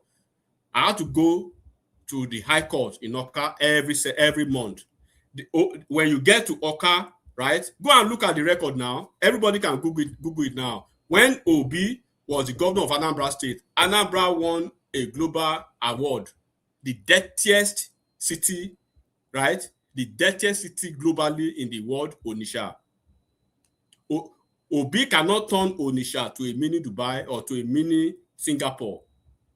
One of the most notorious agberos. You know, they will keep talking about agbero in Lagos. Those are sophisticated ones, billionaires. When you go to Up Iweka, the most virulent, the most dangerous agberos, they are there. Do you know where they call Okpoko in Anambra State? And they hold knife. And they hold knife. Do you know where they call Oshanja? When you are going to the main market, oh my, look, the problem is that people don't know Anambra State. And that's why I say, compare any governor past and present in Enugu State, Obi cannot lace their shoes. Or in Imo State, or in Ebonyi State, the only governor that you can compare and put Obi on their standard were the previous governors of Abia State, because that place, I consider that place, I never think they had all those governors they had was wasted. Obi cannot lace the shoe of any governor in the Southeast, and they know that. Is it the guy that his successor came to the office? Obi did Timmy and Ladin. He said, I put this money in the bank. And the guy said, the money you put in the bank, right, was already overdrafted for the contracts. You left 50 billion by the time, and then you did not pay the contractors. By the time I paid the contractors, all was left was 9 billion, and you didn't pay salaries and gratuities. Are you aware of the fact that what is his name? Obino came to pay gratuities and the pensions for civil servants. Obi, right? Obi took all the schools to the missionaries, and they were asking Obi, we took all the schools to the missionaries. You did not conduct local government election. You did not know legacy project except the Hero Beer that you did. Even the Hero Beer, you did it because you had 10% interest in that. Everything that you put money in the bank. Go and look at the status of Fidelity Bank. Fidelity Bank used to be a small bank, mortgage bank. It was when Obi became governor that the fortunes of Fidelity Bank turned around. That was the time that Fidelity Bank was recapitalized. Obi recapitalized Fidelity Bank with Anambra's money. Go and look at the year. Obi set up his Panama, the Pandora thing, when he was governor. From Oka, the road that Obi plies to the office every day, it was just a one-way road. The way it was when Obi became governor, when Obi was leaving, it was the same way. No addition, no subtraction. It was worse. One-lane road. Go and look at the way Oka looks now. Go and look at the situation of Oka. Go and look at the situation. Go and look at the urban renewal that Soludo is bringing to Anambra State. When I say Anambra was a lunatic asylum under Obi, it was not a conjecture. It was a fact. It was a fact. And that is why, instead of speaking about his track record and his legacy, he would rather go to China, went back to China. He will go to Bangladesh. He will go to whichever way, another. He will play emotional politics. He will play divisive politics. He will keep lying back and forth. What has Obi said about any policy? When Rufai was asking him, what will you do about security? He said, don't worry, I will just vote for me. What will you do about Agric? Don't worry, just vote for me. Trust me, bro. That's his policy. Trust me, bro. What will you do about this? And then Obi is a pathological, compulsive liar. He lies effortlessly. What you are not supposed to even, what you are not ordinarily even supposed, the conversation that you and I shouldn't have, a presidential candidate will bring it to national TV. Logo, when they ask him, what's your favorite Music. Music? You see, for the poor, I don't even do my bad day, but it's bad day now. What is it? So they know Obi very well, though. They know Obi very, very, but the problem is that enigmatic. That is the problem of an opportunist. You only have that opportunity once. Yes. If today now there is NSAS movement, there is a lot of what we capitalize on it. And the reason let me tell you what will happen in the elections in the southeast. For instance, in Enugu State, Peter Mba is a performing governor in Enugu State, right? Peter Obi is going to be re-elected under the APC flag, and the down ballot is going to favor APC candidates, right? I'm not saying Tinubu is going to win Enugu State, but I'm saying it tonight, right? That Tinubu will perform better than what he did in 2023. Tinubu had. Can I come in? Enigmatis. Okay. Let me say this. People don't like my opinion, but I'm gonna say it anyway. Madam Zita, you always say people don't like your opinion, but everybody always likes it. Also gaslighting you. That is the way she always comes in. I know you don't like my opinion, but I will say my mind. You saw somebody attack me here today. Now you people kicked me out of the platform. So why wouldn't I say that? He was attacking me and warning me because of my opinion. Remy, I don't want us to drag. Don't let us start that issue again. Let her make a submission, please. I did for you. I did for you, Madam Zita. I did for you. Enigmatis, you see, if it will actually be a political suicide if Hope Uzodinma we claim that he had 582,000 APC members in Imo State, and Tinubu will not win Imo State. In where? In the last primary election. No, I mean in Imo State. Yes. Imo State has more APC members than Kanu State. I know what you are talking about. That is what Hope Uzodinma put out there. You know what? The same thing. Let me finish. The same thing with the Enugu State governor. He said that APC members in Enugu State is almost 392,000. Thereabout, roughly. So it will be a political suicide. If you know what it means, member. Member is not vote, like it's not a party fan. They are different. I like this party because of what they are doing. I will vote for them. That is a different thing. Members are the owners of the party. So if you come out and say that in Imo State you have more than 500,000 people who are the owners of APC party, then the election result will come out and you will not be talking about either that 500,000 or something more than 500,000. Then that is a political suicide. You are lying. So let's watch. Shebina January. We go see what thing will happen. But the only thing I'm going to tell you is that Hope Uzodinma is a crook. He won all the local government in Imo State after abusing him. That is a supreme. What do people call him again? They call him special court governor. Whatever. They have a way of giving people ridiculous name. They like mocking people. They call him Hope Uzodinjo. They like mocking people to their glory. I understand those people will mock you to your glory. They don't mock you to your downfall. But you know what they used to call Obi. You know what they used to call Obi himself now. They call him Umar Rapa, Ada Obi, and there's I think there's one other name that they used to call him then. Who did they call that? Obi now, when they still hated him, they called him Adobe, they called him woman rapper, they called him foul neck or something. They called him a lot of sad names. That will be because of his Kanu voice. used to call him homosexual and gay. Yeah, because of his voice. Okay, his tone. Okay, so NNamdi Kanu was warning everybody then now about Obi. And the Ebonyi state governor claimed that he has, I think, 300,000 too, thereabout. And that the only state that has something below 100,000 is Anambra State. So if they can claim... Anabia. No, Abia have over 100,000. Abia have over 100,000 APC members.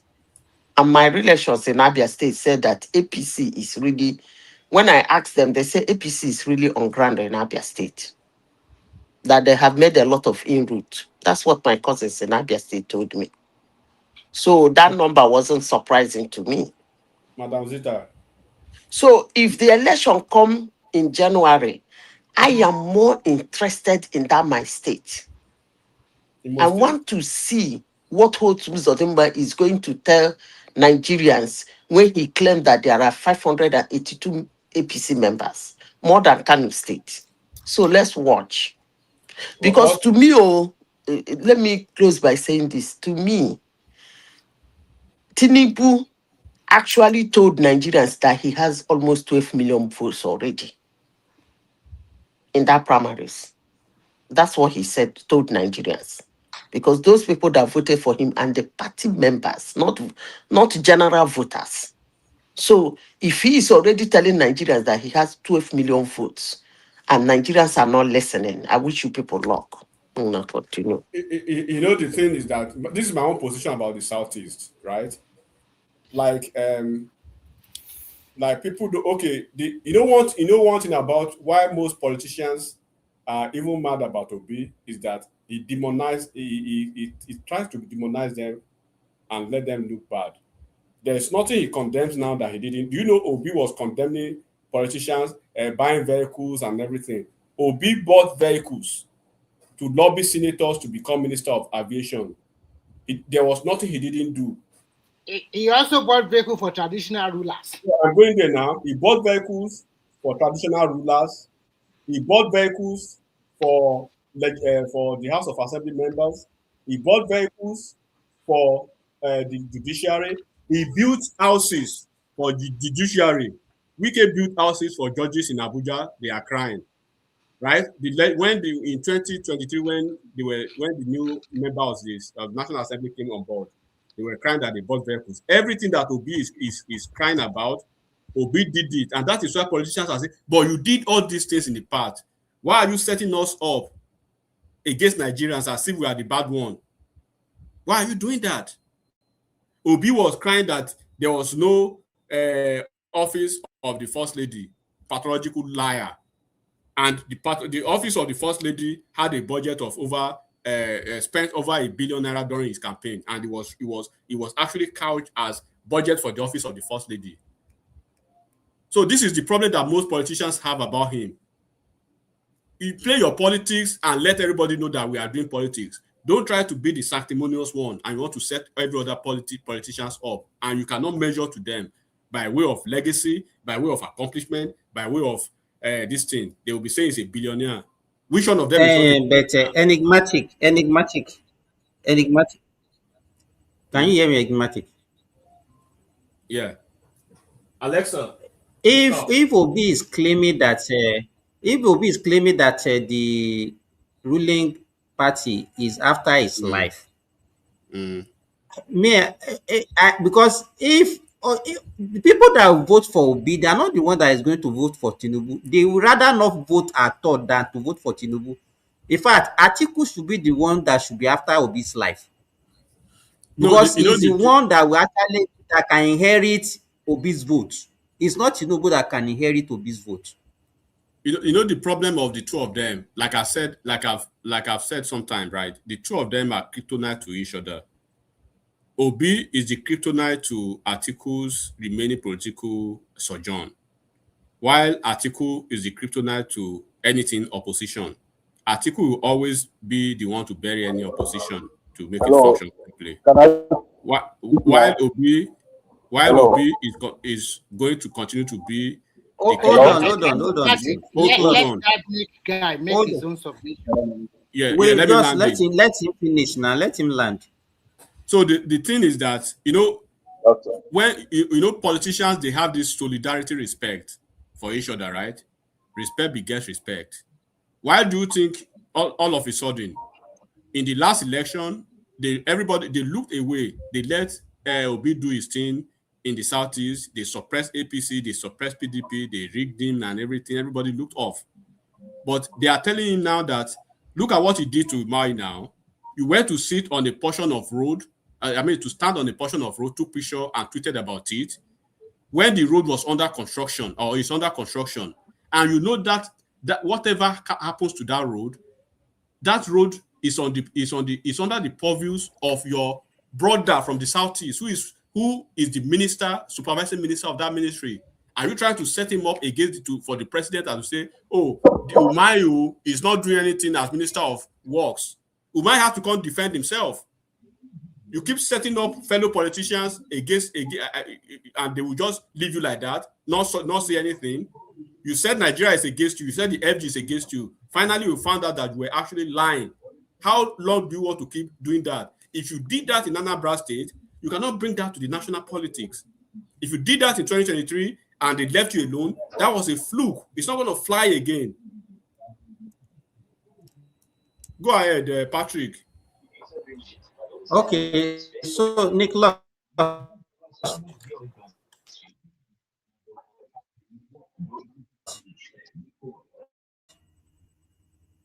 you there? Mr. Enigmatic, all this thing you are saying, you are stressing yourself. It's just entering one ear and coming out of the other ear. If it's not satisfying their emotions, they don't want to hear it.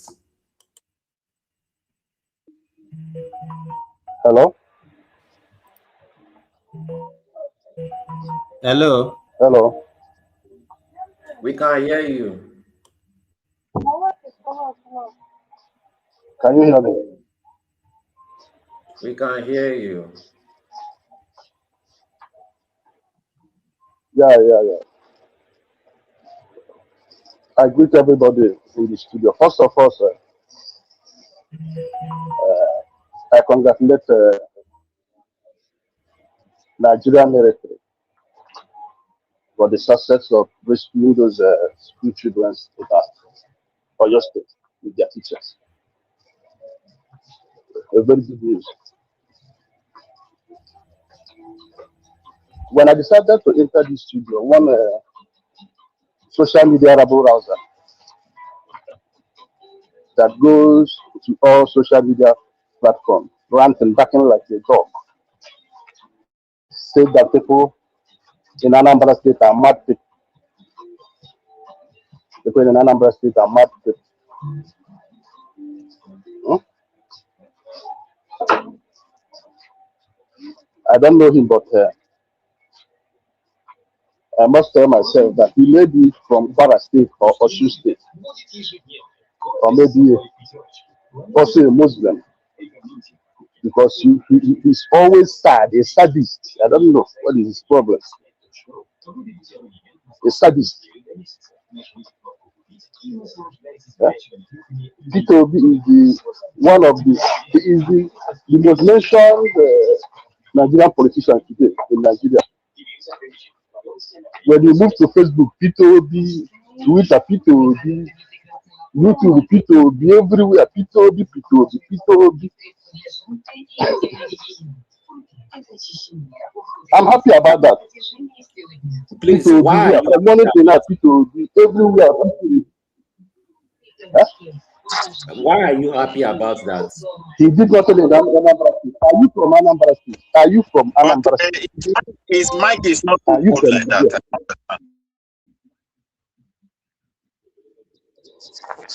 Hello? Hello, we can hear Hello? you, but you have a lot of background noise, Nicholas. Maybe it's my. Hello?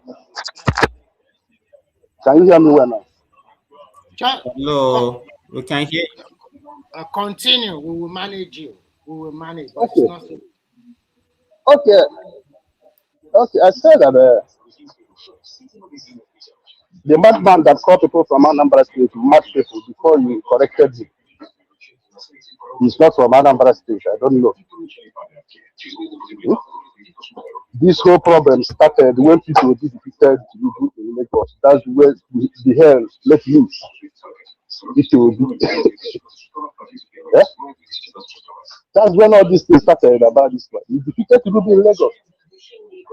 Yeah? He said that now that he went to stand in the road where Omar is constructing. But Omar has been mentioning this man's name since 2022. Yeah? Delegating people, be calling him all sorts of names. People never responded to Omar since 2021, 22 to 23 election. Yeah?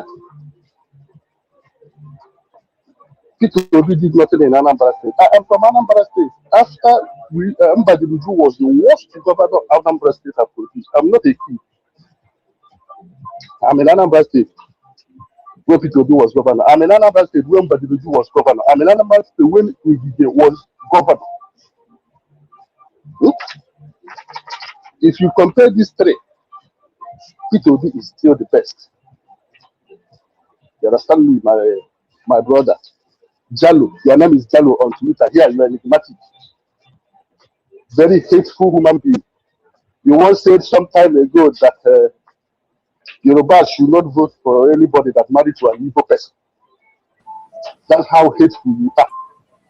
If you are talking, you will be talking with venom, as if somebody collected your wife or your land from you. Don't know what is your problem. Obi, Yeah? Obi, Few months ago, you are why does don't Obi hate interrupt me. Nigeria? Don't interrupt. I don't want. I did not mention your name. I When you called mentioned me a Obi. madman, I did not interject you. I did not mention your name. I'm You from just told me Anambra you're a State. madman You say now. people from Anambra State are mad people. No, You Obi say said people you guys from are Anambra mad State people. are mad people. I'm from Anambra Obi State. said You it. don't talk mad. No, Obi said you no. guys. My Obi brother, said you guys allow are me to mad talk people. now. Allow me to talk. Enigmatic, he said he doesn't It's want your allowed. interjection. Somebody Please, is leave that corrected you. Tell him to stop talking. I spoke about When Obi. you I say did not mention his name. I didn't mention his name. You have to correct him. when you said that, somebody will CJ corrected No, you. When you said that, somebody there corrected you. Obi said When you make Anambra that people. mistake, No, Obi said Anambra people are mad people. They are, Anambra is a lunatic asylum. Obi said it himself, not me. I was quoting Obi. my friend, allow me to talk. Allow me to talk. When you said If what you you mention, said, somebody there if you say corrected my you. name, You know if that you say what you my said is name, bad. I And will he talk corrected because I you. did not. He corrected Obi, you. you are not correct I me did how? not. How did you Allow correct me me? to talk. Allow me to talk. I wasn't Allow me talking. to talk now. Let him finish, please, Allow me to say my Enigmatic, own. let him land, When please. you call us Enigmatic, bad people, when No, you I just say wanted to make the correction that I wasn't the one that said it. Obi said Anambra people were lunatics, that he came to put orderliness for their this is lunacy. not That's what what he he you said. said. heard you now, You but are he also heard you, he heard what you said. you are also a liar. Make it land You it are point also to. a liar. Let me talk. Let me talk. Let me talk, please. Obi is not a messiah, but he tried in Anambra State. Yeah? If Obi walked in the street of Anambra State, anywhere in Igbo land today, no president and past governor will work with Obi. People will leave that person and follow Obi. The reason why Igbo people give him that title, Okuchendi Igbo, is because of what he did. He's not a nickname. Obi is not a messiah, but he really tried in, and Obi built that from Headbridge on that road, from Headbridge on down to Poppy West. That's his lane. Obi built that road. Obi built that road. Yeah? When Obi was a governor, my community had a healthcare center, primary health care center in my community. My community had it. Obi did something. Yeah? Why this man is not the only politician in Nigeria? So every day, Obi. Yeah? You said that Igbo people is hating on Yoruba people because Yoruba is the president of Nigeria now. that Igbo people are hating on Yorubas, that we hated on Buhari. But Yaradua is a Fulani man. We voted for Yaradua. We voted Yaradua. We voted for Obasanjo, a Yoruba man. Yaradua, a Fulani man. Huh? When Buhari became president and said that people that did not vote for him will not receive any, maybe he said something about 5% or something, development because they did not vote for him. That's the hate speech from a president. When he won an election, you expect people that is telling all these things not to react. Huh? We voted Yaradua, a Fulani. We did not take Yaradua. We did not take Obasanjo. It's when we said that Obi is the best person among the people that is contested that we want to vote him. It becomes that Igbos are this, Igbos are that, they are this, they are that. What is all this? What is all this?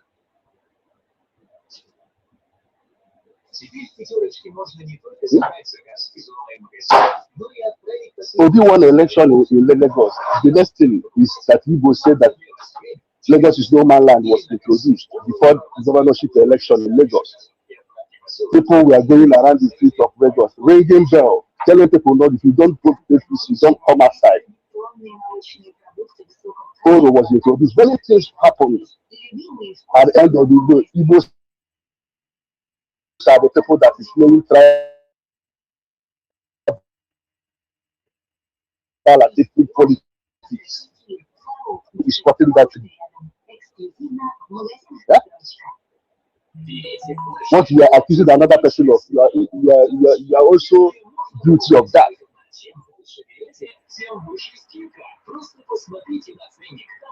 Yeah? Few months ago, you are on every social media fabricating how Tinubu is going to clear the whole north. Now you see that there is no roads in core north, and you have now come back. It's Peter Obi. Yeah? Somebody said here that they should arrest Peter Obi and jail him. Who said somebody said something like, "Go and arrest him." Jalo is close to Tinubu's APC government. If Peter Obi is corrupt, this is campaign. Why not? Obi is running for president. People should stop all this shenanigans. Let me talk now, my brother. Let me talk now, my brother. Running for Nigerian president. What did he do? Not to organize a president, okay? Let him say what he wants to say now. And no, but should not be telling people not to talk about Obi. Nigerian, please let him talk, please. Let him talk. Nick lost. Nick lost. Are you here when you talk about State? Mad people. I'm hearing you. I'm hearing you. Nick lost. Say you get advice from madman in my brother. So what is different then? Simba, please. He said Buhari is a hate fish. Sorry, let me talk to him. Please. Buhari that pay. He said Buhari that pay Southeast 88 billion. Niger man, please. Of civil everything. Simba, beg, I'm going to beg, but let me say this again before I leave. Obi said Anambra people were crazy, lunatic people. Obi said he was taking advice from a madman. Everything that I said, I was referencing Obi. I did not mention Nick. I don't even know him. I was talking about Obi. Talk about Atiku and Tinubu, not personality. If you want to speak about personality, I don't know you. Go ahead and do that. But I'm telling you, Soludo, the road that leads from Okija, right now to Nnewi, right? The entire road of Nnewi, go and look at what Nnewi looks like. Go and look at the rural, urban, beautification of Anambra State as against the lunacy that Obi left behind. Everything I say, I was speaking about the presidential candidate. I wasn't speaking. Obi is not Southeast. Obi does not mean Southeast. Obi is a candidate. I will speak about Obi. Cry until the head freezes over. I'm tired for these people.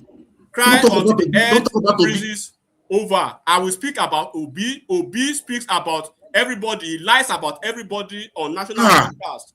He lies about Nigeria. He wants to divide Nigeria. Obi said he did not have any accomplishment in Anambra State. The only accomplishment he has was to come and embed orderliness.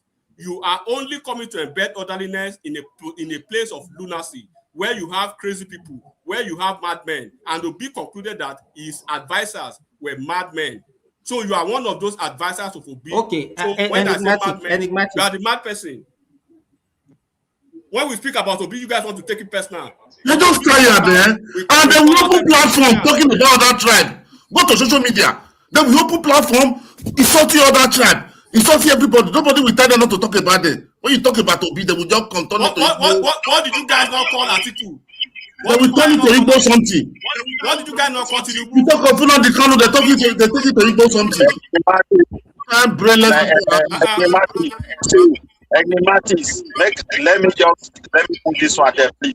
You should not allow these people to. Obi said you guys are lunatics, and I'm repeating what he said. Mad. Enigmatics, just forget about these people, and because if you want to follow them, the way they behave, sometimes you become like you get out of track. Just forget about them. Just say whatever you want to say about Obi, and don't mind them. Let them say whatever they want to say. That's just my advice. Baba, see what they did to Oba. Even when they delivered Edo for Peter Obi, look at the way they disgraced Oba Opini. Look at the way they disgraced Pastor Adeboye. Look at the way they disgraced Sultan of Sokoto. Look at the way they disgraced Oba of Lagos. No, they think they have the monopoly of insulting every tribe now. Are you guys stupid, or you think we are not Nigerians? Very bad character. They don't even get all of them. Of them, both the professor and everything. What were you guys calling the Fulanis when Buhari was president for 8 years? When you not calling Fulani slaves? All of a sudden, you voted Obasanjo? Did you vote for the candidate of the Yoruba people? The candidate of the Yoruba people was if they vote for Obasanjo, did they have a choice? Did they have a candidate then? What would you do? Did you have a choice? You fucking bloody moron. They say they vote for Yaradua. They vote for Obasanjo. You do have a candidate then? You want to talk about everybody else, but we should not talk about Obi. Obi should get out of the presidential race. If you don't want somebody to talk about him, Obi he runs to every platform, he runs to every podcast. He's the only presidential candidate that goes everywhere, doing sure. And election, you will say people should vote for him. You say they should not talk about him. Election, they say those should vote for him. Everybody should vote for him. Now, don't get brain. Empty, don't carry big head. I lived in Anambra State. Waiting you chop today, Nigeria. You go to social media, you see what they are doing, The way they are talking about the other tribe, anyhow. But if you come, you talk about Obi, you will just say Obi, they will turn it to, oh, you don't hate Igbo. If you talk about that, hey, you hate Igbo. How did one person become all Igbo? Obi is a presidential candidate. Hello. Can I comment? Look at the way they treat other people on Dr. Damages. Look at the way they treat other people on Dr. Damages. They will not give you, go to their platform, they will not allow you to talk like this. Can I comment? Fucking bloody vagabond. Everybody calm down. Have you finished? Have you guys finished? The irony. Sorry, Zita, sorry, hold on. Nick Lost. Can you round up, please? You are still. Don't continue like that now. So I can talk now. Do you want Zita to interject you? Can I talk? I'm not interjecting him. I'll let continue. Okay. Go ahead. Okay. When I decided to enter this studio, Jalo, come people from Anambra, mad people. That's why when I decided to enter, if you call Obi madman, I will not come to this studio now. That is the main reason why. And when he said that, you corrected him. You corrected him because you know that what he said is not right. That's why you corrected him. If he lose the election, he should go back to his agro house. He should go home and rest. If Obi lose the coming election, let him go home and rest. Yeah? The Igbo ethnic group in Nigeria can never become the most hungry or poorest poorest ethnic group in Nigeria. It can never happen till the end of this world. I submit. I'm done. You people should continue. Okay, thank you, Nicholas. I don't know a better part for that Nigeria. With the Okirika, Benton Select. May I still say something small? You know, let me Okay, Midwest, hold on. Midwest. You could have been making the money in the Southeast. Nigerman, sorry. You come to my state to buy from you people. Hold on now. Nigerman, I will kick you out too. Midwest, where have you been? I've been calling you since now. See, my brother, since maybe I was busy, you know. The thing is that I just have a message for this guy that just finished his summation. The thing is this: if you want to tell us Nigeria is not working, the president is not good, I agree with you. There's no problem. You are not the one to. I don't come here to praise Tinubu. But where I have problem with people of this nature is that someone is having something that is managing, that thing is not good enough, but he's yearning for a change. And you want to sell him a different product, and the person want to question it, then it trigger something from you. Oh, just buy it, you are stupid, you don't see it, you don't do this. Haba, it's not going to work that way. Let people question. They wanted to force their candidate through your throat now. There is no way you can force OP on people's neck just because the president is not scoring enough or meeting up to the expectations of Nigerians. This is where I have problem with them. And when you look at the character, you can hardly differentiate anything from IPOB and the people that supported Peter Obi today. All the remaining people. I don't see normal people working with Peter Obi again. Is it the former deputy to him? See the way they insult hell out of the man. Is it Kenneth Okonkwo, who have sacrificed everything? That man would have enjoyed political appointment today if he were to be with Baba Tinubu. Huh? They all work for him. Everybody, even my state, all my people supported this useless set of people. The only thing they do is to come and insult my king. None of their leader that has ever come out. And the one that baffled me most, a little, I can say little differences between the people that settle in Igbanke and the Oba of Benin. They are only saying people gather and be saying all manners of rubbish, publicating us of falsehood information everywhere. My pain is this. If it is possible, let them restructure this one. Let it go and let their own leader manage their own space. Let everybody have space. That's what I'm praying for. Manage your resources. The one managing their own is the government. Is Obama their government or is anybody? Fulani man. Is that the one managing their Edoma is your problem. Yoruba is your problem. Hausa is your problem. Ijo is your problem. The one that don't want to be Igbo, a car man said is a car. Do you know the history of a car? A Benima can stand and mention king that have ruled a Kalam for since almost 15th century. No one is Igbo. You will force identity on people, you cannot prove it, then you just hate them. You come to people's land, an adult, you are telling he doesn't know where it's coming from. He doesn't know its origin. He's an Igbo. Abba. Besides that, you insult people king with endlessly every day. If you see their platform, you see what is coming out from them. Okay, the ones that were born and raised in Esa land, that can understand the language, create a platform and say, I'm an Esa. You start insulting the dope people. Just to trigger division among people. What kind of human being are these people? And their leaders will see it. They don't even address it. Look at Peter Obi. Obi has not been able to come out to address the issue of IPOB. Okay, today, first of all, I will not forget. Let me thank the president and the security agent for what they have done. Thank God they brought those pupils out and the teachers successfully. May God continue to strengthen them to do more.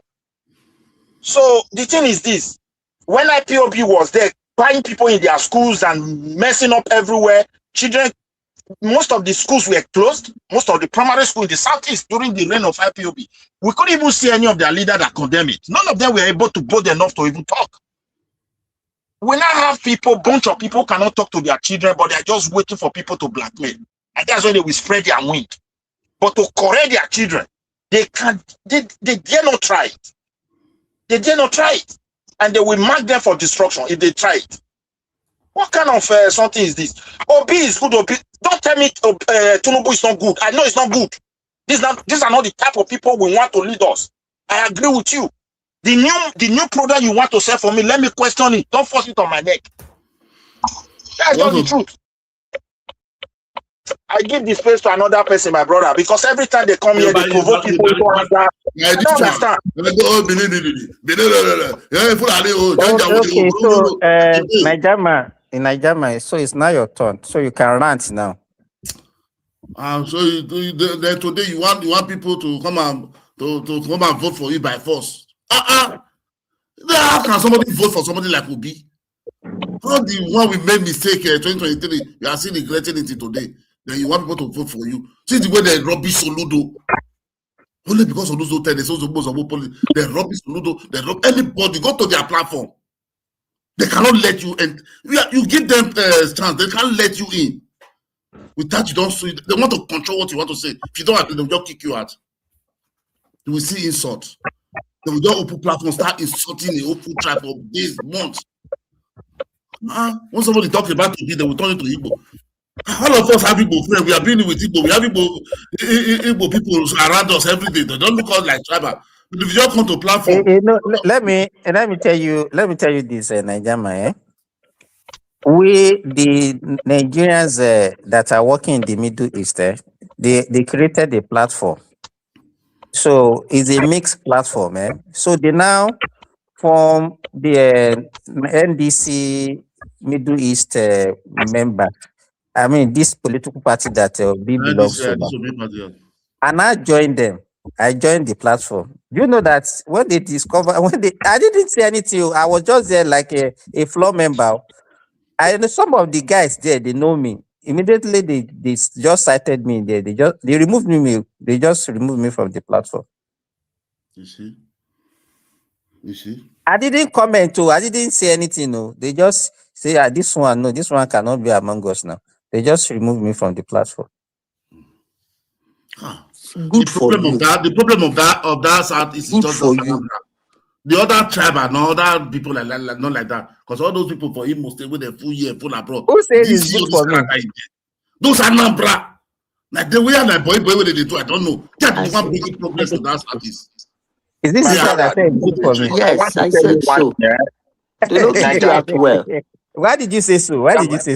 No, but you kick me out today. They don't kick you out well. Therefore, kick you, ban you, join inside. No problem. No problem. Najama, this issue, if it is not addressed, it's going to be like this Boko Haram something when it will start in Nigeria. The pain, the anger is growing every day. You can't wake up and be insulting people every day. You think you have monopoly to insult. Having all manners of derogating. I saw them for take rule now. When they win, I saw they go take rule now. Somebody cannot even question anything. You can't even talk. Do you guys think? Let's assume that Obi wins that election. Do you think that Nigerians can now criticize Obi's government? Do you think you have got go to your Facebook? The way people are shouting about Tinubu, and you are calling Nigerian. The way people are shouting about Tinubu, you are calling Tinubu names. Do you think you'll be able to say anything about Obi's government? You are questioning Obi now. They are coming to after you, calling you this one, this and that. I said during after election, most of you will be banished from Nigeria. You will not. They will chase you away from that country. I have to close my two Facebook after election. They will question, just start. Prove no, Obi should bring a result. Me, where I campaign, I buy my ticket, go Nigeria, go vote. Obi campaign with all my money, and people we are looting money. Me, I thought they say we should bring we should support everybody. We are not a give shishi. We thought everybody just use your money, be doing whatever. Just ask on my Facebook after election. No, Obi should tell us the results. Let's see the result of this thing finish. Obi doesn't have a result. No, what asshole? They report my poll. They give us your location. We go buy you. Your baba toto. I say, but Nigerian, are you not the people? This same Edo people. Are you not the one that carried that thing on your head that time? So why are you not shouting? Why must you not carry? Is that something bad? So why are you not shouting? Why are you not shouting? So why are you not shouting? Why are you shouting? People don't carry you vote for your right. It's what you believe now. It's what you believe that you work now. Let me tell you, it's the obedient like you that are dealing with you also now. So why are you complaining? Nigerian, I pity you. To be They're frank, dealing I with pity me. you. Me, I no No, pity they am. check their I I no will, that is pity not am. the that is reason not the why I will pity character. you is that you believe in what you believe in him, you spend your money, and now the reason why I'm pitying you now is that all those things you have done, now they are messing you up black and blue. Of And he course, deserved if it I were now. in your shoe, When if he I did, were in your shoe, I would when he feel didn't very choose, bad now. when he didn't choose his candidate very well. So Why you did you see, why would I choose whatever decision, why would I whatever choose Tinubu decision against anybody Obi? takes, you must be able to face the consequence. That is the Yes, consequence of his action. so the people that support Tinubu, I don't know see worst extremists more than the IPOB. Everybody is facing it No, now. No, when are you Eh? everybody getting says that it now, but at controversy? least we Everybody can is Such a see that. facing his spaces. own. Why are you complaining, Election, Nigerian? you must pick election, you must pick one side and vote for. So that is nobody's they did. complaining. You know, But I'm talking I about their understand. character. Nigerman, Simba, you wait, don't. Nigerman. No, no, let me say this to Nigerman. Nigerman, Yeah. that is the consequence of people that voted for Tinubu is the economy or whatever they are facing now, and everybody is facing it. You too, the consequence of your actions, what you are facing. So No, why are you shouting? But it's not okay. consequence, Demand did not not win consequence. now. In Demand did election, not win. wait, I'm coming, Remy. Whether In election, it wins or not, the no, whether I win consequence or not, of no. No, the consequences, Nigerman, no. if you didn't supported the Obi that time, It you will doesn't not mean be you angry support now. somebody else. So in the election, you must choose one person to vote for. You I cannot vote for know. them. Get So my why point, Najama. affect Get it? my point.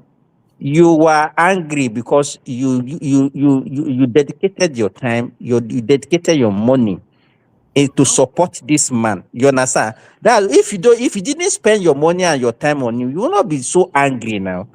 You No, the understand? reason why he's Some angry is one of the people because that are angry, that Simba, they spend the money. the The reason why problem he is is the supposed. insult. That are insulting people. Don't Yes, that question. is That's what we are it. talking The about. insult. Not But that I I regret putting my supported this money there. man. Why are you now insulting me? That is the Eh, angry. I supported this man. Why well, you now accusing me and using my All my family as resources well? I'm angry about. no, Remy, it's not Was your still like that resources. before. Wait now, Did I Remy, start like that? will you be angry the way Najama is angry? Me, I will just move Eh. on because me, I don't. Yeah, because That one you I know didn't it's a invest, you wasted did not effort. invest So any, you didn't invested anything on Obi or he invested even his if I time and his invest, money. even if I will invest, it will pay me, but I will move on because I already know that No, it's out of why money. would they pay you money? You know, because why? Hey, you move on. Nobody is You angry. will move I on. don't know what you are quoting, Simba. Nobody is angry. I'm not angry. You never hear me say I'm angry. What I'm saying during the entire campaign, everybody was thinking we are looking for a new Nigeria. Let's come together. We don't give shishi. Everybody do your own help. That is why that's a nation building. You understand? They say put your But money where your party. Najama, let me now So ask you this. people At were least not you are just insulting. We are not seeing all this tribal something there before wait before now, everything was going smooth. So Najama, forget about that. I think Nigeria should now learn not to be using anger to be changing their leaders. We use anger to change. Though to me, but I don't think Buhari can be worse. That Jonathan was also worse, but we use anger to change Jonathan at that time and get Buhari. Now I want to use same anger now can you imagine that we use the same anger to change Buhari for Obi? You can even see the kind of mess that will be now. This Tinubu that we're even talking about now, I think Obi will be worse than Tinubu. people worse times 10 no. If you are So just I think Nigeria, what Nigeria should learn is that they should look before they leap. Anytime they are angry with their leaders, they should be calm and look well before they choose let another me one. But see one statistics. See one something I checked yesterday. Do you know Obasanjo for 8 years he used $60 billion to subsidize dollar? oh my God, that's a lot of money. Yaradua 50 billion. Jonathan 145 billion to Oh, subsidize. people don't chop money. Buhari 80. Then Tinubu now for 3 years 0. Zero. You All have not this spent. money you mentioned, Nigerian, that's You see roughly money we don't 300 lose for that billion. country. 300 billion. And it's Yeah. going to the pocket of only few people. if to say we don't use that money, If construct road, build Remy, let me even ask them. If you look at that period, I don't even the Nigerians, I don't even know whether we even have brain as people. If you look at that period, the period that we enjoy regular supply of fuel, within that period, it might not be up to half of that period though. Yes. Because let me tell you, during the time of subsidy, I don't think that will be Nigeria can have regular supply of fuel for 3 months consecutively. No months. There will not be queue. No months. There is no month that we say, this 1 month, there was no queue. No. Every month you must see queue 2-3 times. 2-3 times for scarcity. There was first scarcity. And it's because Nigerians they don't even value their time. Okay, you are looking for a 200 naira petrol. You are in a filling station for 3 days, queuing for 3 days. Those 3 days you are not working, no. Then you will get that you go and work maybe for 1 day. You go and spend another 3 days. What kind of people are we say that we are not even now? You have now for the past, I can say for the past 2 or 3 years now, there have not been any queue or any kind of scarcity in Nigeria. In fact, there was a time I went to a vulcanizer. The guy just carried this Ragulis. Just cross across the road. Just cross and run across the road. He said, "Oh, God, wait for me. I want to buy fuel." You understand? When he now came back, and I asked him, I said, "Come, you might be saying that the fuel that you bought now is expensive." He said, "Yes." I said, "But look at the way you just run." I said, "Before, can you do that?" He said, "Oh, God, I will go and buy jerry can, go and keep inside my house or keep somewhere." That's what happened to me now when I was coming from Simba, coming from Benin to Ibadan. My fuel was almost half tank because there's one place I wanted to buy. I said maybe we take me to almost Ibadan. That place is cheap. You know, when I get to the thing start showing red, I say, and I sell filling station, I just stop instantly. I say, wow. If now all these days now we pass the thing, I never live Benin like that, self.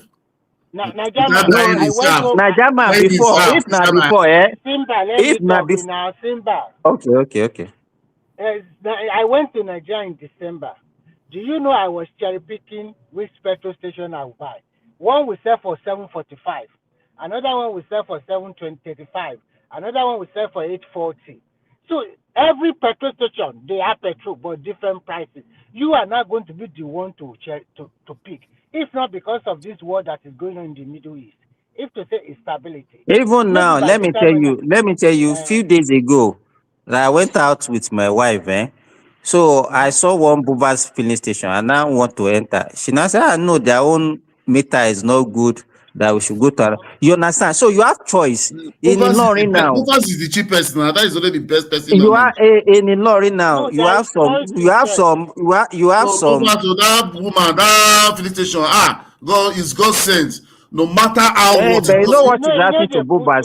Not the full price. He will just put it the way it is. No, wait now. You know the way they are doing it now. When you see Bubas, it's not that woman that owns all of them. Yes. Some people will not. Some people have filling station that did not put under them. Under their license. So then you see now, even in Lorry now, you see some people are selling 1,110. You see 1,105, 1,115, 1,120. You understand? So you decide, and you will see some filling station where they are even selling like 5 naira or 10 naira more, and people will still be going to that place, maybe because they believe that whatever they buy, they will get their liters correct. Mm-hmm. Because it doesn't make sense. They don't sell on cake. Do you know, Najama, if you are traveling from Lagos to Ibadan, there is this petrol station, they call it NIPCO. That one already start doing like Europe and America. It's self-service. You buy petrol by yourself. They don't have people to attend to you. You pay your money with your card and you put it like we do here in abroad. So Nigeria is developing. In the next 5 years or in the next 2 years, if that country stabilizes after the election. No, if stable light comes, if there is stable light in Nigeria, Nigeria will go faster. That is because of Do stable life. you know that? Do you know that I've spent more than 3 weeks now in Nigeria? I did not even have 1 naira cash in my hand. Nah, Yes, Nigeria, no more cash again now. no, they know they carry cash No more again. cash That is again. why most of them are turning to kidnapping and all those kind of something. Because Any, people No, in because fact, everything is POS, cashless. POS, POS, POS. Even Mamala, this everybody get POS. What to POS? Do transfer, Yes, do that POS, is do the beauty transfer. of it now. They just copy the Chinese model. Mama Lata also POS. Just pay your money. Who won't carry cash now? No, I don't No get cash. transfer, even just the one where no get POS will tell you. In fact, there was one that with how much was the what I even bought. Just scan the code No, and pay the money. no. I saw that. I said, Mama, I no get cash. So he said, oh God, look at that wall. See the number there. Send the money to that account. I do transfer. I buy something of 1,600. It's The true. person should do That's transfer. I they're do doing transfer. right. I say, ow, 1,600 naira. I say, wow, this is good, eh? So in fact, when you say cashless economy, Nigeria is what you can refer to as cashless economy now. Simba, you remember when there is fuel scarcity that time? It's not only the fuel scarcity. The quality of the fuel they are selling that time adulterated, smelling very bad. They brought, don't you forget, they brought We water. suffer in that They load country. water in this ship and brought to Nigeria just to collect money from the government. And I not forget. You know, They cheap water to when Nigeria. we all those times people will buy petrol to jerry can. There will be fire incidents in their house, and then you also you guys still forgot so many wahala when there is a people scooping Remy, petrol from now a tanker. it's They will just even buy a lot of people like that. it's even difficult for the filling stations now to be tampering with their meters because They people have cannot. options. Competition is there now. Hey, Yes, it's a and they lot of don't have fuel competition. now. Yeah.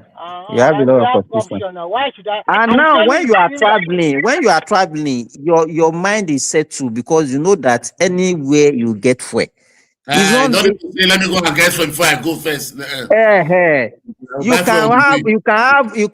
you can start your journey with a little fuel. You know that anywhere you get to, it's not You as get if you get to one filling and you say there is no fuel. Yes. if not, you know, Simba, me and my brother, we are traveling from Lagos to Ibadan.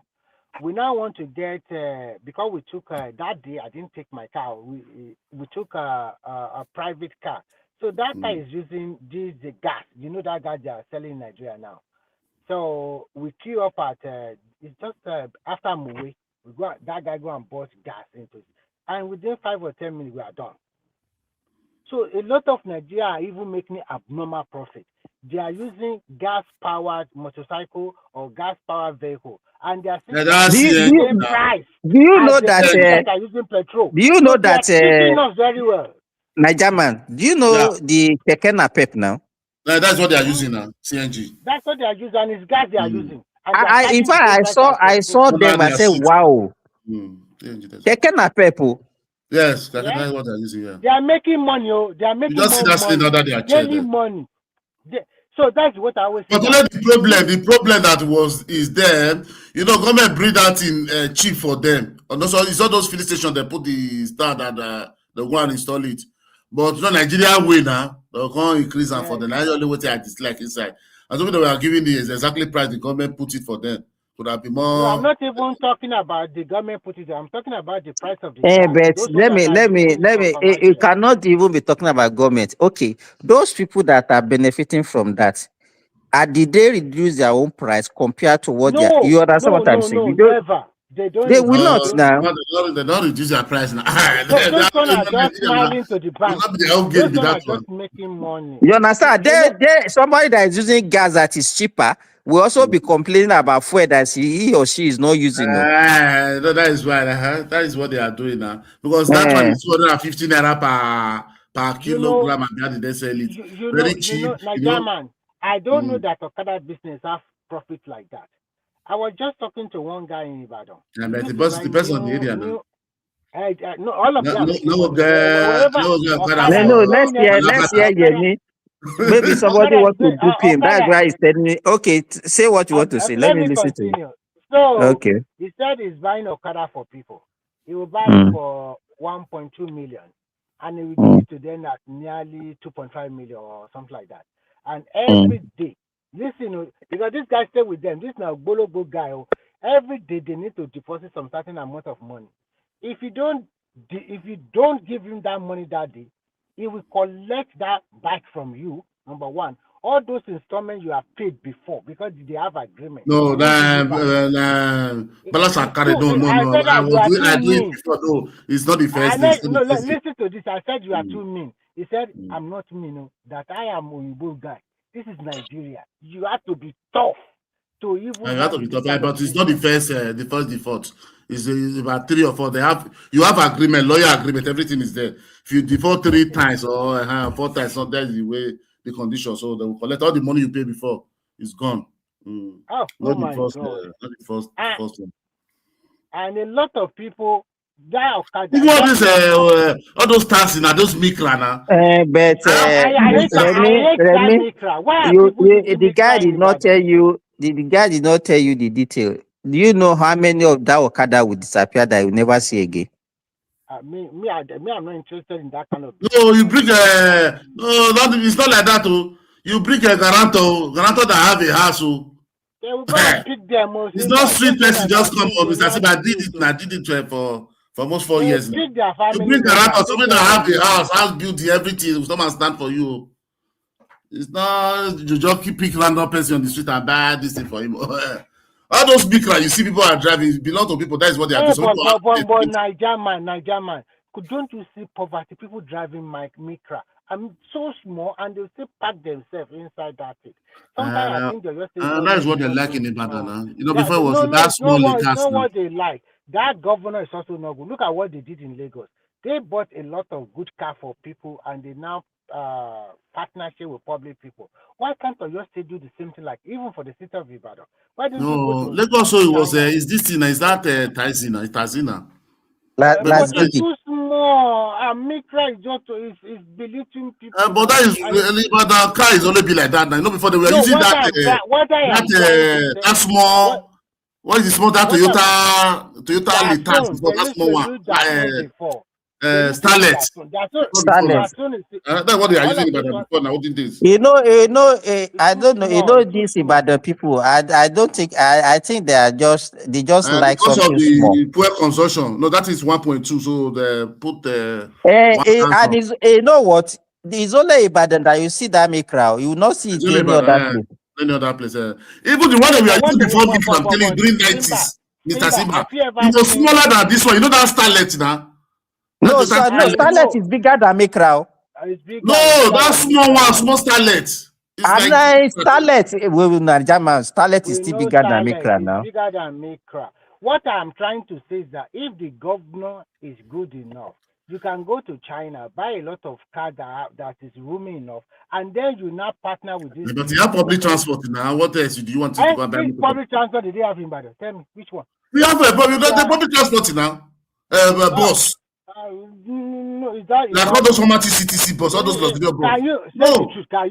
Can you compare that one with BRT they are using in Lagos? It's exactly like BRT now, not different now. No. Why you just hate anything this man do? This is exactly like BRT. No, I am trying. Exactly let me tell you. Okay. Simba will hear me out now. Listen. The have park. The bus they are using in Ibadan today, they are not many. That is number one. And those ones they are using are those ones that Ajimobi bought long time ago. They are the old type. It's not even, it does not come on time. People have to wait for about more than 1 hour before they can get it, and it's not enough. But it's cheap. What I am trying to say, listen to me, what I'm trying to say is this. The state is buoyant enough to go and buy bus, even if they pay it instrumentally to the company they are buying from, like what Enugu State is doing, what they are doing over there. Get a nice one like that one of BRT. Or your people have more than 10 million people now. They will make money. But it's not transportation. But they have a state bus now. That one is working now. It's still there. He knows what I'm telling you. You know what I'm talking about. Can you compare that bus, the one Enugu State governor bought? Can you compare? Because it's new now. Just hear rubber now. That is why you're looking at it. It's not But there. Remy, You have Remy, just Remy. everything. I don't think me. I will not encourage any government to dabble into any form of business, including transportation. This same Oyo that you are talking about, I remember those days, even during the military era. I mean, I don't know if you are aware of that. There is this Trans-City Transport Company. We used know. to call it TCTC. TCTC. No, TCTC. That time, they have Thank a lot you. of. Is that kind of TCTC what they are using in Ibadan now today? That kind That of they thing. use that kind of motor again for life. I'm telling you, that's what they are using. I did not see it from outside. I saw it Please, now. Remy, where are they if it's still? only you that is in Ibadan now, you would have confused everybody. Because you are in It's Ibadan. like the same charity bus. Tell me the bus they are using. Tell me, compare it with BR. Is it the same thing? It's not now. What is the name? What is the name? Very, You are very telling old. that the take Very what? old. And they don't even have more than 2 or 3 in the whole Ibadan city. Only on Joe get more than 5. Or which your job get more than 5. The one that they see for Ring Road side and Challenge side. There is Ring Road, there is Challenge, there is only one. Now only one they get. Not the only one. Okay, Mr. Simba, we saw earlier. I have only one. You will see this one going and the other one coming. Is that only one, boss? They don't have plenty. Oh, they will wait. You say one now. You say they don't have plenty. Remy, don't mind Remy. So if you say they don't have plenty, yes, we can say. But why can you say it's only 1 or 2 that they have? Because you know what is paining me. The state is buoyant enough to get new buses for people in that state, even if they just do it at their social service to help them.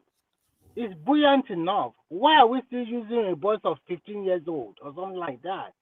I bet now they are not in good condition at all. Terrible way. Bad color. Do you ever see that bus break down on the road? Never. Remy, can a private person look at that as a business instead of saying government should do that? Can a private person look at it? Unfortunately, I don't know how it's going to work. Whether the state government will encourage them. I don't know. You know, no, they can do it now, like the way they do it. Because let me tell you, the only way the government can do it successfully. Because if you look at that Lagos one, it's like a PPP. That's what I'm saying. Why can't Ibadan also do PPP with because in Ibadan they have because if you allow government, let me tell you, let them buy 100 buses now. If it is government that is managing it, just give it 1 or 2 years, everything will disappear. No. Everything will steal all of that. Take to another state. They will be granted. Yes, you are right. I'm also talking. But that if you go to see one thing I like about that transport. Sorry, you see, if that guy, if they have been sustaining this thing for a long time, not 1 year, not 2 years, not 4 years, you know, so that is where I'm giving the man credit. Know what they brought 1 year after 1 year or 6 months. Look at Jonathan. Jonathan brought bus that time that full of Eagle Square. Where is that bus today? Did we see anyone? Even before you go, we just saw the photo of that time. Well, the one that was saying that Swapy or what did he call it that time? At that time, do we see that bus in the street one day? What is sustainable? That is what we are looking. If this government is sustaining it and they can build on it, by then you would not see they would not give it to PPP like the same way in Europe. And like here now, if I have money, I can buy bus, those PP bus, and go and give to them in this their company here. Then they will just put me on a share something, giving me so percentage. Maintenance, everything is them. That's how the government will just be regulating. Finish. But the man sustained it. It didn't crash 6 months. It didn't crash 1 year, 4 years. It's going to 8 years. It didn't crash. I'll give so this thing now.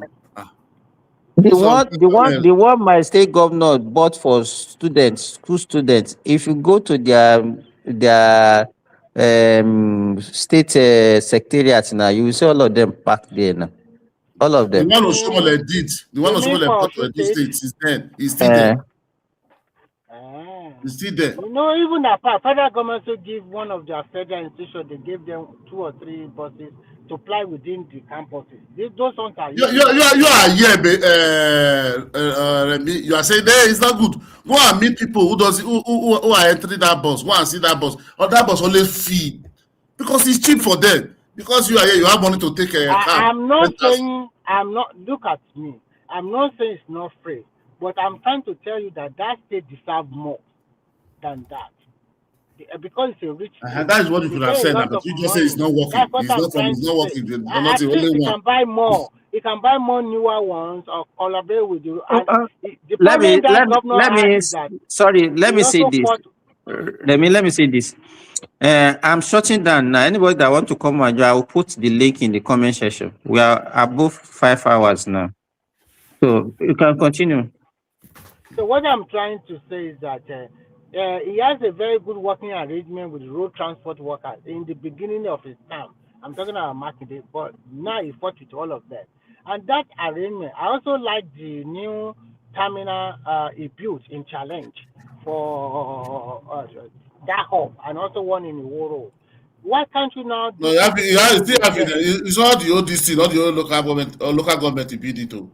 You have in Ojo I know. too. I was just saying that that is the one I know in Ibadan. I know the one of Ojo, and I know the one at Challenge. That's the two I know, but I don't know whether it built in the other local government. So what I'm just trying to say is that he should have worked with them, get new bosses like other state governors are doing, so that if they have more, people will also feel the impact of his governance. That's what I'm trying to say. But when you see people lining up for more than 1 hour expecting those bosses